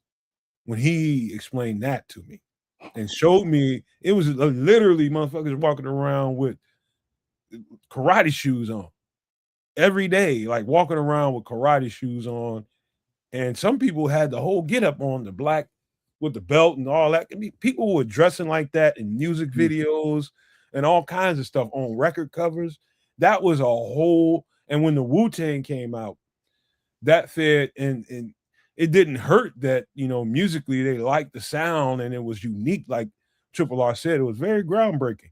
Nobody had ever done a record like this with this kind of concept. And so I understand it in a different kind of way after having that conversation with my uncle. And he showed me, I was just like, damn, people was walking around like that. Yeah, like, so I'll try and explain that a little bit. It's not quite the way you described it. So how you gonna explain that and you don't live here? Well, no, it's a little bit different. What, like, I still understand people. You know what I mean? Like, you know what I'm saying? So, like, during that period of time, watching, that's like VHS era moving in towards DVDs or like CD-ROMs and shit. You know what I mean? We were watching kung fu movies on the regular, like the black community. Samurai Sunday, motherfuckers. You know what I'm saying? Like the black community as a whole was watching kung fu films. We were, right, and that's where a lot of that comes. Like you might have a cousin who has a pair of nunchakus and wears like a gi, you know what I mean, and slippers. Like you look at it, kids. What year did Bruce Leroy? That was exactly where I was going next, my dog. That was exactly where I was going next. So like he's right. So he's right. Well, no, hold on. But he's right to the point that the kung fu era, where people were really dressing like that, was like when kids and I were, let's say, we're kids, and that's when RZA and Jizza were kids, and so that's where that influence came from. But by the time like in '93, motherfuckers were walking around in like kung fu gis. That wasn't happening when Wu-Tang Clan came out. That was a generation before. Yeah, but we were watching them movies because again, it's VHS, and you can only get access to what you can get access to, especially because it's coming for the most part from overseas. So you might have a homeboy whose dad had a bunch of kung fu movies, and now you can catch up and watch these dope ass kung fu movies. Same token, when you're listening to this album, they do reference a lot of these movies. If you read the album liner, it's going to show you that this sample was from Five Deadly Venoms. This sample was from Shaolin versus, you know what I mean? Like you'll all those samples, or I'm sorry, not samples, but references of the samples that kids is mentioning were the movies that we watched on Samurai Sunday when we were kids. Were the double features that we went to, for 50 cent on the weekends when we were kids in the theater. 100%. So those are their influences. So that generation that your uncles are talking about was that generation, but when they were little, when we were little. But when they grew up, then they came out. Like, look at this album cover of Enter the Wu-Tang. They're not who's the RZA, who's Method Man. You don't know, because they're 36 Chambers. They're all masked up like ninjas. My brother Ghostface Killer was wearing this stocking up until he dropped his own LP. You didn't even know who Ghostface was, because what was his name? Ghostface. We didn't know he was a ghost because he had on this mask. So when they came out, it wasn't about the individualistic. They came out as a clan, together, like the Beatles. Can I say something else, man? Yeah, good. To this day, I don't think the era would have took off the way it took off without Method Man. And I think Method Man hit a different audience and attracted more people to what they were doing. Well, him and Redman were crossover. No, I'm talking about before Meth and Red. He hit a demographic when he was the only. I don't know if people know this, but Biggie never had on his first record. He had nobody on that record but Method Man. Oh, there's reasons for that, though. Well, you continue. Go ahead, man. You're gonna explain it. Go ahead. Fuck it. No, I'm just saying that Biggie had a lot of beef at that time, and that's why he didn't really have to, like, including with, like, after he recorded, and that's also one of my favorite tracks too. Fuck the World, Don't Ask Me for Shit, with him and Meth. After they recorded that song, money, shake your hips, you don't stop. So after that track was recorded, there is documented beef between Biggie and Nas, as well as Biggie and Raekwon and Ghost. He didn't have beef with everybody. I don't think that was the case, kids. I think he just respected him lyrically more than everybody at that time. No, there was beef. There was beef, Doc. Oh, yeah, everybody had beef. No, remember the song "What's Beef"? Yes, that was that era. I think lyrically, he respected Method Man on another level than he respected a lot of other MCs. Well, no, but he also didn't have beef with him like that. I mean, yeah. What's funny about your comment is, like, there were people within his own, if we're just talking about Biggie for a minute, there were people within his own stable who could have done collabs with him that he decided not to do collabs with. So, to my understanding, respect them lyrically. I think at the time, Craig Mack may have, may have been able to hang with Biggie to a lyrical, to a degree. Man, come on, man. Please. Bro, Craig Mack's 2 albums. Wait a minute. Basically paid man, in a major way. Puffy made bad money. You know what? I'm gonna let you go. I'm gonna let you keep talking. I'm gonna put it out there too. I'm just saying. No, we were there. We were there. Craig Mack never got paid. You said Craig Mack lyrically was on the level of Biggie at that time. At the time, okay. Like at the time, Craig, like, Bad Boy wouldn't exist without Craig Mack.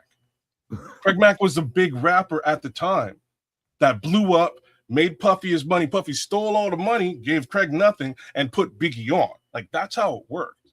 That's how it worked. That's how. Because Craig was put on before Biggie. Flavor in Your Ear was the shit. Here comes the brand new Flavor in Your Ear. I gave you a chance to fix that, but you doubled down. Because I know what the fuck I'm talking about. Okay. Tell me Flavor in Your Ear wasn't the song that made I ain't talking about Bad Boy at the time. I ain't talking about popular. I'm talking about lyrically. Well, that's two different things. Yeah, that's what I said. Because it doesn't get to be lyrically without being popular. That's why I said listen to what I said in the first place. I said lyrically. I said he respected Method Man lyrically on a different level than he respected everybody else, and it turned into this. So let's be real about your comment. So you're saying that he respected Method Man lyrically more so than Nasty Nas in 1993? Obviously so. There's no fucking way. Method Man had only dropped 1 song. You know what I mean? He dropped a song. He had no albums out. Man, there's so many people on record, producers, Puffy himself, that has repeated what I just said. So you telling me absolutely? I'm telling you, Nas was the lyrical. People that were around him. The people that were around him say this, and it's not me. The people that were around him when that. All I'm saying is at that moment in time in New York, Nas was lyrics. Period. There was nobody else lyrically touching Nas. I think of Nas on a different level, but I'm not Big. Big thought about it this way. Well, who knows? Big is long gone, but like back to Enter the Woo, it's horrorcore, not whatever. But the Grave Diggers, information. The Gravediggers are pioneering supergroup of horrorcore hip hop subgenre, blending dark theatrical horror imagery, Do I need to black take the fingers down comedy, there? and menacing hardcore production. Formed in 1992 by RZA, Prince Paul, Ruquan, and Poetic, they define the Poetic. grimy, True Poetic. cinematic sound, often termed Rest in horrorcore peace. or death rap. Pioneered in 94 with 6 Feet Deep, originally Nigga Mortis, figuring dark humor, tales of unaliving and psychosis, intense lyricism production, often featuring societal commentary, and known for macabre themes, gothic atmospheres, using pseudonyms like the Resurrector, the Undertaker, and the Gatekeeper, and the Grim Reaper. Similar groups are the Ghetto Boys, Flatliners, Brother Lynch Hung, and Killer Priest, and Shabazz the Disciple. Where we going? Those were related to Wu-Tang 36 Chambers. This is that era. This is that what they were part of, that horrorcore, that classification.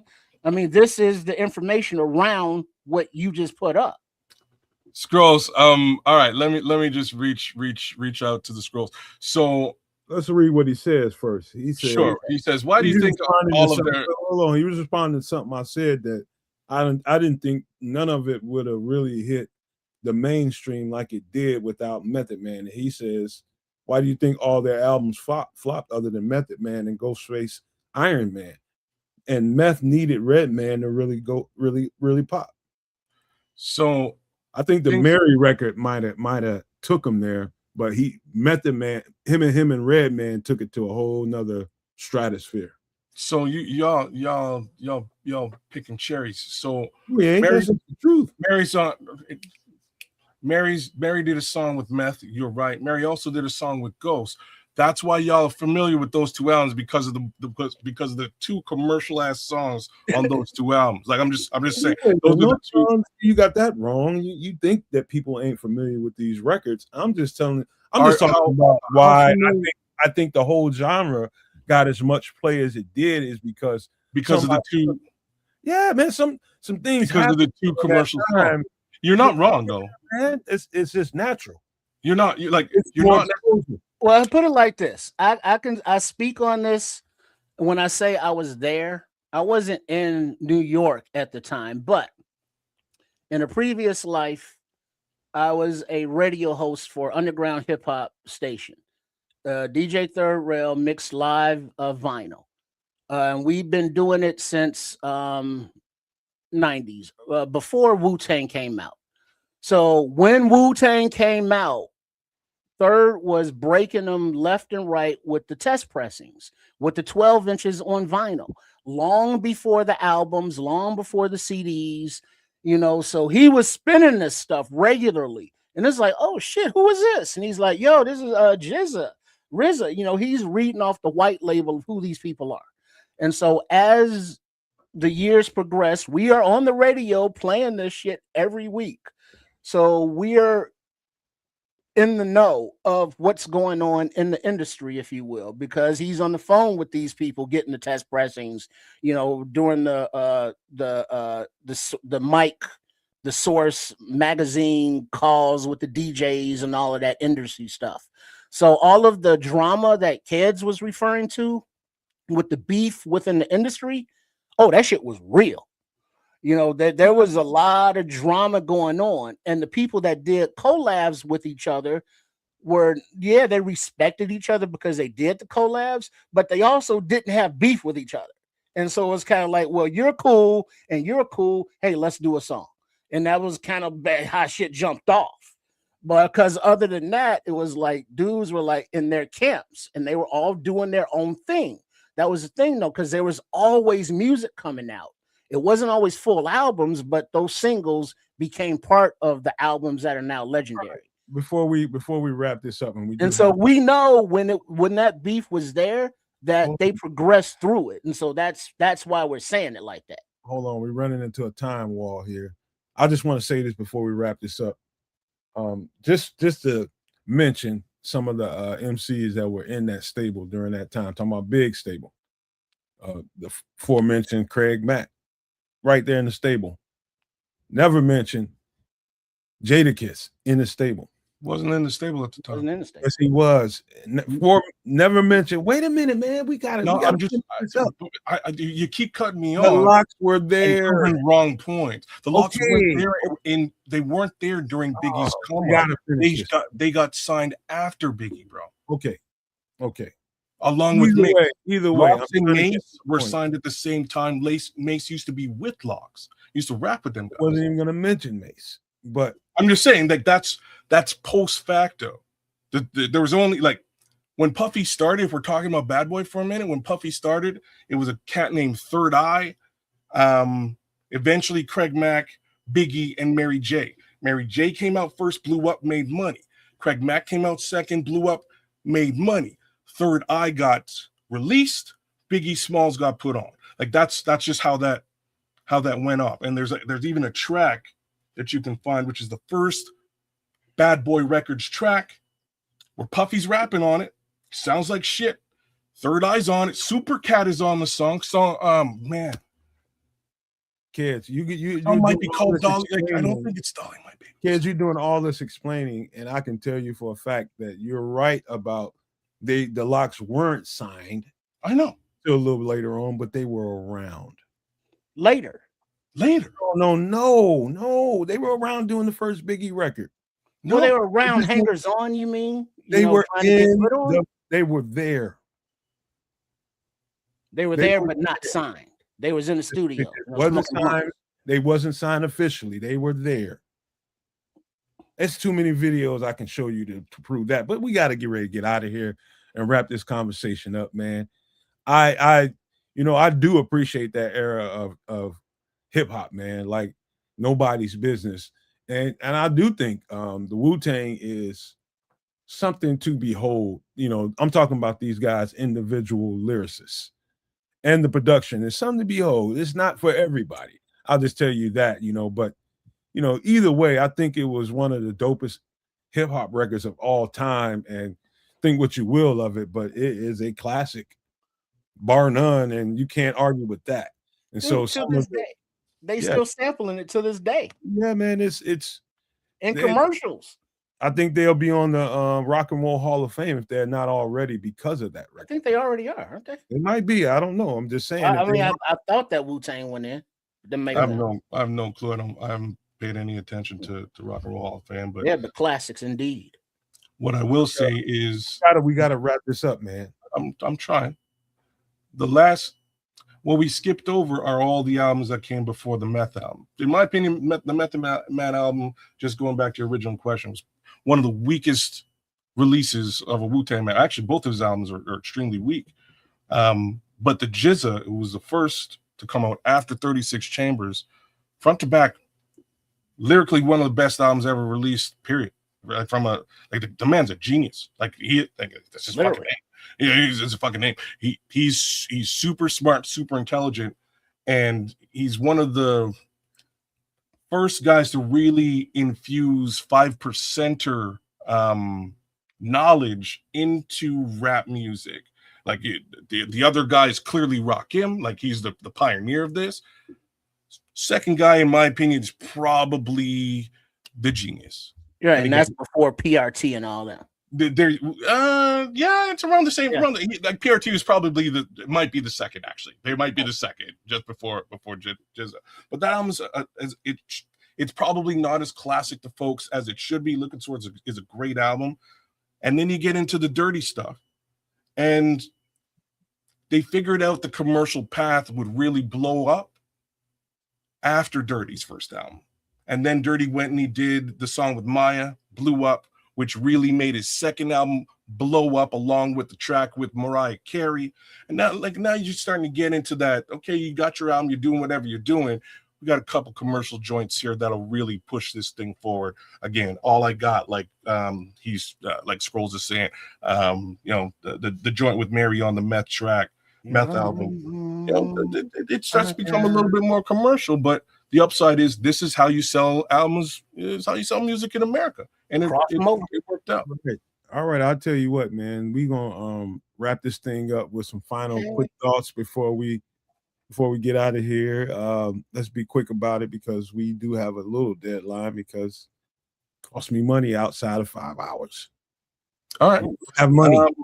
Long story short for me, out of all those albums, Wu-Tang affiliated or whatever, Purple Tape is the one. Number 2 is probably Ghostface. Either Supreme Clientele or Iron Man. You can just put them together. Those 3 albums are the shit. Beyond that, super slept on rapper in that group that we didn't talk about at all, Inspector Deck. Inspector Deck is dope. And apparently he is so dope that Tupac ensured that his verse was scrubbed off of the posse cut with Method Man and Redman. I can't remember the name of the song. I'm a mind made up. Come on, that track. I'd argue he might be the dopest of them all. He could be, but he was the least commercial. He's the least next to Jizza. Between him and Jizza, they ain't doing no commercial shit. Like right. they're just not. So shout out to Inspector Deck in that respect. Super underrated MC out of the Wu-Tang Clan. Right down to the stuff the collaborations that he's done with MF Doom as of late, etc. Big ups to Czarface and all that Inspector Deck stuff. But to be real quick and to a point, I think minus you God and RZA, I think individually they've all had a time when they were all the dopest MCs in the group. Every last one of them, outside of you God and RZA. There was a time when Meth was the dopest mother effer out in the group. There's a time when Deck was the dopest Ghostface more recently, Raekwon more recently, and on and on. I think they all, but RZA, I said that first, man. That might have been one of the dopest lyrical records I've ever heard in my life. I mean, from front to back. That's one of the ones that, like, you never forget how lyrically advanced that record was. But so that, like, I just wanted to say that I think they've all had a moment in their collective careers where each one of them was the dopest guy. I'll get 30 seconds. Don't dismiss or sleep on ODB, Old Dirty Bastard. He was a truly real person because what you saw was what you got. He used to puff on that glass penis often, and he loved it. He did many drugs, and he wasn't proud of it. But yes, he was. He was. But he rapped about what it was. He was notorious for going into the studio, doing one take, he was out. You know what I'm saying? So he kept it real. And if you listen to what he's saying with that background of who he is, the man's a genius. He's something else. I think genius is stretching it, but he's stretching it. Just give him a listen. But just mentally ill. He was mentally ill, is what he was. He's that dude that you see in the hood that be rocking and shaking around the way. Be like, hey man, you got another square on you I can spare? And it's like, man, that dude made an album. He was mentally ill, and that we found that out later. The truth comes out eventually, but he was definitely mentally ill. Oh yeah, but medicating himself, through street drugs and all that kind of stuff. But that's that, man. Any last thoughts before I wrap this thing up? Big up to everybody. Thanks for tuning in. Wednesday night, some extra sauce. We all over the place. Football is kind of back, baby. We got camps coming up. We got the veterans and the rookies together. We got everybody working out. So make sure you're with us, tuned in, the Nomad Network at Keds of Canuck and Triple R SCS, also known as Sports Chicago Style, to keep up with the goings on. And then some extra sauce on Wednesday nights. Last Wednesday of the month, remember MF are in the kitchen with Chef Trips doing live cooking demonstration. What's on the menu this month? Who knows? But it's probably going to be delicious and beautiful, as he would say, as he brings it all the time. And thanks for tuning in on Sunday night at Nomad at Night. And I guess that's when we'll see you next. Nomad at Night, Sunday night, 8 p.m. Central. Be there, be square as hell. But just to wrap this thing up, man, it was fun talking about all this stuff. As contentious as it might sound, man, it's just conversation from different individuals with a different mindset. And I think that's one thing to keep with you when you're hearing a show like this that covers so much territory is remember, you're talking about three different guys with three different mindsets. We are connecting. We like bros, man. We argue and fuss about stuff, but the truth is we're all individuals that come here for a common reason, to have conversation, man, in a community of people that receive our conversations in the right way. Whether you be somebody that favors Triple R's channel, Sports Chicago style, whether you like Cares of Canuck or whether you like it here at the Nomad Network, either way, we all feed off of each other. And the community makes it all go. And so it's just a joy every week to be able to come in here and guaranteed to have an audience that wants to hear what the hell we got to say, whether it's you think it's total BS or you think it's totally captivating. But just the fact that you're able and there to receive it, we thank y'all so much. We thank everybody that helps, give things to the channel, everybody that gives the super chats, everybody that has anything to do with what we do around here. We thank you so much. And one last thing before we get out of here, I wanted to say about, one of the things, and I'm stuck kind of on the doomsday survival topic because of just me and my empathy component to me. I just think people should pay more attention to the content coming out on that side of things. You're going to always pay attention to the bear stuff and some of the people that are interested in the UFO thing and the movies and, the music reviews. It's all good. But the doomsday survival part, I think, is more something you can do, like start doing tomorrow, man. And I just encourage y'all, man, start watching that thing. Go back and watch that part of the show again, because I do think we are at critical mass. I'm talking about in your regular everyday life in society, what you can afford, what you can't afford, what you need to start considering, what you need to start, reconsidering. You know what I mean? Some of the money you're paying out for whatever it is, man. I think you should start saving some of that money. I don't think things are going to be the way we hope it to be here in the near future. I think it's going to get a lot worse than it is. And I think you should pay real close attention to, that part of the show. Opinions be damned, but pay attention to the information being given to you, man.